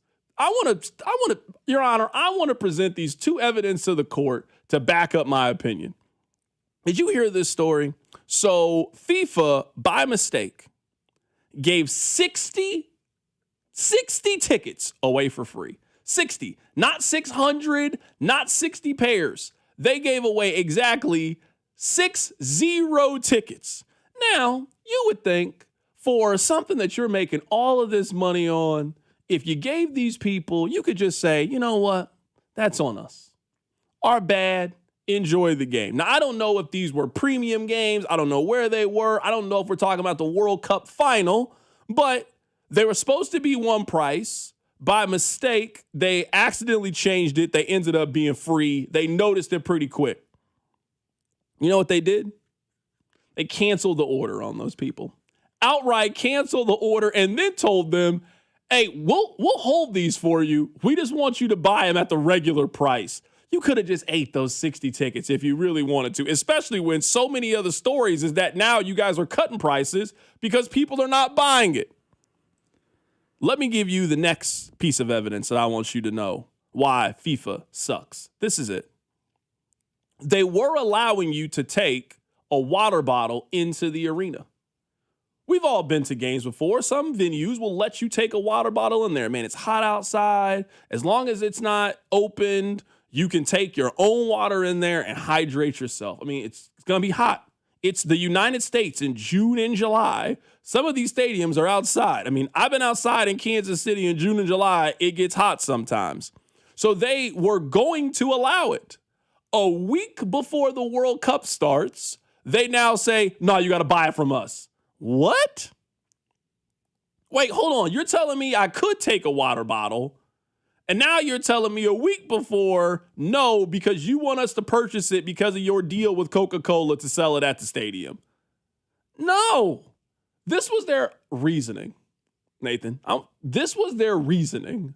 Their reasoning is they don't want people to freeze the water in the bottle, get upset at a call, and then throw the water bottle onto the playing surface. So this is what they want me to think. They want me to think that in my home, I'm going to fill up the Aquafina bottle with rock hard glacier ice water. I am going to go out in Kansas City, Missouri in June or July.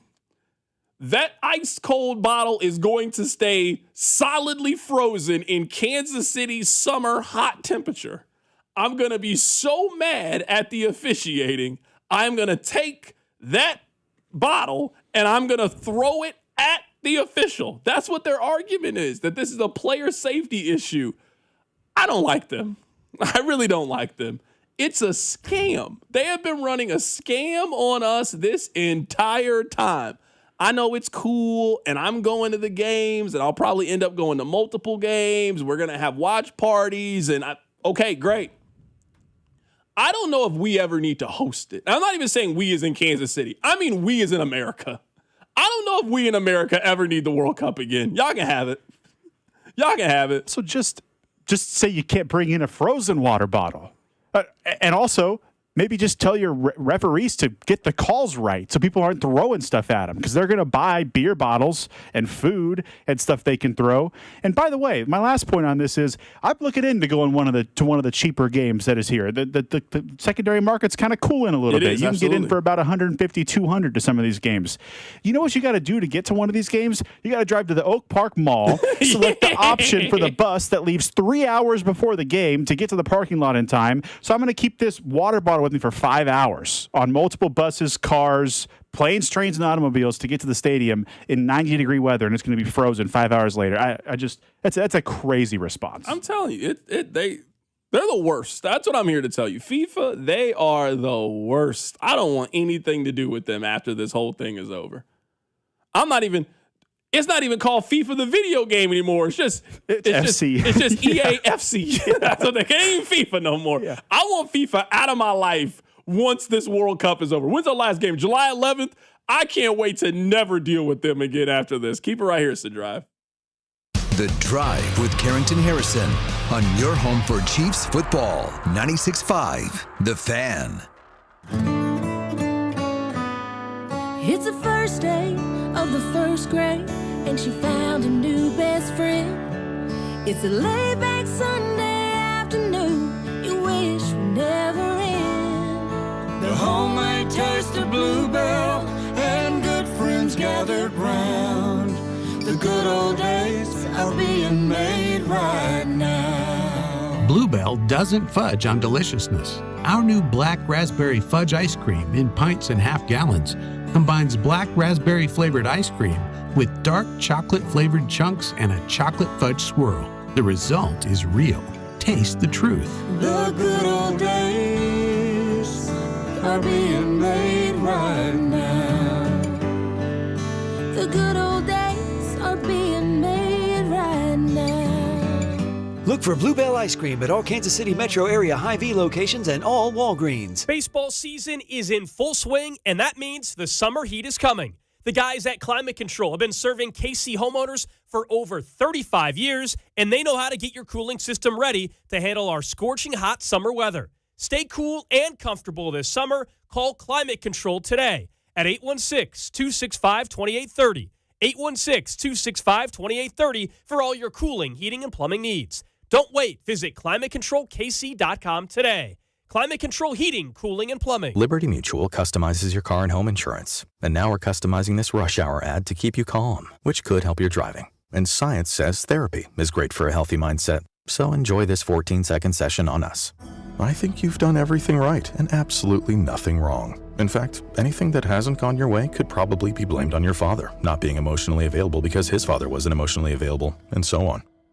And now that you're calm and healing, you're probably driving better too. Liberty, liberty, liberty, liberty. I need a little ranch, step to the ranch. There's a new flavor in town, the Jalapeno Ranch Club at Chick-fil-A. With that juicy Chick-fil-A original spicy or grilled chicken, a buttermilk ranch bun, candied bacon, pepper jack cheese, and jalapeno ranch sauce. It's got big ranch vibes with a little heat.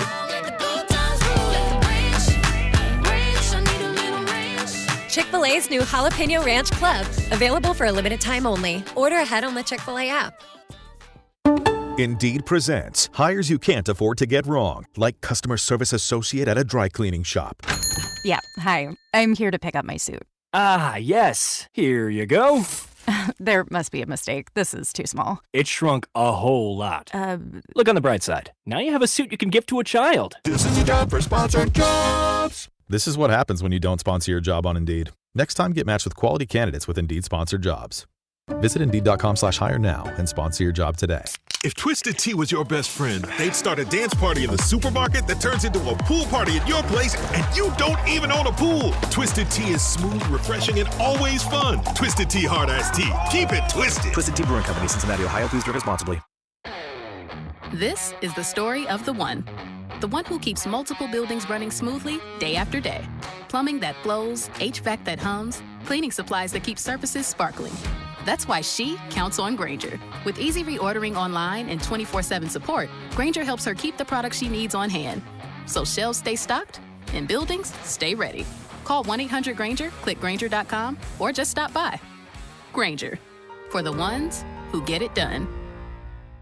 In a world parched for excitement, Twisted Tea's your refreshing thrill ride of flavor. The hard iced tea that's smooth, made with real brewed tea and 5% alcohol. Twisted Tea. Keep it twisted. Twisted Tea Brewing Company, Cincinnati, Ohio. Please drink responsibly. Royals coverage sponsored by Renner Garage Door. Forward and back, RENNER. Almost Andy Reid here for Renner Garage Door, America's oldest family-owned garage door company, serving both wholesale and retail markets. Free repair or replacement quotes and $100 off a new garage door. RENNER. You're listening to 96.5 The Fan from the DM Injury Law Studios. Mike's got this. Car, truck, or motorcycle wreck? Remember, Mike's got this. 816-888-7500. Mike's got this. This is George Karloftis, and you're listening to your home for Chiefs football. 96.5 The Fan. Here's your traffic report on 96.5 The Fan. Brought to you by SWL Injury Law, the Car Crash Kings. It's what they do. Visit SWLinjurylaw.com.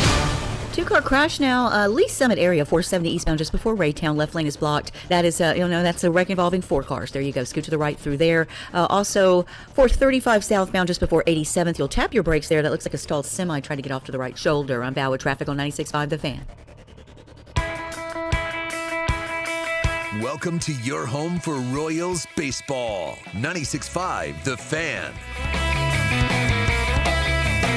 All right, you know what?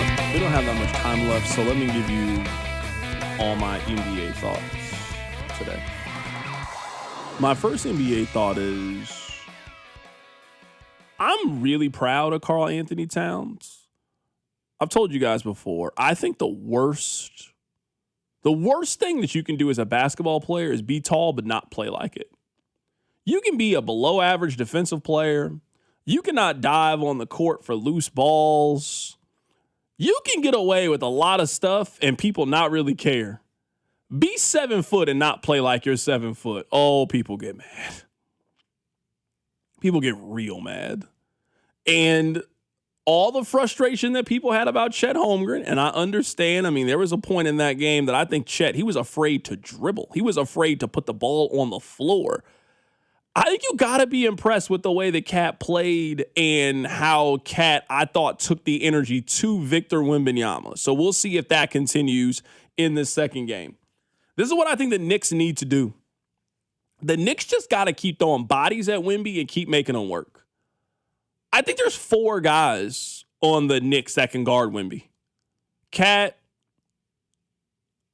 Mitchell Robinson, Josh Hart, OG Anunoby.